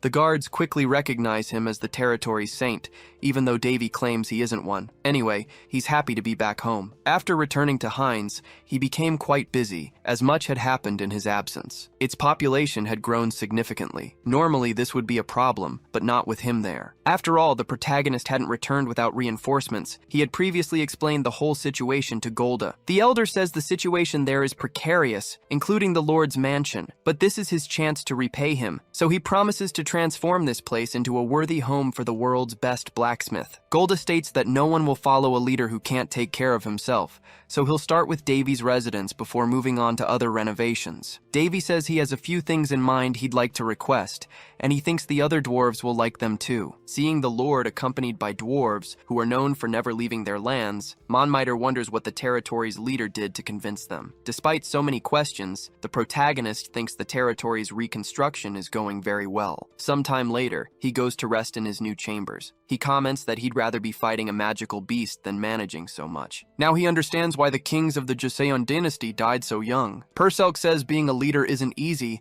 and asks if he's not even going to change his clothes before lying down. But Davy can only think about how soft this ergonomic bed is, saying the alchemy department made it recently. However, he notices something different. Despite the bed being giant, there's someone else lying in it. And apparently, they don't like being disturbed at all. Instantly, Davy feels he's provoked someone he shouldn't have. Scared, Davy wondered if he'd walked into the wrong room, but he knew that was impossible, so it could only mean there was an intruder. With the region developing so rapidly, he'd been dealing with more and more cases of people trespassing into his quarters. Some had even tried to bribe the guards to gain access to his room. Davy remembered one of his masters always warning him about this. She'd told him not to get involved with just any woman, or else she'd come after him. This made Davy realize that a promise from a depraved saint was certainly something to fear. He'd received numerous bribes, he thought, but had never agreed to meet any of the women who'd paid. It had gotten to the point where he started threatening those who tried to sneak into his room. After all, Davy just wanted to sleep peacefully after an intense day of work,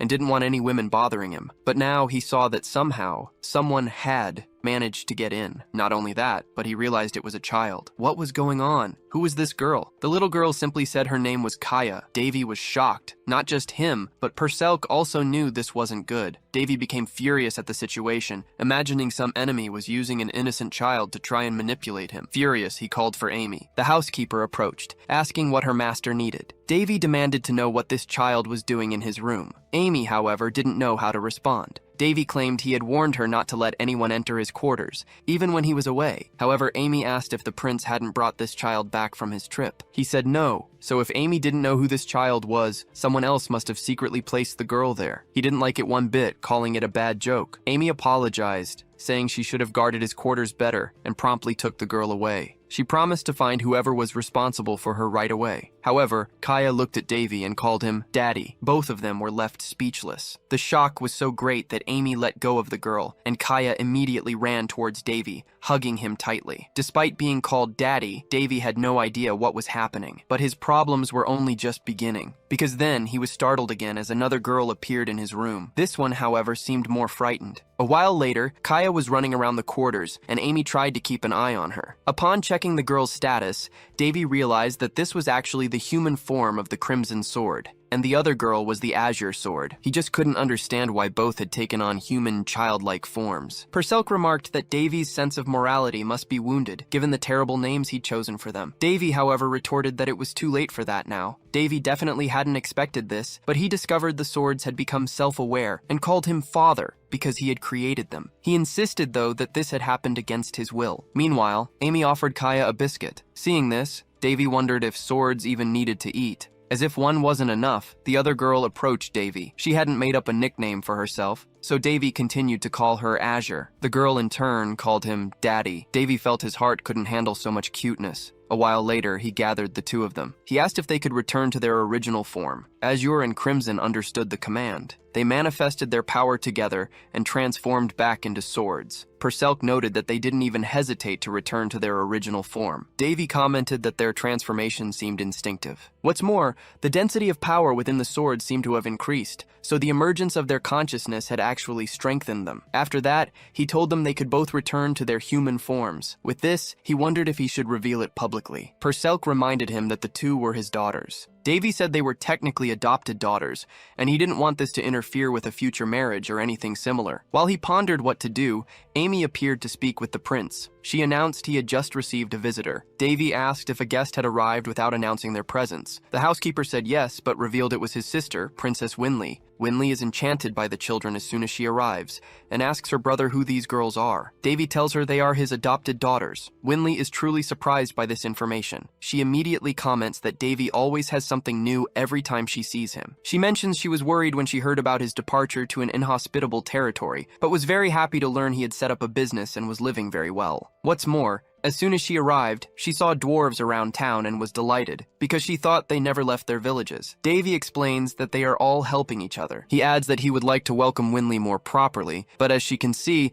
things are quite hectic around here. She says it's no problem and is simply happy to see her brother content. Besides, she knows he's a busy guy. Davy thinks his sister is right. After all, he is having fun. He then invites Winley inside, while still attending to his family. Amy leads the other people who traveled with Winley. The protagonist notices something strange about this, but for now, he'll let the housekeeper deal with the others. Inside the house, Davy asks Winley how she found time to visit him, being so busy with her own territory. She explains that the number of nighttime attacks has decreased, so Varys has become a very peaceful territory recently. Unlike his territory, Varys is quite uninteresting. Actually, Winley says the reason for her visit is something else. She asks if her brother knows how to use the power of a stigma. She knows that despite her brother being a busy guy, he's the only one she can count on now. That's why she wants to know if he can help. The protagonist sees his sister crying and realizes she's in trouble. He quickly volunteers to help in whatever way necessary. A little while later, Winley falls asleep. Davy knows there's a considerable distance between the Varys and Hines territories, so she must be exhausted. After all, she traveled for several days without proper rest, just to speak with him. Winley had mentioned that a friend of hers was on the verge of death, with doctors and priests having given up trying to cure her. The protagonist knows that Patna is Winley's friend and personal bodyguard. She was hit by a poisoned arrow while defending the princess. His sister had fallen into a trap and was pursued by bandits, so if Patna hadn't been with her, Winley might have been hit by the arrow.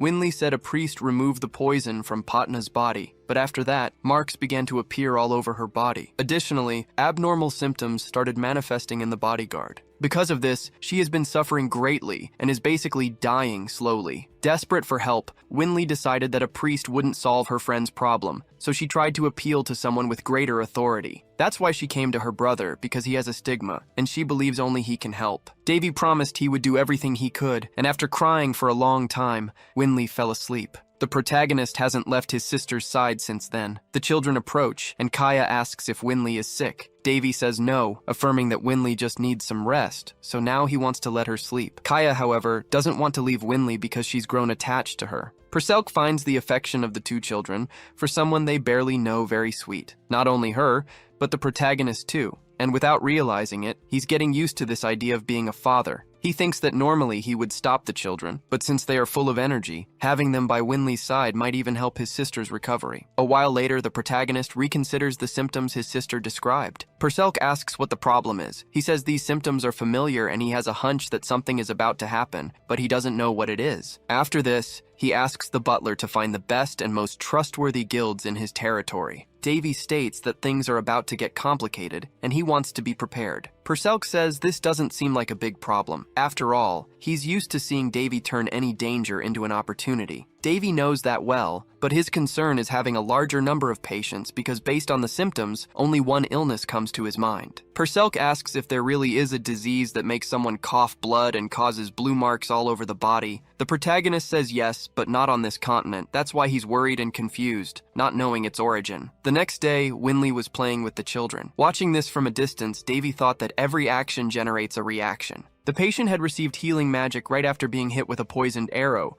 but then started showing abnormal symptoms of a disease unknown to doctors. Purcell mentioned that Davy wasn't looking well. Davy replied that he'd been thinking a lot lately. His friend then asked where savages who pillaged the kingdom's borders could have gotten such a powerful poison. Davy had suspicions, but said it was too early to draw conclusions, so he needed to investigate further. Purcell asked if that's why he'd called the Intelligence Guild. Davy confirmed, explaining that he believed the cure for every illness lay in its cause. That was the first thing he'd learned in his medical studies. Then he noticed a presence and remarked that the timing couldn't be more perfect. He told the person not to be shy and to reveal themselves. Purcell asked who he was talking to. Davy pointed to a disguised person in front of him and told them not to waste time. The mysterious person said they'd heard the prince needed help. Davy confirmed, thanking them for the visit. But realizing his guest was cautious, he went straight to the point. He said he wanted to buy information and could pay a good price for it, knowing very well that nothing in this world came for free. The mysterious person replied that with appropriate payment, they could even provide information from neighboring kingdoms, no matter if the information was intimate or not. Davy asked if the guest had any information about the princess of the Farron Empire. Purcell interjected, saying he didn't need to play the merchant's game. Regardless, the guests stated they'd give their life to collect whatever was needed, so the answer was yes. Davy said he would be direct. He then placed the payment on the table and stated that there was a knight named Patna who protected his younger sister, Winley. He wanted to know everything about her and where she had been recently. Meanwhile, he saw in the merchant's status that their name was Ina Helishana, a dark elf. In turn, the elf asked if all they needed to do was investigate that woman's past. Davy asked if he had requested too difficult a task. Ina said they wouldn't accept the money. Davy asked, why not? Ina replied that they would be paid after completing the service. Davy then asked what would happen if he decided not to pay. The elf, knowing Davy was quite sarcastic, also knew he didn't usually break agreements, which was why she knew he'd pay. Davy realized that even though she was discreet, Ina wanted to form a connection, and he found that good. He then asked if her guild had proposed such an arrangement. She said she'd made the decision on her own. In that case, Davy agreed to the arrangement. Immediately, Ina vanished from the spot with a smoke bomb. Davy, however, remarked that they could have just left like a normal person. He then realized that Ina Helishana had tried to hide the fact that she was a woman. Not only that, but her nickname was Echo, someone famous across the continent for always completing her tasks. Purcell asked what he knew about the name Helishana, as it was Ina's surname, and it had caught his attention. Davy said it probably wasn't anything significant and told her to forget about it. 2 days later, as Davy prepared to leave, his sister insisted on coming along. He explained that Winley's friend was in a serious condition, so he needed his sister to stay there while the matter was resolved. He also told Winley not to be stubborn. After all, the journey was long and bringing more people would only delay them. Besides, there was no time to lose, so he needed her to stay and rest, as such horse travels were very tiring. Davy thought his intuition told him something bad would happen if Winley came along. Purcell, however, commented that it had nothing to do with intuition. Despite all this, his sister insisted on going with him, until, amidst their discussion, someone appeared. It was one of Winley's companions who asked what was happening. Winley said her brother didn't want to let her travel with him. Purcell, in turn, said that this was the very problem Davy had mentioned. Ulysses introduces himself as a rank 5 mage. He mentions he's associated with the Red Tower, even though that affiliation seems a bit unusual for someone of his status. Davy introduces himself in return, stating he's heard about Ulysses. Despite Ulysses' friendly demeanor, Davy wasn't thrilled about meeting the mage this way and felt there was no reason to continue their conversation. After all, no matter how famous Ulysses might be across the continent, he was still from the Central Magic Tower, and Davy found no interest in associating with him. Ulysses, for his part, comments that this region is far from humble. In fact, it's the most brilliant territory in the eastern continent. He also adds that Princess Winley spoke highly of the place, which sparked his interest in visiting. Winley quickly tells Ulysses he shouldn't be saying such things in front of her brother. Even Purselk notices that Davy's jealousy only grew after hearing this, and advises him not to be hostile toward Ulysses. However, Davy's intentions are precisely the opposite of that advice. As far as Davy knew, Ulysses was known as the prodigy of the Red Tower, and there was no denying he was highly skilled despite his youth. On top of that, his background was one of wealth, competence, and good looks, basically the ideal guy with no apparent flaws. The real problem was his closeness to Winley, so Davy immediately asks how they met. Ulysses explains that he met the princess while on his way to the Hines region and accompanied her all the way here. Davy thanks him for his kindness, but internally, he felt like killing the guy. The mage then clarifies that Winley actually helped him. When he was fleeing from mountain bandits, the princess used her magic to defend him. Because of that, he feels he owes her a favor. He then states that he's very skilled with spatial magic and can create a small mana portal that transports items anywhere he wishes. Winley is quite surprised by this, unlike her brother. She explains that such portals are smaller, unlike those that need to be installed, and only a truly skilled mage would possess such an artifact. Ulysses, however, says it's just a coincidence he's carrying the item, explaining he had to safeguard it to ensure it wasn't damaged. Winley finds it incredible that he can use two different types of magic, little knowing that her brother does the same thing. Regardless, Purselk points out that this could be beneficial for Davy, as teleporting things over long distances is difficult for him. Even though he didn't like the idea, Davy agreed. Reluctantly, he accepted the mage's help. Sometime later, the teleportation magic was used. The three of them appeared at their final destination, the kingdom of Varus. But upon arrival, the place seemed rather unsettling. Purselk noted a smell of burnt protein in the air. Davy realized the smell was very similar to burnt bodies. Winley wondered if there had been another invasion, but couldn't understand why, as it hadn't been long since they'd driven out all the bandits. Amidst this, someone recognized Princess Winley. The man introduced himself as Count Lington from the Corporation for Disease Treatment, stating he'd been sent to tend to her friend. He also added that Winley was even more beautiful in person, believing the rumors he'd heard had significantly understated the reality. Winley quickly interjects that they don't have time for such conversations and wants to resolve her friend's problem as soon as possible. However, Count Lington states that this situation will have to wait and asks everyone to follow him. He explains that the castle where the princess will stay has already been isolated using an artifact from the Holy Kingdom, and he'll take them there right now. Once at the castle, the Count apologizes for moving the knights without permission, but explains that given the current situation, he had no choice. Winley reminds him that the lord of the territory is her brother, Boris, but if he's absent, authority passes to her. Count Lington acknowledges this and admits that doing something like this without asking is indeed horrible, but his position in the Corporation for Disease Treatment grants him such authority. Therefore, someone like Winley should be well aware of this. The Corporation for Disease Treatment is an organization approved by the continent's 3 emperors, holding the highest authority in public health matters, and, representing them, the Count declares that a terrible disease has gripped this territory. It's known within his organization as Demon's Blood. Once infected, a person starts developing blue marks on their body and begins coughing blood easily, which then spreads the contagion to those nearby. Despite this, Winley insists it's no time for such discussions and asks Davy to accompany her immediately to Patna. Count Lington, who hadn't recognized Davy earlier, apologizes, claiming he had always been interested in meeting him. He also heard that Davy possesses a stigma and has a successful business involving moon plant leaves. He asserts that nothing happens by chance and claims Davy is blessed to have all of this. At this point, Winley grows tired of the conversation. She states her friend needs her. The princess tries to summon her butler, but Count Lington informs her that all staff on the premises are in quarantine. Since the disease is highly contagious, he couldn't risk it spreading, so everyone who had contact with the patient is under surveillance. Contrary to what the princess might think, Count Lington asserts that he has the Queen's direct authorization to carry out his duties in this territory. He further claims that in times like these, his authority supersedes that of the local lord, as this isn't the first time such a situation has occurred. Not only that, but he states this disease is incurable. Not even divine power will solve the problem. However, that's precisely why he and his team are here. He asks the princess to leave the rest to him, because he'll soon return with good news. A treatment room was set up on site. The protagonist went to check the situation and noticed many sick people. He realized this quarantine was more about preventing the worst than actually curing patients, though it was still a plausible way to handle things. Perselk said he'd never seen anything so horrific in his life, and the smell of the place was unbearable. Meanwhile, the protagonist looked for his sister's friend. It didn't take long to find patient number 1, and she was in a terrible state. Upon seeing her, Davy said it was all caused by a flower. As far as he remembered, it was called a tostas flower, a rare plant that grows in extreme environments and contains a lethal poison. Davy checked Patna's temperature and said her brain cells would fry if this continued. Her body was in a very unstable condition. Her skin was cold like a corpse, but her organs were extremely hot. He had suspected this might be the case, but seeing the patient now,